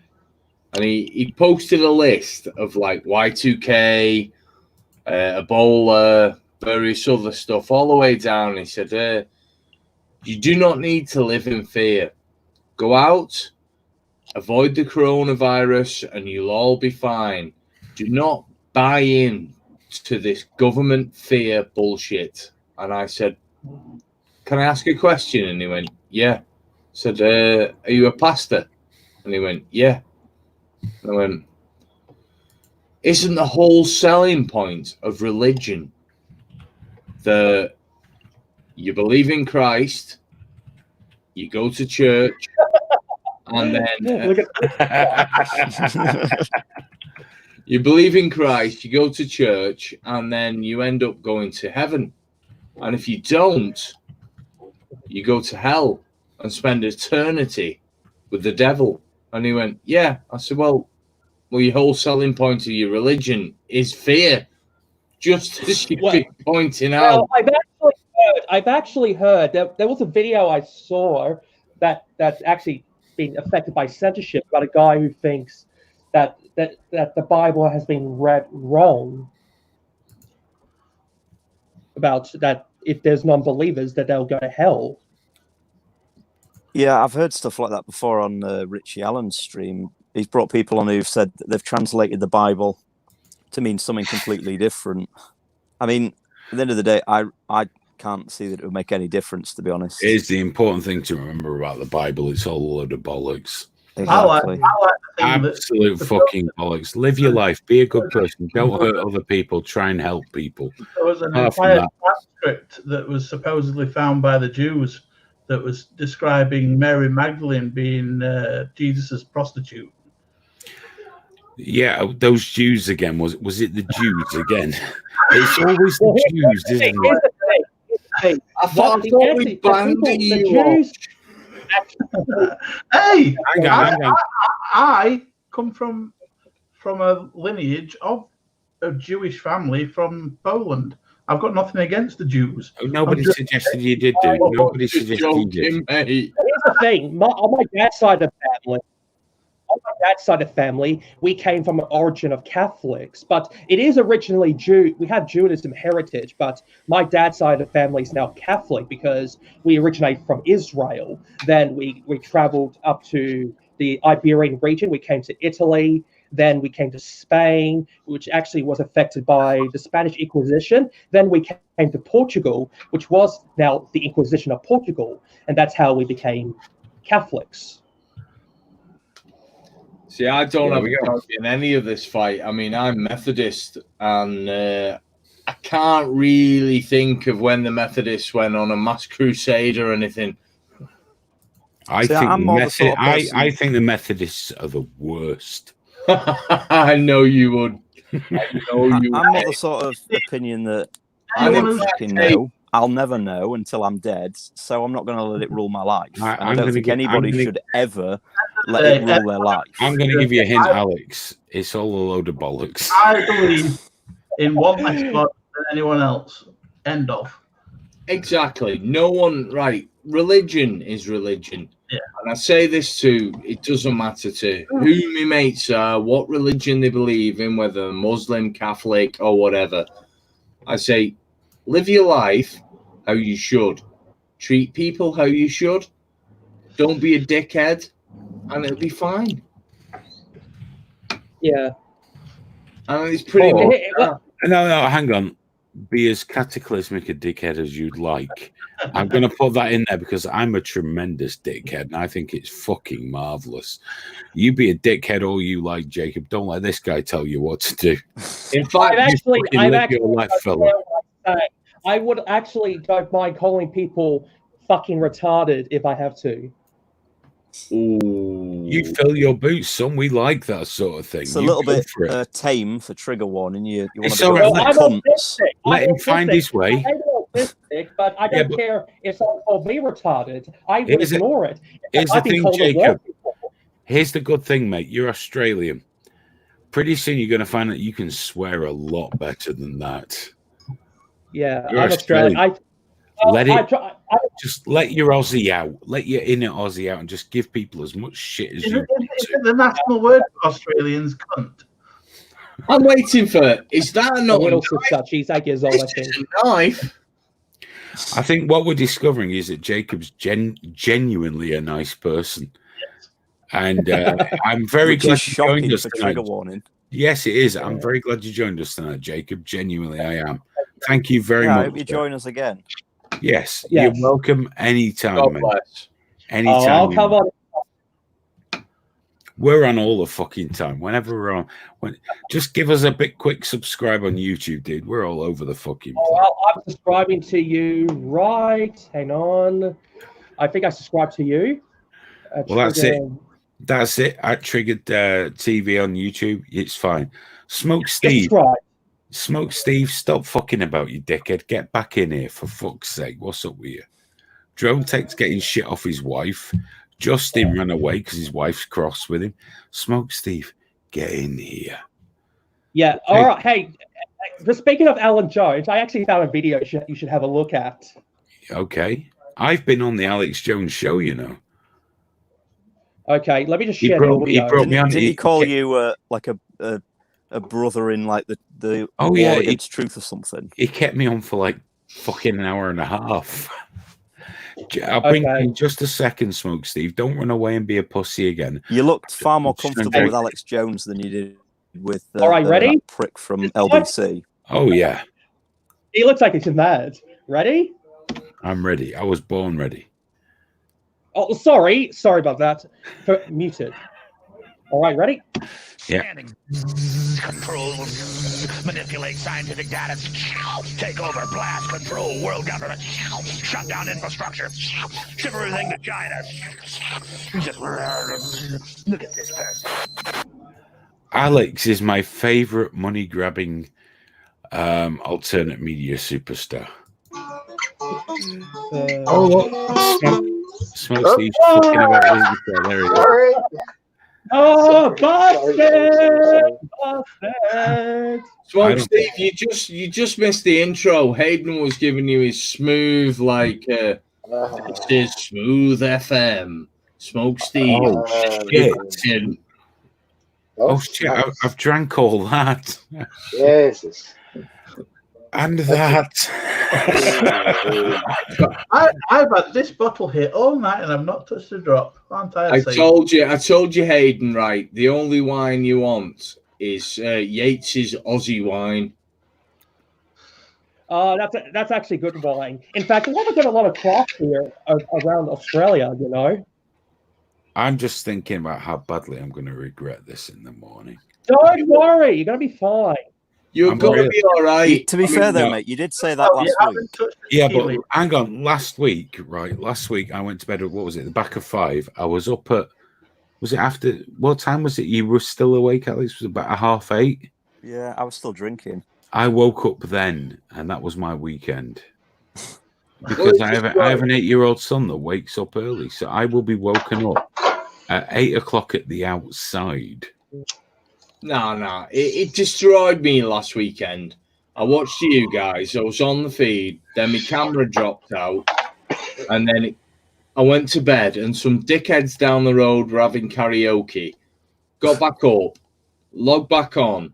And watched the rest of your feed. And couldn't believe Biscuit Vapes had shaved his eyebrows off and his hair off. I was like going, am I watching the right feed? I'm searching Chris, through you. If your neighbours ever do that karaoke thing again. Trust me, I've got experience with this. You want to take what you've learnt today and use your shambok. Just go right round there, knock on the door. Well, actually, what I did was I opened school a motherfucker. I opened you can use this. And I yeah, that's nothing. I clicked Metallica on and went, you know what? I'm going to listen to Master of Puppets, and stood outside, and suddenly they stopped singing. I don't know why. Yesterday, there was a float going around Bentley, where I live, constantly blaring out "Kama Kama Kama fucking million" for fucking 12 hours. It did my fucking nutting. Can I just point out that Happy Dog says, I'm going to drunkenly fly fighter jets in VR now. He doesn't actually have VR. No, he doesn't. So we're not entirely sure what that means. I think he just sellotapes a small television to his face. I've got VR, but it's the cheap one that you just slot your phone in. I'm going to be really obscene here and say that I've got PSVR. I know you have. And my Rift S. I have to show. What's the even better one, though, with those things you slide your hands in and they've got touch sensors on? Oh, the one from Valve, isn't it? Yeah. I'm not buying that. I Why? think the next, because I don't have that sort of money, but the next one I buy I'll probably buy the PS5 and the PSVR too, because the PSVR, if you don't have a gaming PC and you can't get a Vive, because that's a huge amount of, I'm sorry, the Rift, it's a massive amount of money with the gaming rig. The PSVR is still awesome. The Rift, you have to have a really good quality computer with it. Yeah. Right. So yeah, PlayStation's the only way. The Rift Quest you don't, but the Rift Quest is basically like a really powerful mobile phone. Right. So you might as well have a mobile and a cardboard. I'm going to be honest, the Rift S and my PC, everything looks amazing. It's fucking amazing. Yeah. But I still have a huge amount of fun on the PSVR, which is much cheaper. Yeah. I don't read about the cork sniffers online that go on about the barn door effect and all this shit. Yeah. Buy it, enjoy it. It's cheap. It's fucking brilliant. It's immersive and it's massively enjoyable. Yeah. Well, basically, I haven't got VR, but I fly drones on FPV, and this is the nearest thing you're gonna get to VR without spending a ton of money. Well, I don't know. They cost a fortune and all. No, Jesus. Right, you can buy this goggles, Ishin VR 700s. So you're paying attention, Smoke Steve. What? Yeah. I know you guys actually do vaping. I just want to show you guys. Jacob's going to show us something here. Let's have a look. Go on, Jacob. Pretty interesting. I've never seen a cigarette like this. I haven't seen that packet before. Now, what do the cigarettes look like? It says Honey Roast. Honey Rose. Honey Rose. It's fucking English, Alex. Come on, dude. I'm on a small screen here. I can't read it. Yeah, always an excuse. Honey Rose London Deluxe. Tobacco free, nicotine free. What's the point in smoking them then? Or are they herbal? Well, you can get them from health shops in the UK. Does that say herbal or menthol? It's herbal. You could just have a vape. You get them. You get them. I actually have literally go into Holland and Barrett's and you can buy a box of them. They're why would I want to? You wouldn't. They taste horrible. If I'm here's the address for it. Hang on for a sec. It should be. Hang on, it's. Are we all just showing shit to the screen? Hang on, there. You can do better than that, Aiden. No, this was actually. You know what? See this wireless mouse? I started getting weird package deliveries from Amazon, and I complained to get them stopped. But it turns out it was, when you get these Chinese companies that are spamming for reviews, they just send cheap shit out to people. So one of the things that I got was a wireless mouse before I got the delivery stopped. Well, that's useful. Do you smoke those then, Jacob? Wireless mouses? Yeah, I don't. I actually smoked it before. They're really good. plastic tastes like shit when you smoke. Why don't you just vape? Steve knows. I do vape, but my vape's currently a bit broken at the moment, so I'm going to have to actually get some parts for it to get a new, or may have to get a new one. What's the score with vaping in the Australia right now? Because I watch an Australian vape reviewer called the Vaping Bogan. Bogan's awesome. Yeah. I think it's a bit popular at the moment. I don't usually focus on vaping, but they're really good. We do have a couple of shops of vaping products. You got some good vape reviews as well. He's called the Vaping Bogan on YouTube. You should check him out. Vaping Bogan? Yeah. What's the government response to vaping over there? Because over here it's recommended by the Public Health England as the main sort of stop smoking thing, but in America it's not much protection at the moment with the vaping, with the laws, but we can buy them. It's actually legal, but you can't have tobacco vapes. You have to have probably non-tobacco vapes. Andrew Cuomo, the pretty much most vapes, though. Just use a bit of e-liquid. 19 to ban e-cigs. Or is it no nicotine that you're talking about? I've got to say, Natalie's let us down tonight. I don't think we're allowed to have nicotine vapes, but we can still vape. I think it needs to have probably either To be fair, you could have nicotine vapes because they're not going to stop you and check. Does that have nicotine in it? Well, it's actually kind of bad because you don't get addicted to nicotine. So let me ask you, Aussie dude. So like whatever your name is, if you can't have nicotine and you can't have THC, what do you have in the vape? Well, the thing is, the ACT has recently legalized cannabis for personal use. Okay. Ooh. The ACT is known as the Australian Capital Territory. Biscuit Vapes looks like he's tuning out there. I'm just listening. I'm kind of. I just thought the face was very similar to that meme I shared last week. Yeah, so there's a website. I have a website here that I'll share. I'll just share with you guys. It's because they recently legalized it on the 31st of January this year. I'll be right back, guys. You talk amongst yourselves. Have fun. I'll be right back. Smoke Steve, keep them company. I'm trusting you to be my chosen adult in this situation. I'm here, man. No problem. I know. You've got my back. I trust you. Okay, it's okay. You guys got the link? Where's the link? Put it in the chat. It's in the chat. The act.gov.au. All right. Yeah. Yeah, act.gov.au/cannabis. So do you smoke cannabis or a THC or whatever there, guy?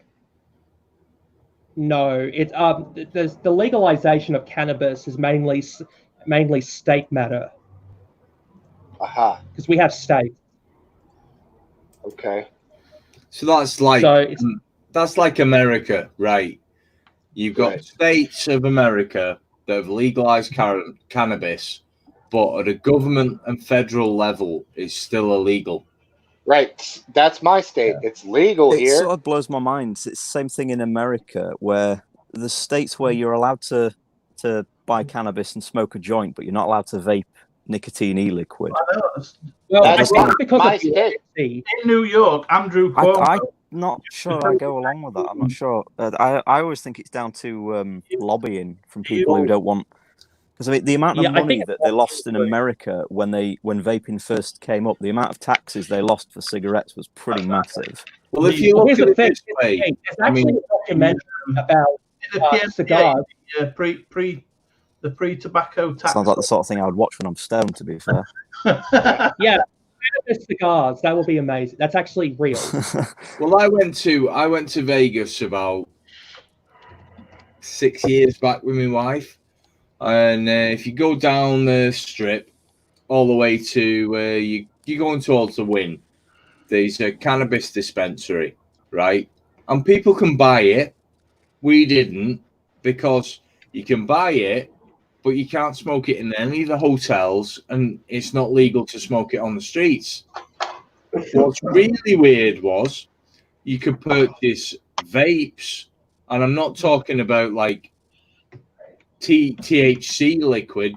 I'm talking about normal stuff you could buy on the market in Manchester, Liverpool. Yeah, that's the stuff. But you're not allowed to smoke that in the casinos.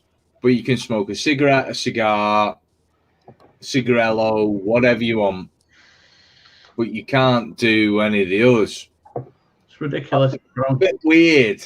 You know, you could sit there, right, and you could sit all night on a gaming machine and you could batter the cigarettes. You could smoke 20, 30 Marlboro if you wanted. Right. No one would bat an eyelid. But if you pulled a vape pen out and went, next minute, you'd be out the door. I would imagine that has something to do with back in the day. The vaping thing I don't get. The cannabis inside an area I can kind of get it because it does stink. Yeah, you can't get away from the fact that it does stink. But vaping, like sometimes when you know if you're using like a big cloud truck like biscuit vapes or something, that can smell when you first exhale it, but the smell lasts like 30 seconds and then it's gone.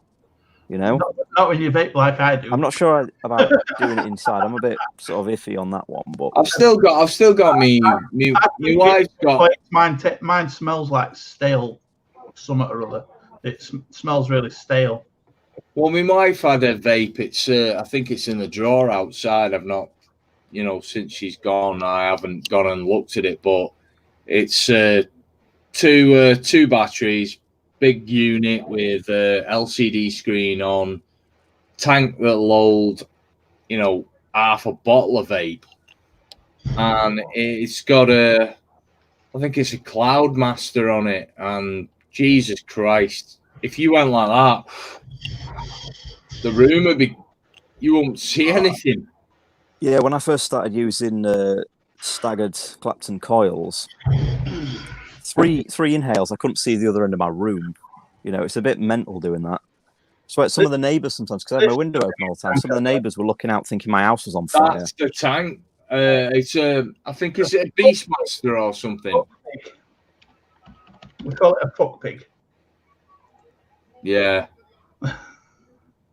And then I've got this. This is my 2-battery normal non-squonking mod. Well, I think they've changed all the rules though now because you've got to have it under a certain amount of liquid that you can have in the 2 mil in UK. Yeah. And you're only allowed to buy no nicotine in bottles this big, and 10 mil with nicotine in it. You're only allowed up to 20 milligrams of nicotine in a bottle. Let me see if I can grab that vape that she used to use because I have no idea what I'm talking about. Like, it just is what it is to me.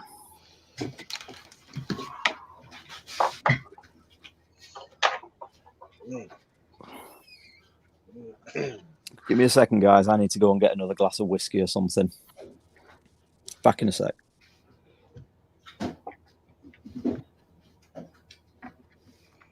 Right. That's my tub of the other vaping atomizers.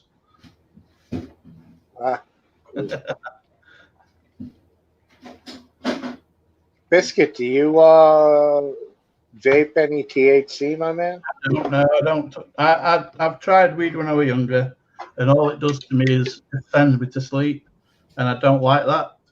I was more into the upper scene, you know, like your amphetamines and coke. Right, the dangerous ones. No, amphetamines are given to kids in America. Yeah, by the truckload. At some level, yeah. I'm not on about meth. I'm on about just normal amphetamines, base amphetamine. Like that stuff they give for ADD. Adderall. Yeah. Adderall. Yeah, I did a lot of that in college. It sucked. I hated all of the drawings I do. I can't concentrate, and I must have a bit of ADD myself because I can't concentrate on an A3 piece of paper and draw. But when I've had that stuff, I'm drawing constantly. Karaoke. Someone called it Smock. Yeah, it's a Smock. It's a G Priv, no, a Smock Priv or something. T Priv or G Priv, yeah, Smock with a TFV8 or a TFV12 or a Prince. I don't use it. It was hers. So like, take the tank off and look underneath. You'll see what it is. Oh dear me! I was just throwing away some of the glass bottles, and I realised Mrs. Hewitt's going to be very disappointed in me in the morning. It says, it just says on the bottom. It says designed by Smock. All right. They'll have the model number at the bottom of them. It's a massive tank. I mean, that'll take half a bottle, but That's what you need for vaping. Ooh, that's nice. Kennedy Vindicator. It's absolutely awesome. I have a drink. I have a beer. I'll show you. I'll be back soon. And that's my cooking vape. I mean, it takes 2 batteries. I mean, this is a monster machine. Mechanical vaping is about the best, though. It's fucking awesome. It is, but you've got to get your ohms levels right, otherwise it's not. No, I suggest you don't worry about that very much at all. Oh, I suggest you do, otherwise you're going to boom in your hand. I've not gone boom yet, and I tend to vape around. I'll make them yourself. Well, I tend to vape around 0.1 on Mex. That's fine. But if maybe 0.09 sometimes. Funny you should both say that, because there's a lad who I used to go to school with called David Brown, and he was actually in the Wigan Observer, because foolishly, he put his vape in his pocket with a spare battery and managed to cause them to both ignite and set himself on fire. It's not hard to cause a battery to vent. Especially not an 18650. No, I mean the positive and the negative. They're joined pretty much right at the top. Yeah. Hey guys, I just want to show you this beer. You got to be careful if you're using something with an 18650. You got to be careful. I don't use an 18650 in the Vindicator. It's 2700. Yeah, no, 21700. The negative is there and the positive is there. Here we go. Say that again, Hey guys, I showed you. Plastic. The negative's just underneath it there. And if that rips and you touch it with metal, it'll spark. And if you hold it long enough, yeah. That's why you got to be careful of any little nicks in the. Don't be careful. Don't worry about it. Don't be pussy. Well, what actually amused me most, you got to make sure that at the very least, if you're not going to be careful, at least make sure there's a camera nearby you. Just vape and don't worry about it. You'll be fine. What actually amused me most was David, who actually blew himself up and ended up in A&E. He's to be fair, he's a certified electrician. He's also a complete fucking idiot. to pop a battery in your pocket and vent it takes a special kind of fucking idiot. And I just think that's Darwinism at its finest. Well, people do a lot of change as well. Give me a second, guys. Linda. Doesn't Alex have long fingernails? Guys, I want to show you what this is beer. that? Actually. That's a Panzer mech mod. Is that a clone? It is a clone. Yeah, there we go. It's £12 on Fastech. Nothing wrong Hey, Alex, with do you have shitty internet? Do you have shitty internet, Alex? Because I don't know what the fuck's happening. This was black. I've polished it to be just brass. I love my Kennedy Vindicators. I've got several mechs. I've got Jesus, I've got fucking loads of them. It's only a tiny bit bigger than a battery. Yeah, that's like the Vindicator. I've got 21700 in here. Let me just open it up. As you can see, that's about the size of the 21700 battery. So yeah. I can't remember who it was, but one of the lads on the US feeds. Aiden, that's an 8650, and that's my simple mod. Yeah. Oh. I haven't got an 18650 mech. Oh, hang on. Yes, I have. Yes, I've got one right here. Hang on. I also somewhere I've got a I forget what it's called. Oh, an 1111. There's an 18650. I remember. I can't find it now off the top of me head, but one of the lads on the US feed sent me wife one, and it looked like a Coke can with a straw, but it was a vape, and it had a button on the side, and you just, as if you were having a Coke, and it was a vape, and it was. I've got a dual 26650 series mod here with live leak engraved on it. I don't have it to hand, but the guy who made that for me died of COVID-19. Oh, last week, yes. I'll tell you, Kurt Cave. My best mate, his granddad has just been counted among the COVID-19 statistics. Really? Do you want to know what he died from? Go on. What? It was a sewage leak near his house, and he got an infection. And when he was in hospital, he got COVID-19. He was already pretty much on his way out. It's been counted as the COVID-19 statistic. Well, Kurt, as far as I know, Kurt didn't have much in the way of underlying. I've not asked his sister, but he seemed healthy enough. Like I say, it was a guy that made me the live leak mod. How old? He must have been maybe 50, 52. 50?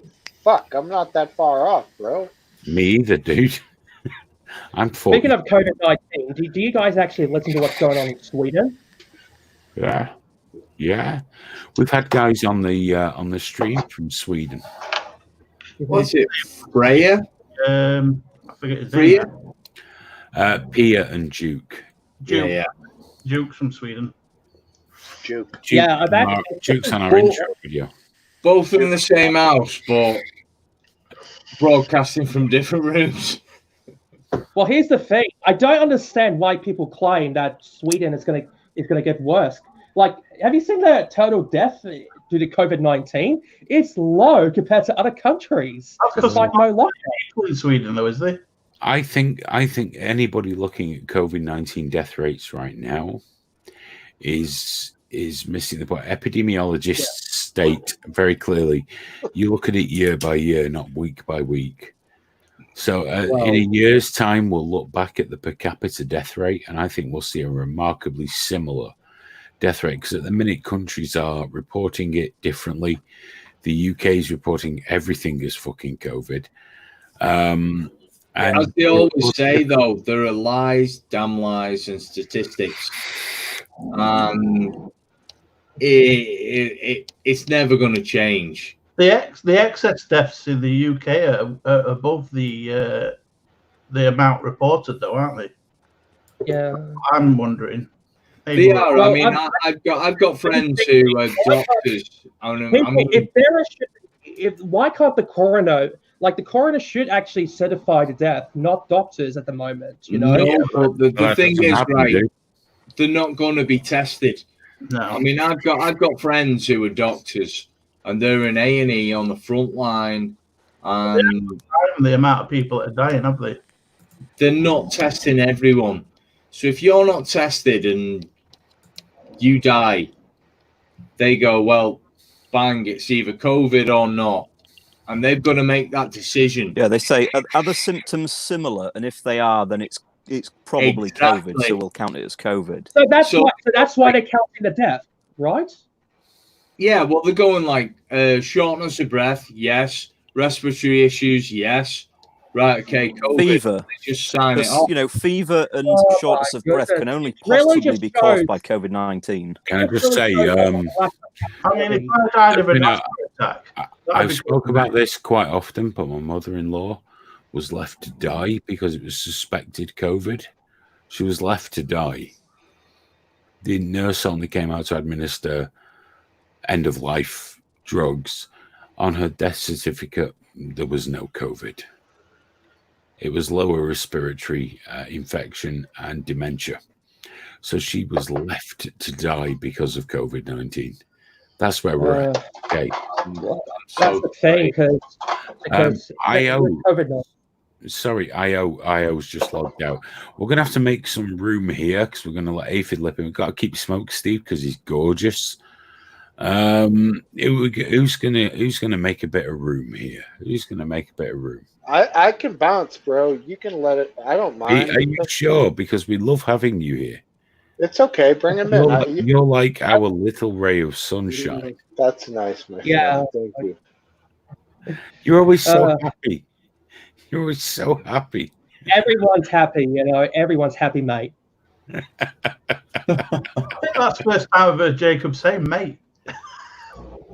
Oh, I did say good day. I did say Jacob, can you make us really happy and say good day? Good day, mate. There we go. Look at that. Go. Say third income as well. The thing about Social Security, we have Centrelink. What? Who said third income? Justin never emailed me. That's what we call our social support system. Centrelink. Justin did not email me. I'm so disappointed right now. He didn't stick it in the chat, did he?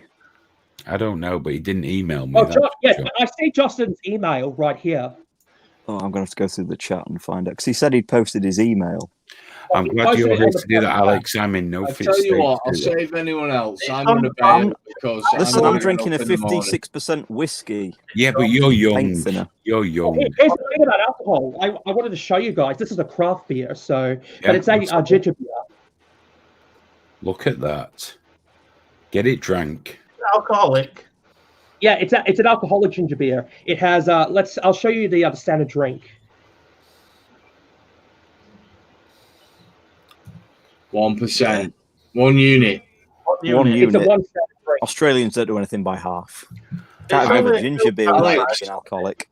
Alex, as you're drinking a whiskey, what malt is it? Because that you said it's 50-something%. Do you know what? I actually don't know. This is somebody else's whiskey that I live with, and I've just nipped down to nick some.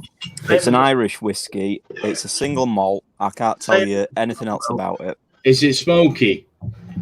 Not this one. No, it's an Irish one. Irish ones always taste a bit fruity. Jameson. All whiskey tastes like shit. Chris, thank you very much, sir. I'll drop out. Have a good evening, mate. We'll see you again very soon. I'll send you a Facebook request anyway.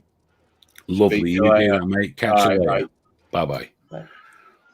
Oh, that was actually brilliant for everyone, guys, There's our resident American. I don't know why he's going to send me a Facebook request. Never used the fucking thing, but that's okay. We must be getting near the end now. We've been streaming for 4 hours and 30 minutes. Oh, Cletus. Want to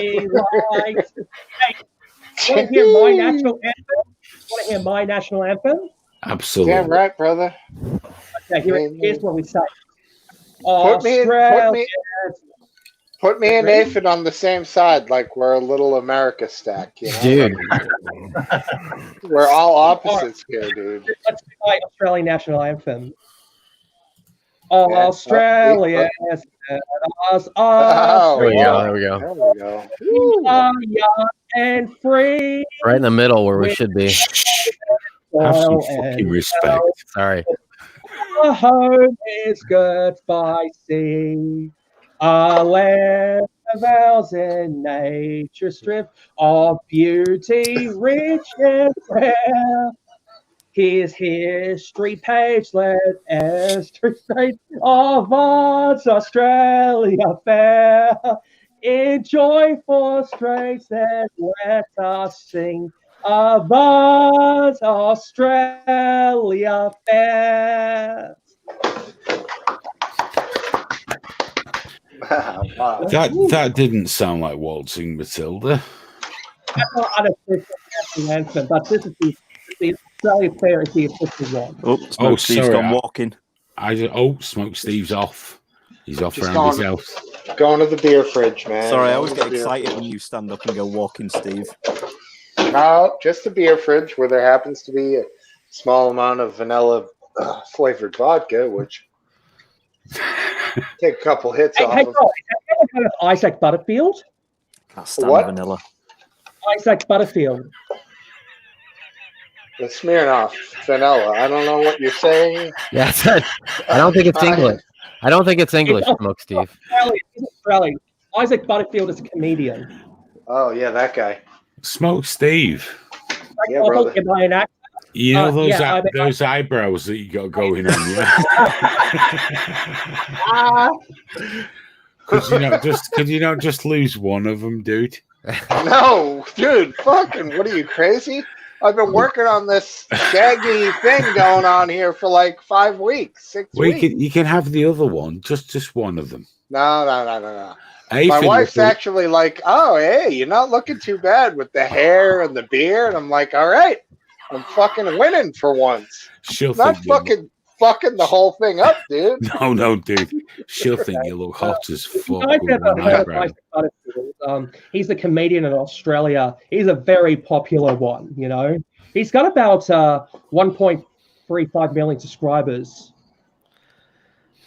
Right. Wow. That's fucking awesome. But here's the thing, Jacob.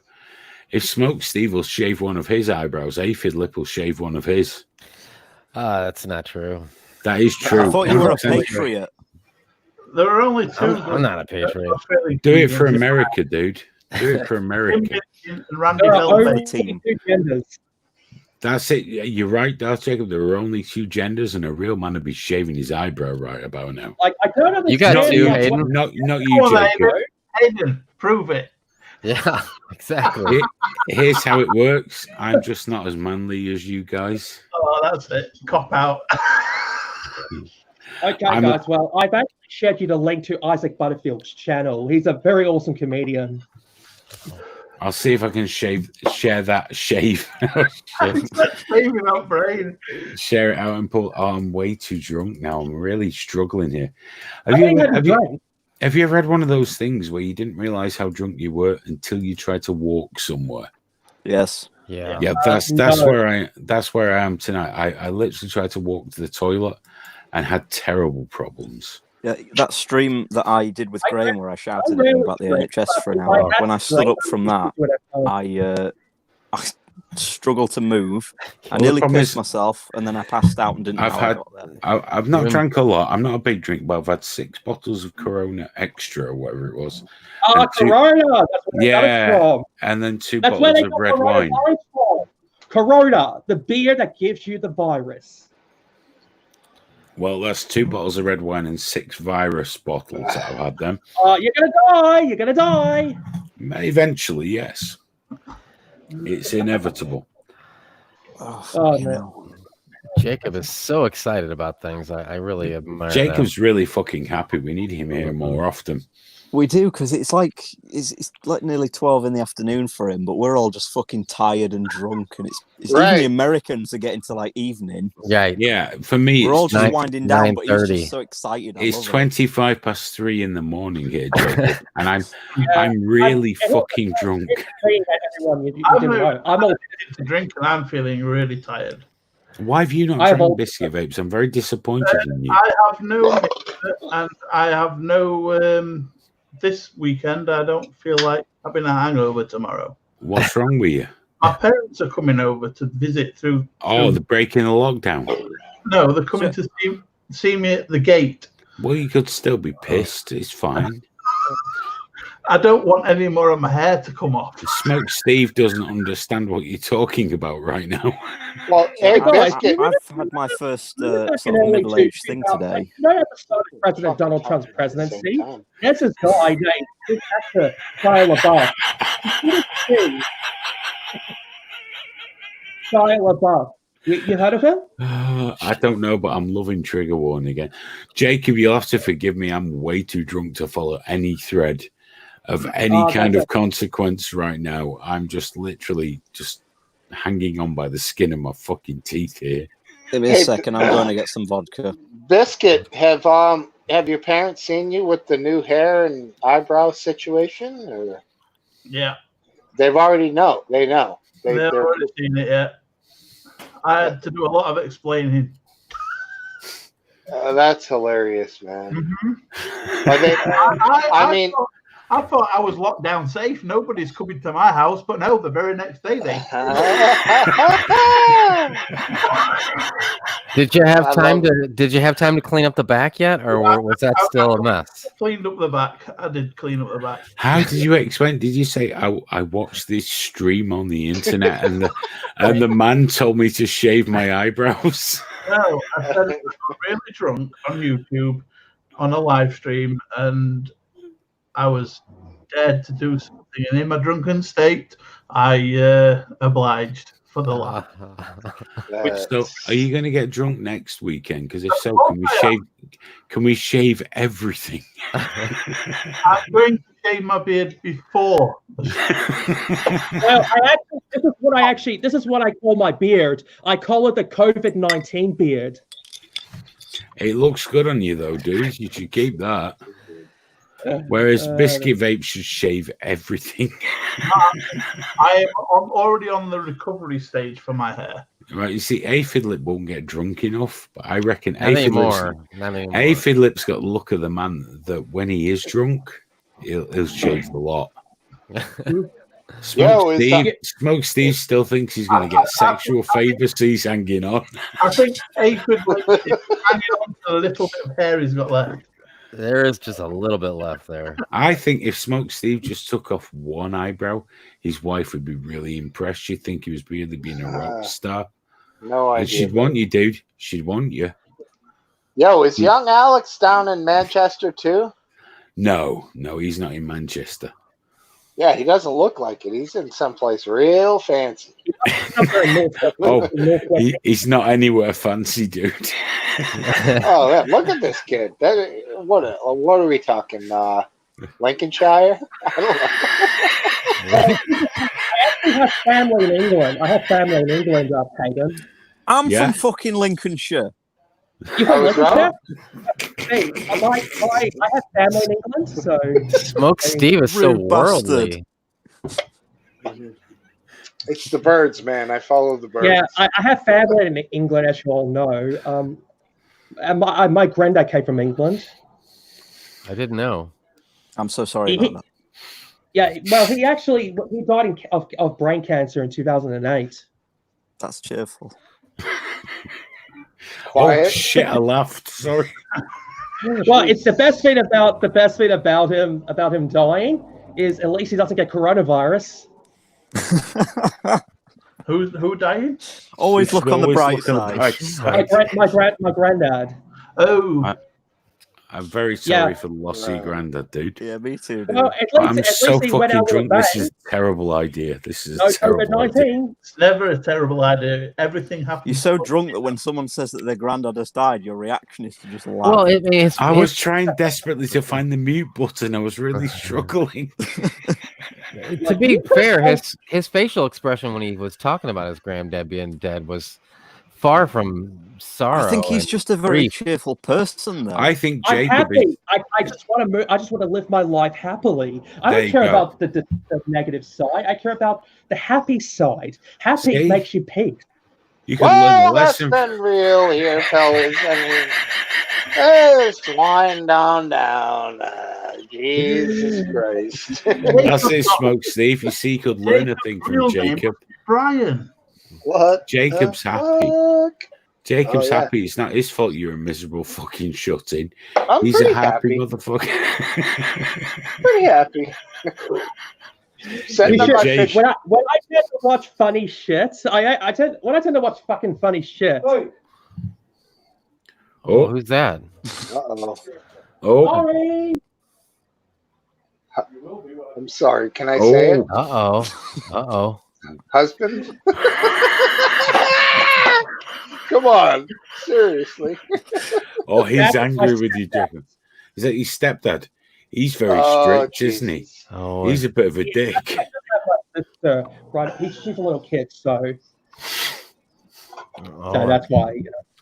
We have to watch the swearing in front of your stepdad then. That's don't worry, I had headphones on. Well, I didn't mean for us to watch the swearing.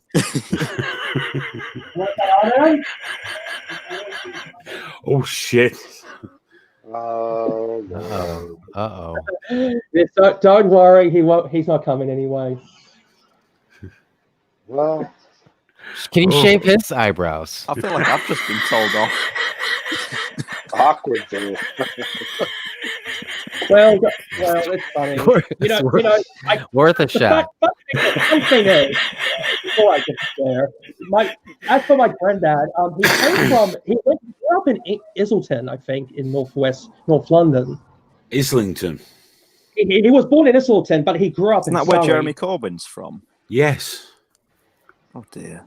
Do you think your stepdad? Do you think your stepdad would shave his eyebrows? I don't know. Hey, Pete. Oh shit! The best reaction ever. Shit! What have I done? He shaves them every week. Oh, does he? Oh, bless him. He's a wonderful human being, and we like him. Oh yes. That's it with the clown mask on, Linda. Oh, he's a lovely man. He's a lovely man. Yeah, well, I've got to watch my swearing around my sister. Yes, absolutely. Absolutely. Wait till your sister's not around and then swear. Absolutely. I wonder what she'll grow up to be like when she's 15. Oh, I don't know. I bet she'll be stricken on. Oh. 15? Fuck my life. Here's the thing. My grandfather came to Australia in the early 1970s. He was in the Merchant Navy. Cool. Yeah. He was in the Merchant Navy. He came to Australia in the early 1970s. My mum was born in 1975, the year of the dismissal. Right. Yeah, and he came back into England in the early mid-1980s, I think. Your mom was born in 75? Yeah. Oh man, we're shit! We're old enough to be your dad, dude. Your mom's younger than me. I know. That's what I'm saying. Well, if you want to know about my stepdad, he was born in 1970. How old? My uncle was born in Adelaide. Well, let's just complete the puzzle, Aussie, dude. How old are you? 22. Fuck off! I'm no longer the youngest. Right. How good are you at editing YouTube clips, though, Jake? I haven't made YouTube videos, but I have done some editing videos for my community television station. I'm so we'll have to keep an eye on that then. So excited. Yeah, I have. It's TwinValley.tv. That's my Hey, Philip, he's so. Dude, I think the world of you, but he's so fucking creepy. It's just all I say is I'm holding up broken glasses. Look at this guy and be like, man saying something. You're going fascinating. I just never met somebody so excited. You want to know I love to see a young man so excited. It makes me very happy. Grandpa Aphid. Well, you know how there is hope. Smoke Steve, Uncle Aphid. Right, yes. I'm an uncle too, so I know it's a wonderful thing, man. It's a very different kind of uncle. Right, uncles are great. It's great to be an uncle. It's weird when the reverse uncle happens, where the kid, like the nephew and niece is older than the uncle. That does happen, right? Only in your strange Southern American families. Yeah. Only in America, mate. Northern. Well, you sound Southern to me. Myself, I've actually done some accent training because I'm hoping to go to America one day and do some acting in America. Acting. Yeah, you posted your or somebody, I think it was Trigger One, posted your website for your acting. Yeah. I'm drunk. I'm so sorry. That's your thing. Yeah, I'm an actor and voiceover artist.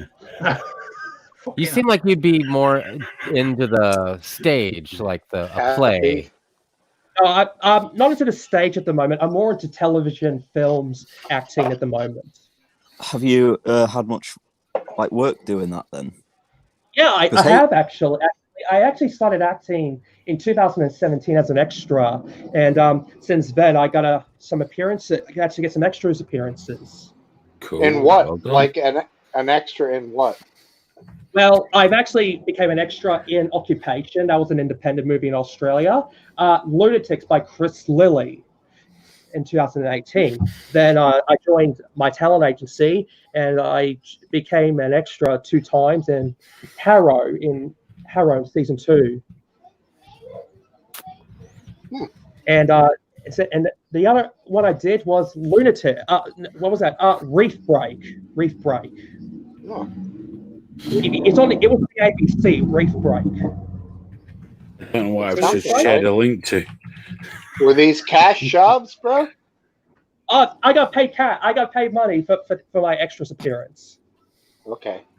I don't know what I've just shared a link to. In a blockbuster movie, extra.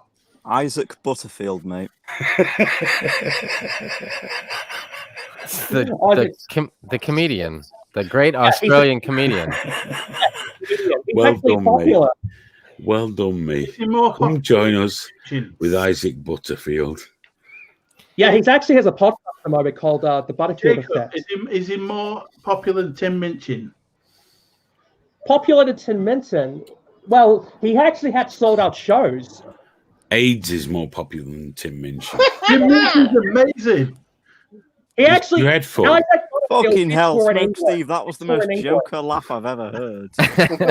He wrote 2 amazing musicals, Groundhog Day and Matilda. Oh, stop now, Biscuit. It's possible to go off a person. Yeah, Isaac Butterfield had a thing called the Why So Serious Tour. He actually went overseas for it in the UK.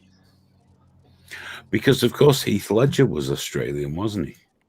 Yeah, Heath Ledger was also, it's sad he passed away. It is. He did very sadly pass away. I'm so fucking drunk right now. I'm really struggling, guys.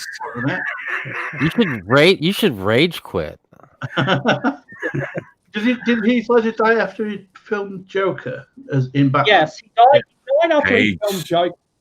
AIDS. Yeah. Yeah, so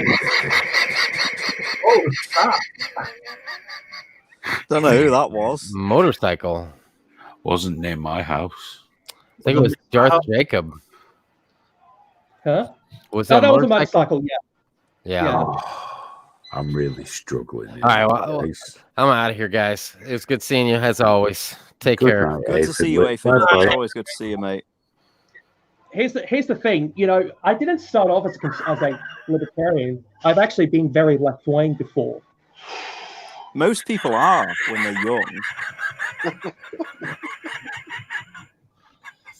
don't know why you for that. Fucking hell.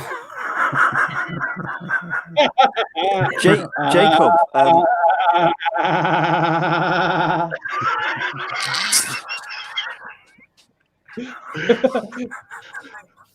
I love that everybody's laughing but Smoke Steve.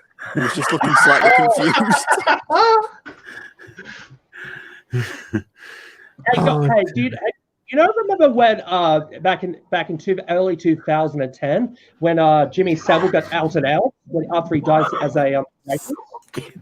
Yeah, I remember that. Yeah, it's actually died the chicken wanker. Hey, I want to show you a song. This is pretty hilarious. When I was a kid, Jacob, this is a true story. I was about, 9-10 years old. And I was visiting my cousin in Leeds. And my uncle came back and said, Jimmy Savile's jogging down the road.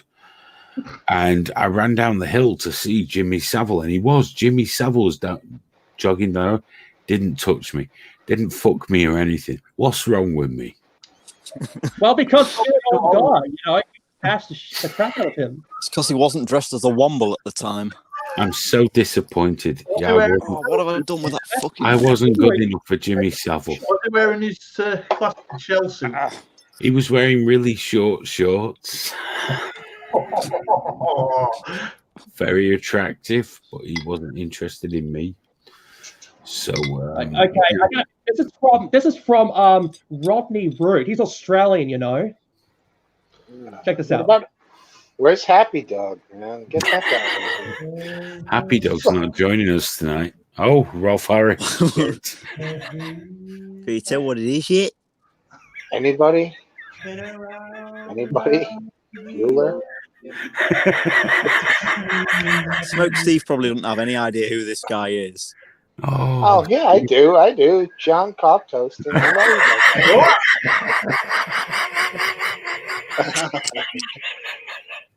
That's obscure reference right there. I grew up with that wanker on Animal Hospital. Animal Hospital. God, you're so young. I know I am. Guys, if anyone would like to join us before I do fall asleep. You're not falling asleep. You're passing out. No, the only reason I can't go to bed is because everything's fucking spinning round. Dude, end stream button. You've just got to ride that, mate. I've got the end stream button. If Hayden passes out, I can end this shit. I'll just leave this shit running. I don't give a fuck. Hey, leave Alex in charge. This will be great. No, it won't. I'm in fucking bed. What are you drinking tonight, homeboy? I was drinking some whiskey, but I've run out of whiskey, so now I'm drinking this. Hang on. I bought it because the bottle looks nice. It's Absolute vodka. Wow. It's Absolute vodka with a supposedly recycled bottle, and it tastes like shit. Guys, did you actually hear the song? Did you hear the say "Why Road, Rolf Harris"? if you guys actually didn't hear that, I'll show you again if you can. Yeah, please. Go ahead. Okay, oh, Jacob, I hope you come back again. It's well. So please listen to this. Okay, don't get off. Is there a reason? Oh, God. Wait for it. Smoke Steve, you fucking sit there and put up with this, you dickhead. We have to. You fucking sit there and you cope with it. I want to listen to good music. I'm about to press. I want to press it. I'm out of here. You just fucking put up with this. You can travel right around the world, no matter where you go. The four-eyed little bastard. This is Australian comedy, Smoke Steve. Have some respect. Oh,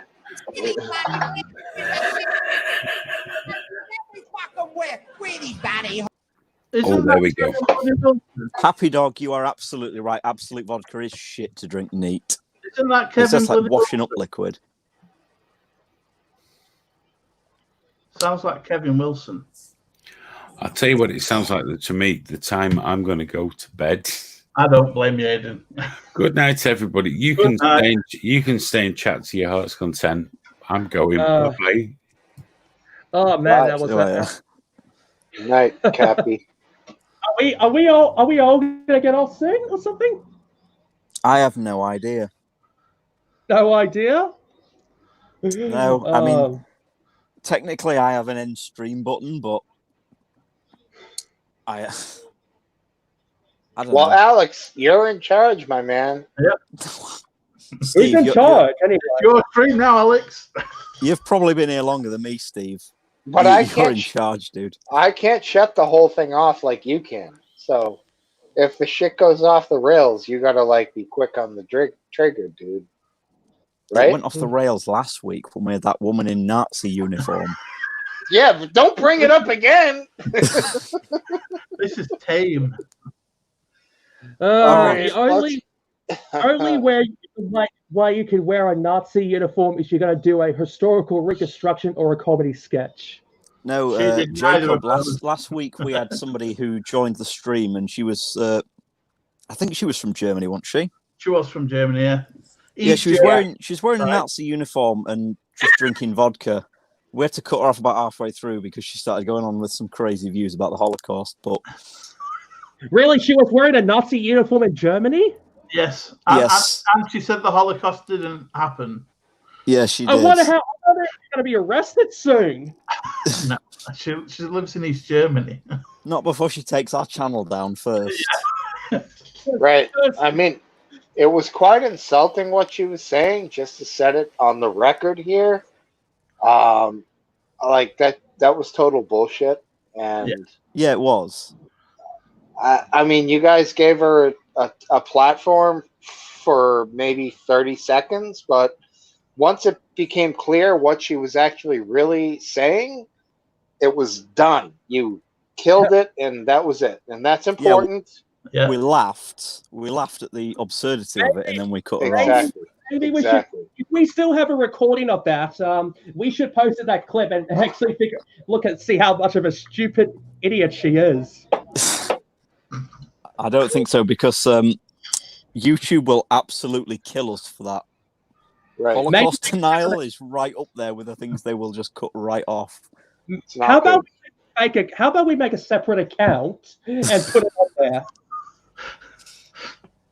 Oh, wonderful idea. Unfortunately, YouTube would completely give it no credibility. I mean, we were gaining a lot of subscribers recently, until they actually looked at some of our content and saw that we don't take any point of view. We don't go left, we don't go right. We talk about issues. And ever since then, YouTube has just completely sidelined us. We don't get any kind of attention whatsoever. Everybody has to share us to get us some attention. That's probably, you've never heard of us before. Drone Tech put you onto us, right, Jacob? Yes. That's probably because of YouTube. It's amazing how much has changed over the while. I expect, who knows if YouTube will be the next MySpace. YouTube I can't really see, but no, because it's part of Google now, isn't it? And Google is Google will probably do healthcare in 20 years. Probably. Oh my goodness! Please don't let Google do my healthcare. That will be bloody retarded. Yes. Well, Google too big for its boots. It needs pulling down a peg or two. I can't imagine a Google doctor doing an anal exam. It will happen. Google will be controlling the machines that do your surgery. I guarantee it. It'll start with them creating the machines that do it, and then they'll take over the people who use those machines, and then that'll be it. Just like Google Healthcare. Just like Google All right, to check your bottom.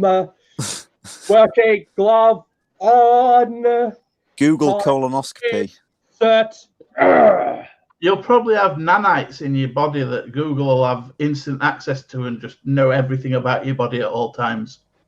No, well, they were talking about that recently, because we microchip dogs. They were talking about the idea that we should microchip people. Yeah. How do you guys feel about that? Do you think you should be microchipped? No. I think depending on what the microchip does. Or business. Thing is, if the microchips had some sort of effect that would be beneficial to us, then yeah, I'm all for it. Well, that's how they sell everything that's going to steal any kind of your privacy. If it was hooked up to a Wi-Fi network and they knew where I was at all times, that's a big no-no. Sorry, can I just ask, Smoke Steve, are you holding that camera? Yeah. That's very. Can't you find a table to rest it on so it don't hurt your arm or something? Is it annoying? Should I change it? No, I'm just worried about you, mate. I'm just worried about your arm, I like it. I like switching it around and checking out how I look. Hey, Biscuit, wouldn't you be concerned, putting a combination of plastic, metal, and whatever other polycarbonate, under your skin and I am one of these people that's all up for things like augmentation. But I mean, that would be under your skin. Yeah, I don't care. Wow, if it has a benefit to me, and I've seen someone have it before, and it's giving them some sort of edge on other people, then I'm all for it.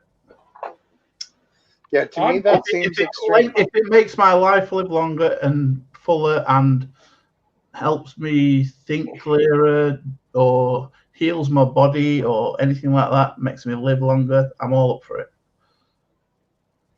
Fair enough.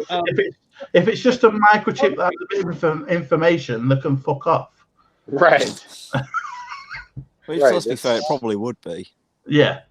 They never give you anything without taking something in return. No, you'd probably. It's like Facebook; they give you access to all of your old school friends and all that sort of thing. Yeah. But they take all the information about you, and I know that they do this because I was talking to a friend of mine like it was about 2 years ago. I was talking to a friend of mine about how when we were kids, we used to play a certain card game at school. I can't remember the name of it now, but we said the name in the chat, and suddenly I was being targeted by adverts for this particular card game. Yeah. So I know they scan your chat for keywords and Well, things. the same thing. I mean, if I'm searching something online, I'll get adverts about or ranging around that search that I've done in that recent time. All right, I'm gonna go, guys. Enjoy your evening. All right, Smoke Steve. You have a good one, mate. You have a good one. Take care, fellas. Okay. Well, before we get off, have you actually heard about Shia LaBeouf's "He Will Not Divide Us"? No, I haven't. Oh my goodness! At the start of Donald Trump's election, he created this thing: "He will not divide us." So if you look at "He will not divide us," I wonder if you can share it. I don't have. I can sort the YouTube stuff out. I can't sort the StreamYard stuff out. I'm not able to share the screen, mate. Who can share the screen? Hayden. Only Hayden. He's currently passed out on his sofa. Oh no! But you should have seen what happened at the start. He got trolled by 4chan badly. Yeah.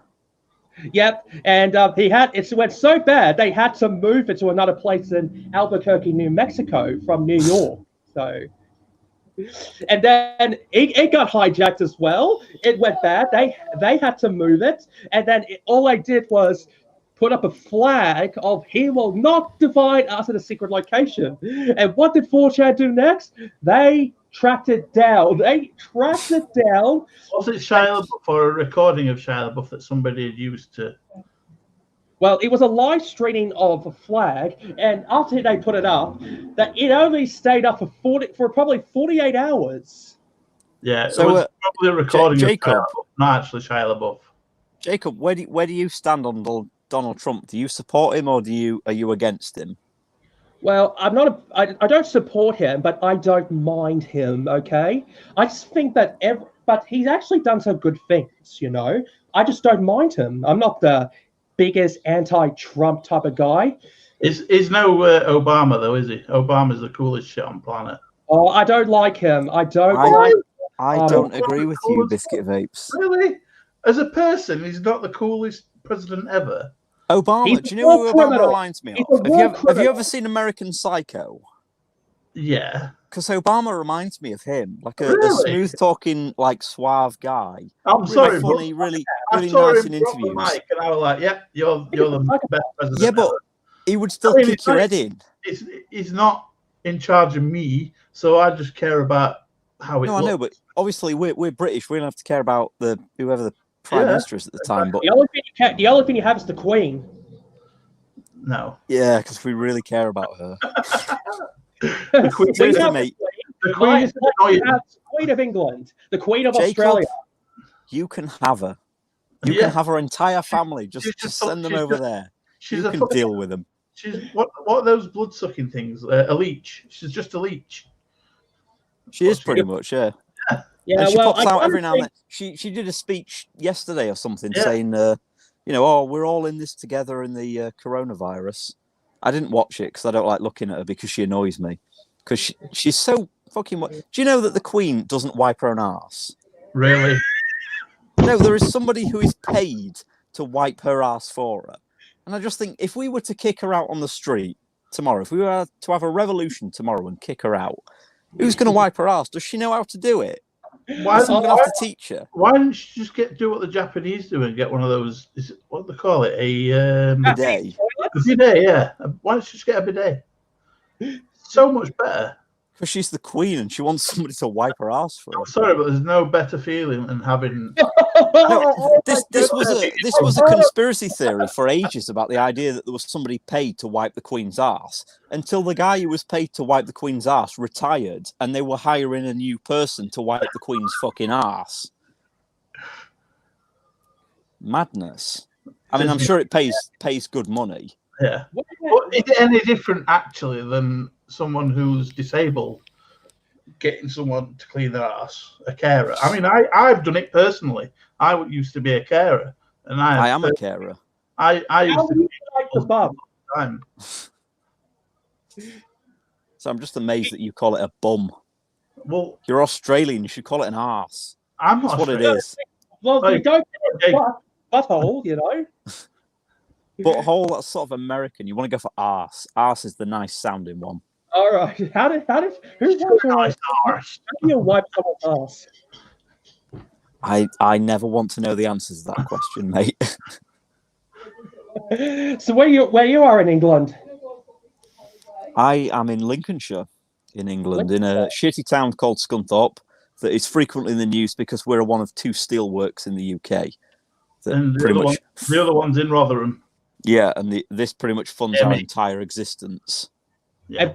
And Biscuits, you're from England, right? I'm from England. I'm from a little town called Doncaster. Doncaster, okay, yeah. My granddad came from actually was born in Islington, and he grew up in Surrey. Surrey's a good place, bro. And yeah, Islington is where I can never remember how to pronounce it. It's where Jeremy Corbyn, the last leader of the Labour Party, is from. Is that what you meant? I think so, yeah. Well, man, things have changed a lot over time. You know, like remember when the EU never used to be the EU? It used to be called European Communities, and then the European, I don't know what the hell. I'll tell you. Round here, I'm very close to a town called Grimsby, which the whole existence of that town used to be fishing. It was a fishing town. Biscuit Vapes, you probably know about Grimsby. Yeah, I know about Grimsby. So they were like 80% in the referendum to leave the EU. They were like 80% leave because of what the EU has done to them. So it's people like them that have been for the last like several years saying, no, we're not fucking racist. We don't hate Asian people coming over here or anything like that. We just hate the EU because of what it's done to us. But that it's been wonderful. The whole referendum of leaving the EU it's been wonderful for showing us just how little the media cares about actual people and how much they care about pushing their own view. Yeah. I mean, even in the UK, the vaping scene, once the Americas had the problems with vaping over there, the news medias in the UK tried pushing the same shit that vaping's dangerous. They didn't care that all the evidence was pointing to it being illicit THC cartridges. They just didn't care. I remember that. When people tried to tell them on the show, they cut them off before they could finish what they were saying. Well, here's the thing, the European Union wasn't like that. There were a number of treaties that actually changed the EU a lot. I do know that we joined a thing called, I think in there was the Council Agreement. We joined the European Union, European Communities. Then over time, we had treaties which kind of increased the centralization power of the EU. So, yeah. I mean, where we're at right now, most people who look at the EU with an objective mind, without thinking about, it's racism or anything like that, most people who look at it think, I don't really believe in a one-size-fits-all policy for laws, because what works in England doesn't work in Germany, It doesn't even work in England when you look at different areas in England. Yeah. The north of England don't need the same laws that London does. Absolutely. Yeah. Well, here's the completely thing. Different places. Well, here's the thing, because Norway and Iceland are not part of the EU, but they do have freedom of movement with other EU countries. They do have a deal, though. They have a deal with the EU. Yeah, they do have a deal with the EU. So eventually, since you guys are now left the EU, but you're still part of the European Economic Agreement. So until next year. So January 2021. Yeah. January 2021. But after we leave, how long will eventually stay out? That's the big question. Will we eventually have to rejoin? I don't think so. there's a lot of movement in terms of everybody who was the on Twitter. They were using the hashtag #FollowBackProEurope. And they were absolutely rampant on Twitter. They would attack anybody who said that they voted to leave the EU as being a racist little Englander idiot. And it was kind of hilarious to watch, actually. But when Boris Johnson just won his massive majority in the last election, most of them, apart from the really hardliners, have fallen back into nothing. But there is potentially going to be a movement to rejoin the EU at the next election. I think it'll either be the Lib Dems or it'll be Labour who will support the idea. It depends how well we actually leave the EU and how well we're doing at the time. Yeah, but I would prefer the Brexit. I would prefer to is an economic agreement like Norway, which I would prefer. I would prefer that we just stick them the middle finger and say fuck off, just to annoy everybody. I think that's the way we're going anyway, because we're not asking them for an extension. We're just telling them to fuck off. Yeah, that's beautiful though. The fact that we're meant to be doing trade negotiations for the next year, and because we're in a pandemic, the cutoff is July, I think, isn't it? I'm not sure. I'm not up to date on I think the cutoff is July. I think the cutoff is July. What I know is that today, or yesterday rather, was International Europe Day. I don't know if that's a real day or just something that people invented. But do you know who Steve Bray is? Is he from Ireland or? I don't think he's from Ireland. I think Steve Bray is known as Mr. Brexit. He is a guy who he wears like a top hat that's got an EU flag on it, and he's been stood in Westminster. Is that the guy that tells people to stop Brexit? Yeah, it's him. It's him. He stands outside Westminster and he protests, and he does it every day. And he's responsible for doing all the protests, and he's been heralded as a hero. I really don't know why, but when we got this election, he said he wasn't going to stop his protests, and he was still doing them right up to this pandemic. And today he tried to do a virtual protest on Twitter. And I've just really enjoyed watching that with its like 270 retweets. It is my fucking heading on when I watch it news. It's going stop. No, well, you know, if you've ever watched BBC News over the last 2 years, you've seen them on that raised platform. Yeah. That's because Steve Bray kept coming up to them and shouting at them. They built a platform just to get away from this knobhead who kept shouting at them. Fuck off along poles to fucking show the banners and that. Yeah.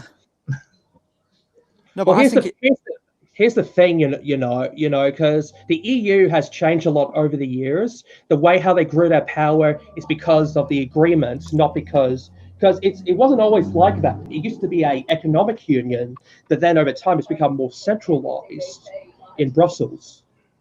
Yeah, it has. So here's the thing. There's the Treaty of Lisbon, which is the latest one, and then before then there was the Treaty on the EU, known as the Maastricht Treaty.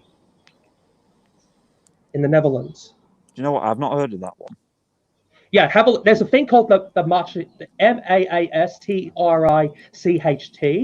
That's the Maastricht Treaty, all known as the Treaty on the European Union. So, because the thing is, right, in this country, anybody who voted to leave the EU has been declared to be a racist or a bigot of some kind. And when the referendum was coming up, we had two main campaigns. We had Nigel Farage and Boris Johnson saying, vote to leave and we'll have millions for the NHS and all this other shit. And we had absolute thundercunts like Gideon Pigeonfucker Osborne, George Osborne for those laymen, our old Chancellor of the Exchequer, saying we need to remain and all that. And the media was a bit skewed about that. Like they were giving a lot of time to people who were saying we should remain because it'll destroy our economy, and then giving like a sort of very quick thing of Boris Johnson saying, oh, we should leave because it'll be amazing, and that'll be it. So it was designed to try and skew people. And then we voted to leave, and ever since then we've had this narrative that people voted to leave because they're racist or anything like that. But when I had never heard really of the EU in my life until we had that referendum, so I did what I expect most people would do. I looked up the EU and I did my research, and I looked up the Lisbon Treaty, and I had a look at it, and I thought, do you know what? I don't really want that. I don't really like the sound of that. I don't really like the way that it runs. I'm going to say no. I don't want to be a part of it. So apparently I'm a racist. Well, that's media for you. All they care about is views and money. So, Jacob, do you have a because I know that they're in America. Do you have a news outlet over there called The Guardian? We do have The Guardian Australia. Is it just as bad as it is over here? It's worse, okay? That it's left wing. I can't imagine the Times. Have a look at. There are articles. Jacob, mate, we had an article this week, which was it was a full long article, 2,000 words, that was about why men during lockdown should stop manspreading while they're jogging. Now tell me again, Jacob. Is it worse over there, or is it just the same as it is over here? It's actually I don't know. I don't listen to The Guardian much these days, but they're left wing, you know. No, it's really important that you listen to these people, even though it will make you go crazy. But you have to listen to what the opposition is saying. Yeah, I do read it sometimes though, but it just shows how stupid they are. Oh yeah, manspreading when jogging. That made my day. What is manspreading? It's where you spread your legs too far apart because you're a man. If you spread your legs too far apart, you're making women feel vulnerable. How is that vulnerable? Aren't the men more vulnerable when they're in that position? You'd think so, mate. You'd think so. Googling women checking out. No, this whole thing. Jacob, do you know about manspreading? Yeah, I've heard about it. People complain that it takes up space. Come on, they don't even know how manspreading works, you know? Like, they don't do this, you know? They don't spread their legs all across their legs like that. I will accept that somebody is manspreading if they are sat on a bus and their legs are wide apart and they've got their dick out and they're just having a wank. I'll accept that as manspreading. But if they're just sat on a bus with cramped seats and they've decided to spread their legs so their knees don't cramp up, like I do when I'm on a bus. I do as well because I've got a huge ass. Yeah, but forget a huge ass, mate. I'm a lanky bastard. Yeah. When I'm on a bus, I have to spread my legs because the seats are so far together or so close together. If I don't put my legs, far apart, I'm going to get leg cramp. Speaking of leg cramp, I keep hitting it on there. Every Saturday night, I get cramp in my leg just sitting here for too long. Well, you've got to move your legs, mate. Exercise. Back to the EU. Here's the thing: like when the Maastricht Treaty was signed in 1993, it was amended about 3 times. One in the Amsterdam Treaty, the Nice Treaty, and the Lisbon Treaty.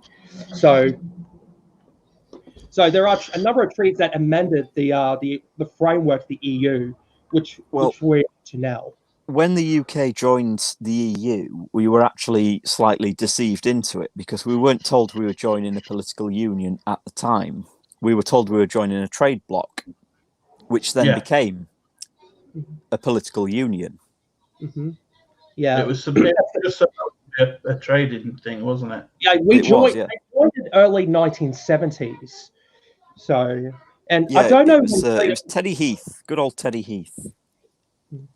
All the people on Rich Allen's stream think he's a paedophile, so good old Teddy Heath.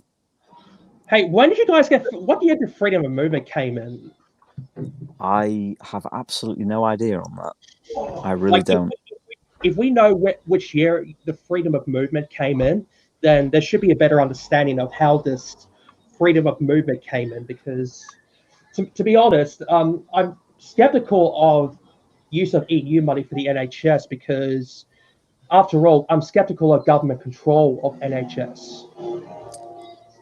I'm not sure. I'm completely unsure here, but I'm not sure that a lot of EU money goes to the NHS, to be honest. Yeah, but since we left the EU, will Boris Johnson keep his promise that a lot of the money will go to the NHS? Oh God, no. No. No, definitely not. Definitely not.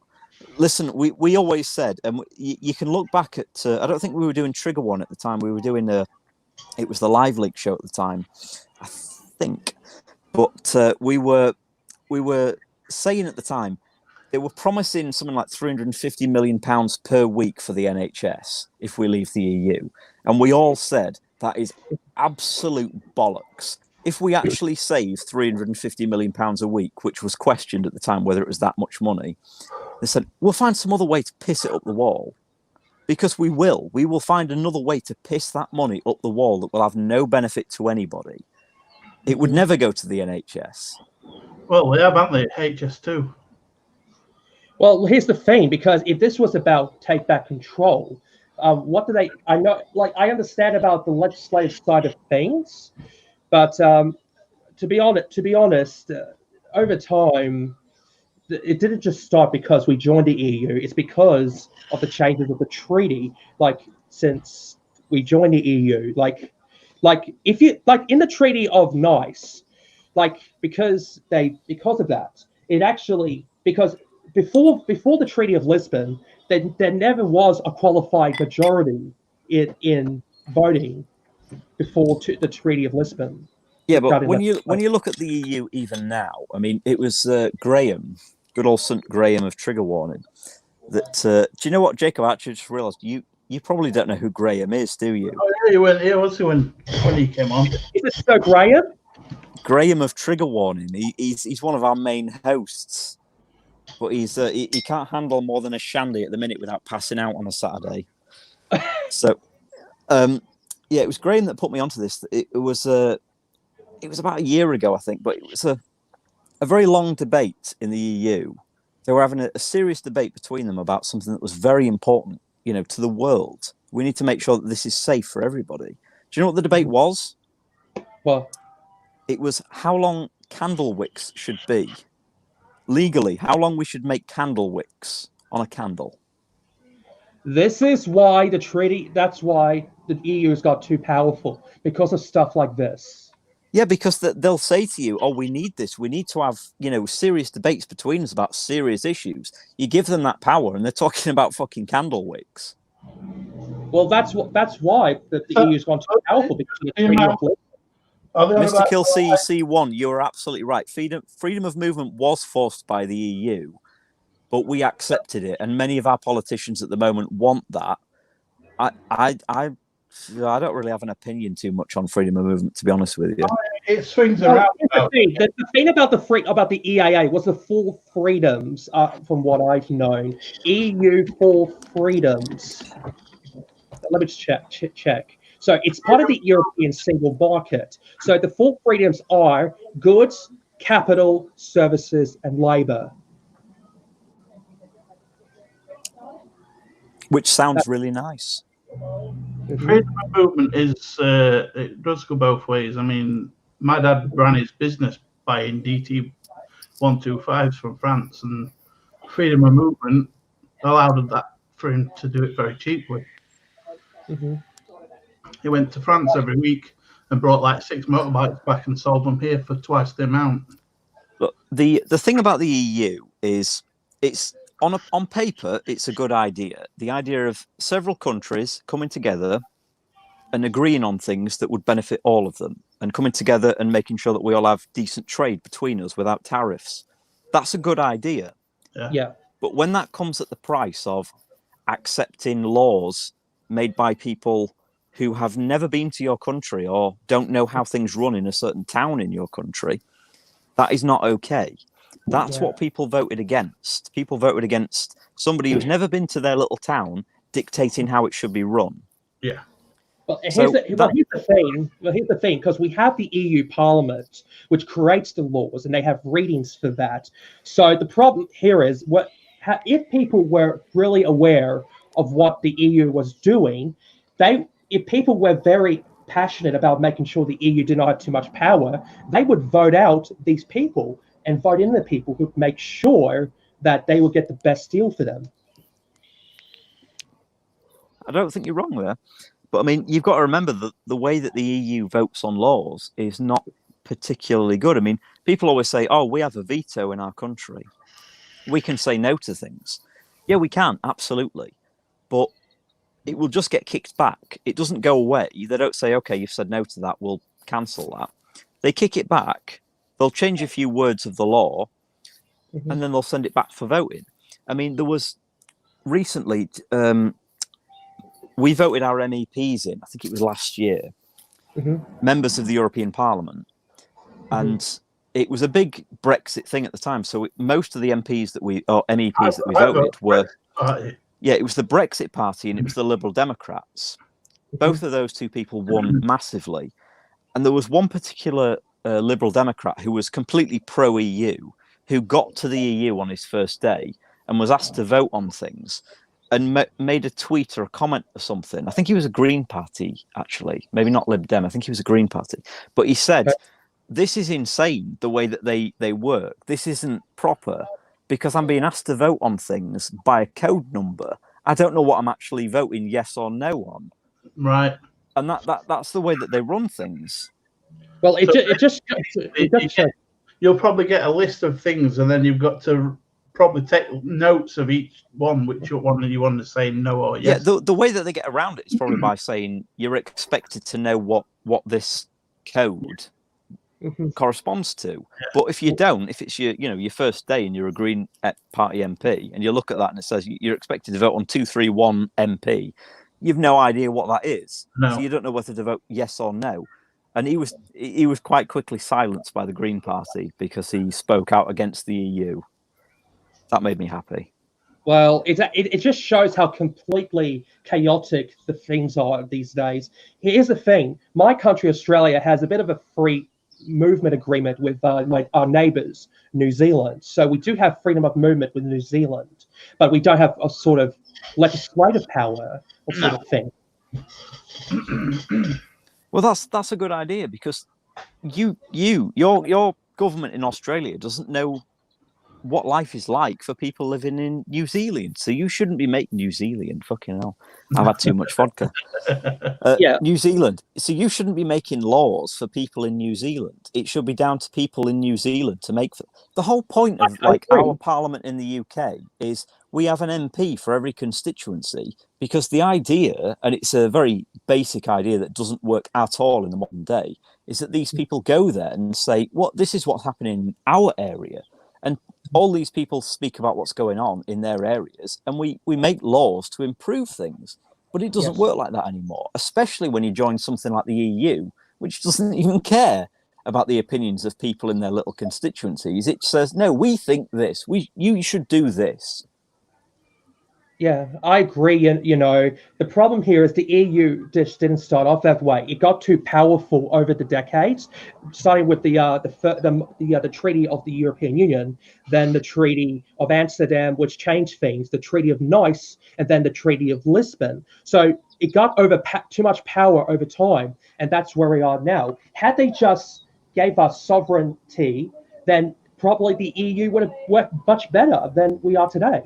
Well, right now, we are in the middle of a pandemic, and you would expect the pro-European people in this country, or the pro-EU people in this country, would be saying to the UK government and to everybody who voted Brexit, you should be looking at them right now, because they've got it right. They've got the pandemic response absolutely right, but they haven't, because as soon as this pandemic hit, it was the EU, every country for them fucking selves. France was confiscating deliveries that were going to other countries of ventilators and face masks and stuff. They were nicking them for themselves. Yeah, I know. That's not the EU values. That's why they're being absolutely silent about it. If it was us though, you'd be like, yeah, we should be doing that. It's our country. We need those. Why are we giving these away when we need them? Absolutely, but would it be right if something was passing through England to go to another country? Would it be right for us to confiscate those ventilators because we need them? Well, we could rescind that order, and if we need them, we could. But people probably die because we rescind it later on.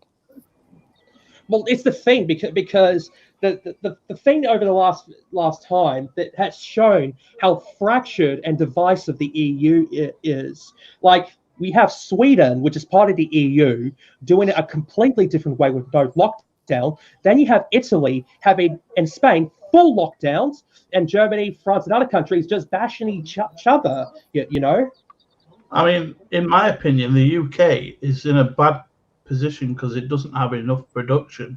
It doesn't produce enough, and it's far too dependent on other countries for the stuff it needs.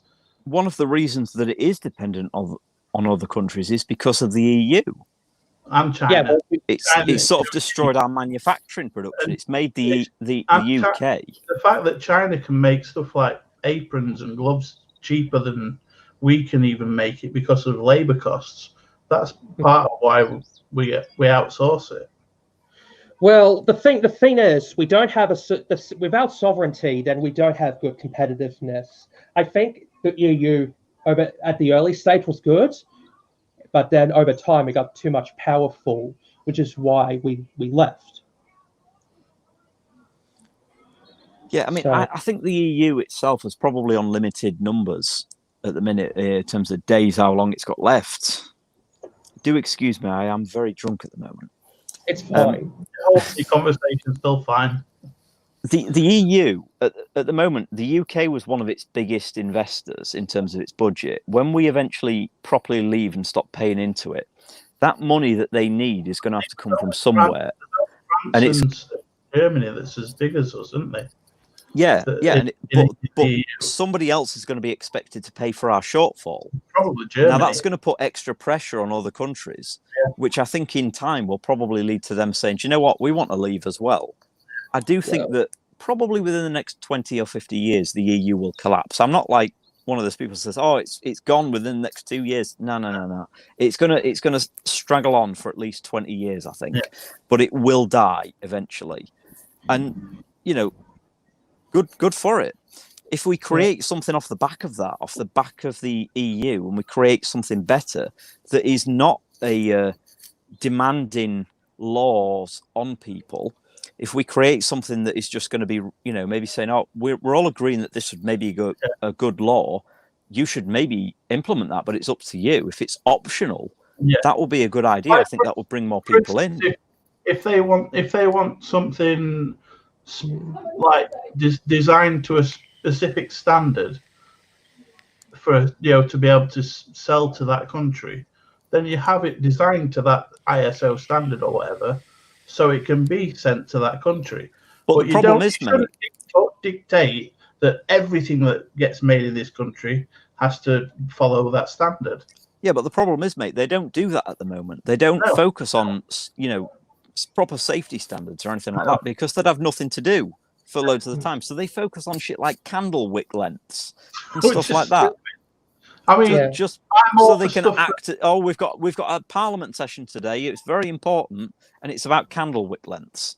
Yeah. It's just to make it look like they're doing something very important when they're not. I'm all for standardization with things like, say, window frame size or floorboard size, so that everything conforms so that it can all be fit together. Bolt sizes, not using a certain to make sure that everything is safe and secure. Or so that if you were, say, to buy nuts and bolts from Spain and you was buying the plastics or whatever you was bolting together in another country, it'd all fit together eventually when it comes there. Exactly. So, Jacob, without the EU, how is Australia even still standing? Because from what I've been told from Twitter, without the EU, our entire country would have literally sank into the water. So how are you still going? We actually we have allies with other countries, usually the United States and England and other countries. So to be honest, I'm not much into the political spectrum, but we just keep it going. We just don't try not to do dodgy things, and hopefully we just vote in the right people, because I'm just trying to do my best, Yeah, well, I tell you how Australia works well is because they get paid a fair wage for a fair bit of work. Yeah, we have a minimum wage. That's what I think. But did you know that Sweden, Denmark, and other Scandinavian countries, which are EU, don't have a minimum wage? No, but I think, is it Sweden that gets that's one of the things actually about the EU is people always used to say about the EU is that they make sure in law that everybody has a certain minimum wage. They make sure they get paid this amount, and Britain actually pays above that for the minimum wage. But yeah, we're all racist bigots. Sorry, I didn't mean to. But here's the thing: why is it that Scandinavia has no minimum wage, but it actually has a good economy? I don't know what. They just think, oh, the EU makes good living standards. Well, please explain to me how come Scandinavian countries have no minimum wage but are doing good? To be honest with you, even I can't answer that. That's probably due to the vodka. Here's the thing these days, you know. We do have freedom of movement, but we don't have a sort of political union where we have laws upon onto us, you know. I mean, freedom of movement is undoubtedly one of the biggest things that a lot of people voted for in Brexit. Mm-hmm. But I don't particularly have a problem with freedom of movement myself. Yeah, I just think if you are bringing people into an area, if you are bringing more people into an area, then you need to make sure that everything in that area can expand. You need to make sure that there are more jobs, a better healthcare service to expand for more people, better police service and everything, more housing, all that sort of thing. You need to make sure that everything expands with the growing population. But I think the reason that people have a problem with it is because they bring more people in this country and then they don't expand all the services to accommodate that. So everybody gets resentful because they have to wait 6 months for someone at the hospital or something like that. I know it's a bit of a sore subject, but the the amount of work that they give to like EU nationals and foreign nationals, they do jobs that British people don't really want to do, like picking plants in a field and stuff like that. Isn't that a temporary job? A what? Isn't plant work supposed to be a temporary job for early work? What do you mean? Like planting it, like farming. Like, isn't that supposed? If people want to pick plants, isn't that supposed to be for as your first job? Then you move on to a next job. That's not in this country. No, it's usually given to like Polish workers. Not entirely true. Because the people that come from abroad, they usually work faster and have a better work ethic in those menial jobs. I mean, they did a trial on a show with just general people from UK. They put them in the same jobs and they just couldn't keep up with the Polish workers. Well, it's cultural. Cultural, did you say? Yeah, I think it's cultural sort of thing. Give me 2 seconds, guys. I'll be right back. Okay. Well, here's the thing, because I think it's a cultural sort of thing that influences it. But the fact of the matter is, I have seen something in America in which there are people in America that want to do work, like in picking palms, but they don't accept them. So I just think there is sort of more to the story than... It's because those kinds of jobs, they're just backbreaking, and they're just people in our country just don't see them as they're not rewarding. You just stood in a field with your bent over back picking peas and stuff like that, and it's just picking strawberries and like just menial tasks that's repetitive. You want but isn't building backbreaking? Say again? Isn't building backbreaking? It is, but it's more rewarding because you can see something at the end of it. You've got a finished job at the end of it that you can see that you've made it. When you're picking plants, it's just a never-ending cycle of picking the same thing in a different field every day. Whereas if you make a building, you can see something at the end that's got a finished project that's there. You've got a standing structure that you can look at and think, yeah, I did that. Well, I do agree with that. Well, I admit that. Well, you have to make a fair point, but here's the thing. I don't know that you do, mate. I don't know that you do. Most people who I know, and believe me, I work with people who are doing that sort of, backbreaking labour. Yeah. They don't give a shit about what it looks like at the end. They just care that they get paid. Yeah. They come over here and they get money because they want the money, and they know that we'll pay them. It's not about job satisfaction, mate. Trust me, it really isn't. I mean, half the farms around where I live, and I live in the country, they'll charge people 20 quid to go in the fields and pick strawberries, and they can keep what they take. Yeah, it's not about job satisfaction. Yeah, It's about earning a living. Because if that's the case, that people don't want to do fruit picking, then that's the situation with Macca's and fast food restaurants, including box packaging, other things that are repetitive. So where's that flow-on effect? I mean, I used to work, I've worked in care work. That was very rewarding. I got to see the smiles on the people's faces that I was caring for. Serious, it was really rewarding. No, sorry, mate. It's just I'm a carer and my life is miserable. It's all right. I only did it for 6 months. I only did it for 6 months, and I got sacked because I couldn't get from one place to another on a bicycle, which would have took me about 3 hours. They wanted me there in half an hour. I was meant to be doing a PhD, and I've had to give it up because I'm a carer. Cheers, mate. Well, here's the thing is, everyone has their own satisfaction experience. Like, people will have their own differences and they're loving, like, we have different bodies, we have different interests. So if they love doing janitor work, they'll love doing janitor work. I mean, my favorite job that I ever did was stacking pallets at IKEA. It was repetitive, but I got to drive a big, massive truck with 2 separate fork arms, and it was so fun. I just kept smashing pallets into compactor. It was fantastic, and I was putting pallets that were reusable, stacking them all at with truck and putting them into the back of lorries, and I could do that all day. What do you do at the moment, Jacob, to earn a living? Well, as of right now, I'm unemployed at the moment, but I am actually trying to build up my community television station so I can probably make it big, and that can get me paid. So it's fair enough. But here's the thing: you want to keep in touch with Trigger Warning because we've got the radio station going. If you want a radio show of your own on Trigger Warning, talk about literally. It doesn't have to be politics or anything. Whatever interests you have, get in touch with Hayden. He'll get you on it every week or whenever you want to do it, basically. Okay, that's brilliant. That's brilliant. I'll be happy to get in touch with him. Mr. Krill said The Guardian even reported that farm picking is as a mafia to only bring in and rip off migrants and you're not local hires.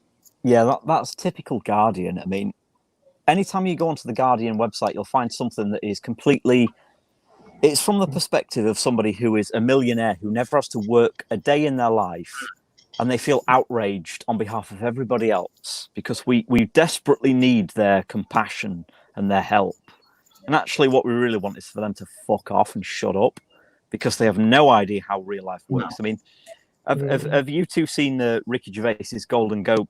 Oh, yes, I have seen it. He is a legend. Even though he's a bit liberal, he really is anti-politically correct. And he ripped apart them. You could have seen Tom Hanks' face. Exactly. That's what I was just about to say. It wasn't so much what he said. It was when they cut to the audience and you saw their reactions to it. That was absolutely beautiful. Yeah, I love Ricky Gervais. It's fucking awesome. But that's the whole thing. I mean, a mate of mine, shared something today, and it was some stupid news article about how 200 celebrities have posted a petition or some sort of thing to say to us how when we're out of lockdown, life should never be the same again. This needs to be our lesson. And we need to learn that life should never be the same. We should not treat people the same after this.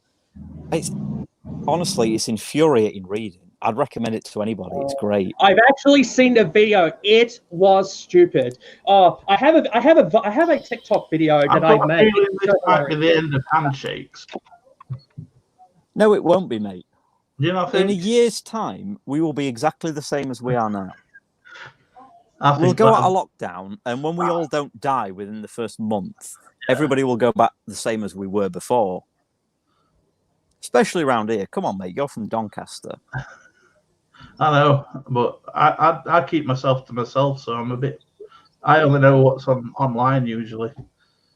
By the way, I just want to apologise to anybody in chat because I'm not in charge of this StreamYards thing.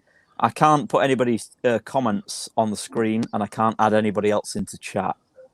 So I do apologise to Are there everybody other in people chat trying right to get in chat, or can't you see that? I've no idea. There might be people trying to get in chat, but I can't see them. There's nothing we can do about it.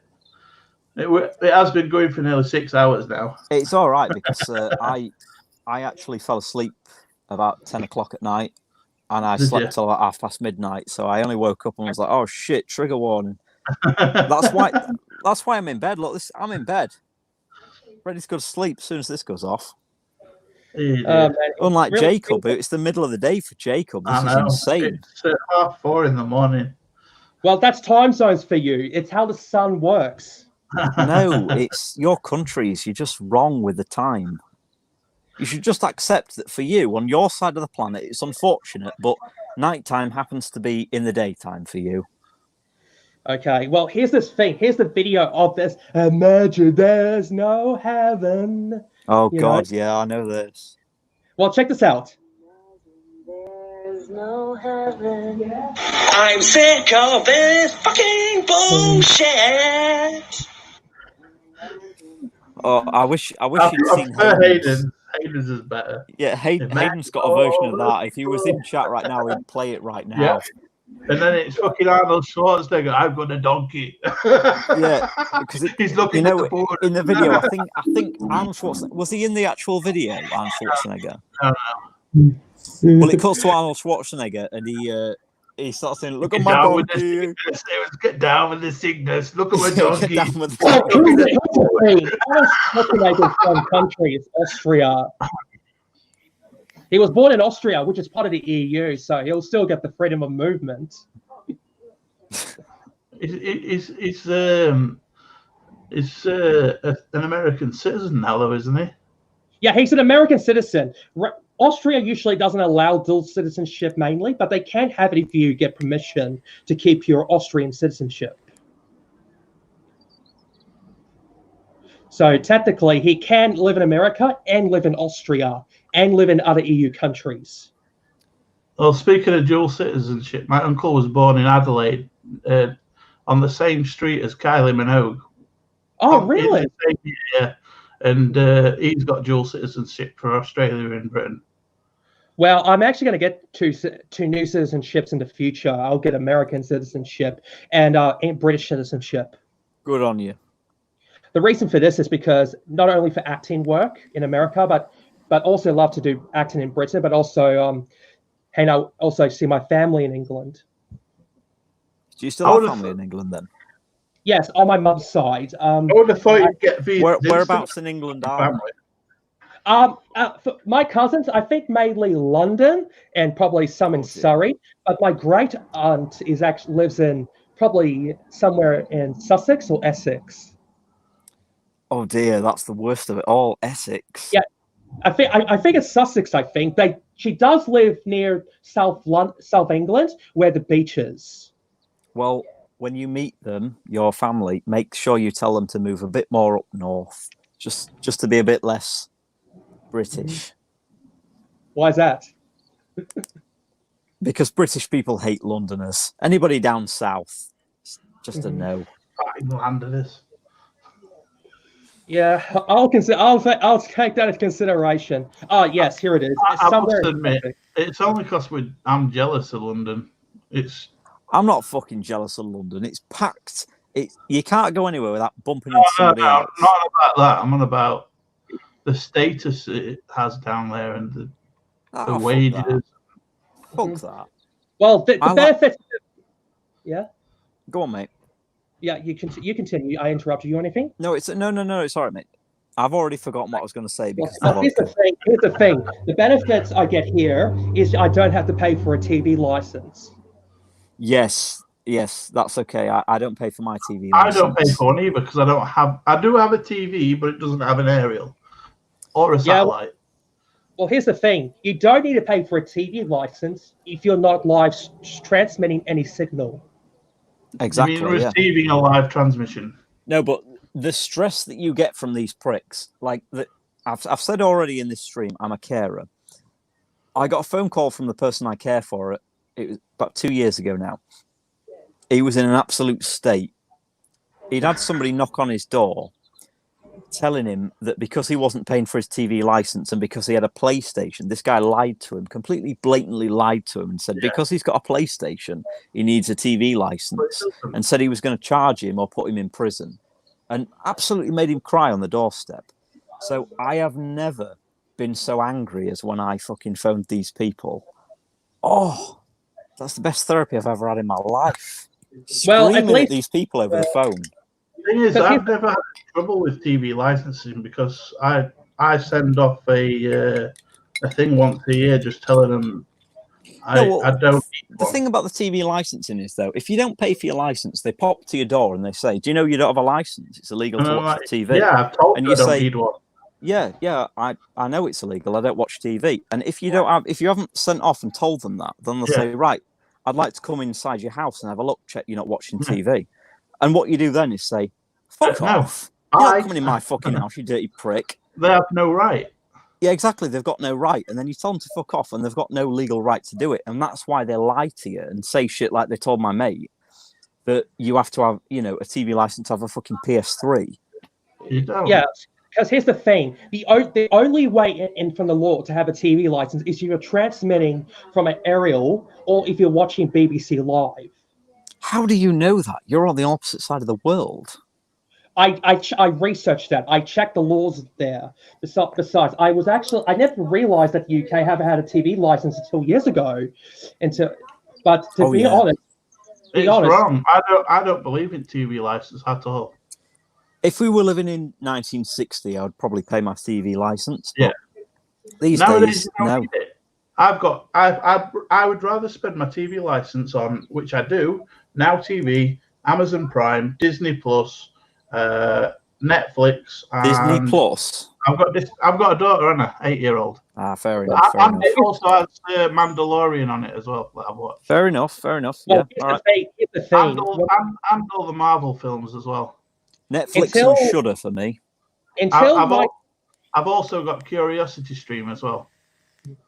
Well, here's the thing. In Australia, we did used to have a TV license, but the government abolished it in early 1970s. So the government fully funds the ABC, which is equivalent to the BBC. Good. Yeah. I'm looking forward to the day when they do that for us. Does that not mean that the government control what's put on the ABC though? It's still fair, but I don't usually. It still has a bit of left-wing propaganda, left-wing stuff. But we still have. They own it. They can tell them what to put on, can't they? Yeah. Not that I know of. It's still left-wing, despite the fact that our government is conservative. All right. Okay. So it's not biased because the government pay it. No, it's mainly because of the managers who's in charge of the content. So whoever's in charge usually does the content. Right. So while the government still... The government don't use the fact that they pay for it to sway the media's opinion. No. We do have similar content. Like in Australia, we have Q&A. You have question time. So... So the government does fund it, but they're not mainly in charge of the content. It's mainly the managers, whoever the hierarchy is in charge of the content. Why don't they just do like ITV does and Channel 4 does and just have it advertising? Well, we don't have advertisement. We don't advertise on ABC. Sometimes on SBS, that's another public broadcaster by the government. Yeah. It doesn't have advertisements, but it is also funded. So, right. So, our funding model is different compared to the BBC's funding model. I think eventually in the future they will have to drop. I think BBC's funding model is criminal. Yeah, like why can't they get it from other tax? If it's not criminal, it's at least immoral. Well, here's the thing: they get probably billions from buying stuff, usually on their entertainment section. So, like, if people can actually pay a lot of money just to buy their content, then why do they need a TV license? Like they say, oh, we want to be independent. Well, you got the wrong people, so you better sack them and be really independent. Yeah. I mean, they still sell the DVDs of the content they make, so you've got to pay for it double, haven't you, if you want to buy it on DVD and whatnot. I mean, I used to watch Doctor Who, but that got fucked over when I stopped paying for TV license. Then there was the Top Gear, which was pretty good content by the BBC. Yeah, but they fucked that over by getting rid of Clarkson and May and Hammond. Can't hear you, Alex. Alex, microphone. Can't hear you. Can't hear you. Sound, can't hear you.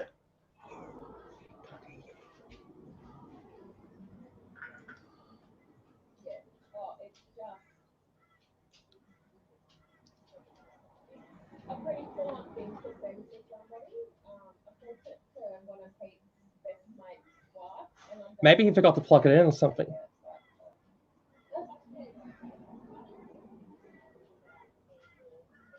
Is that any better? Yeah, that's better. I can hear you now. Good. That's brilliant because you can hear me and I can't hear either of you two. Oh, but it's all right because it is getting on quite a bit. It's nearly 5 a.m. Yeah, I should probably end the stream now because Aiden's passed out on the sofa. Can you still see Aiden? I just want to let you both know I can't hear anything that either of you two are saying right now. So you're just going to have to sort of hand communicate for me. But it's been awesome having you both on. And anybody who's still listening to this, which there are 34 of us, awesome.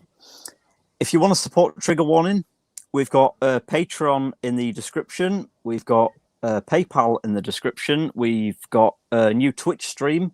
And if you support us through Twitch, if you subscribe, we'll get like $5 a month, especially if you've got fucking hell. I can't talk for shit. I'm too drunk to be doing this. I'll try again. Everybody's heard it. Right. If you follow us on Twitch and you've got Amazon Prime, you can subscribe to us for free. That gives us $5 or £5 a month. Do that. But it's been awesome hanging out with you all. I don't know where Hayden or Graham has gone. Graham is a pussy and he can't handle like half a can of fucking shandy. So, Biscuit Vapes, Jacob, it's been awesome speaking to you both. Jacob, I honestly hope that you will subscribe to us and you'll come back and chat to us again because you're far too happy and we need to make something, we need to change that. We need to make you more cynical and angry. They haven't broke me yet. Just give me a thumbs up, mate. Just give me a thumbs up. Thank you. Right. Goodbye, everybody. Goodbye. See you later, Jacob. See you later, Alex. All right. Take care.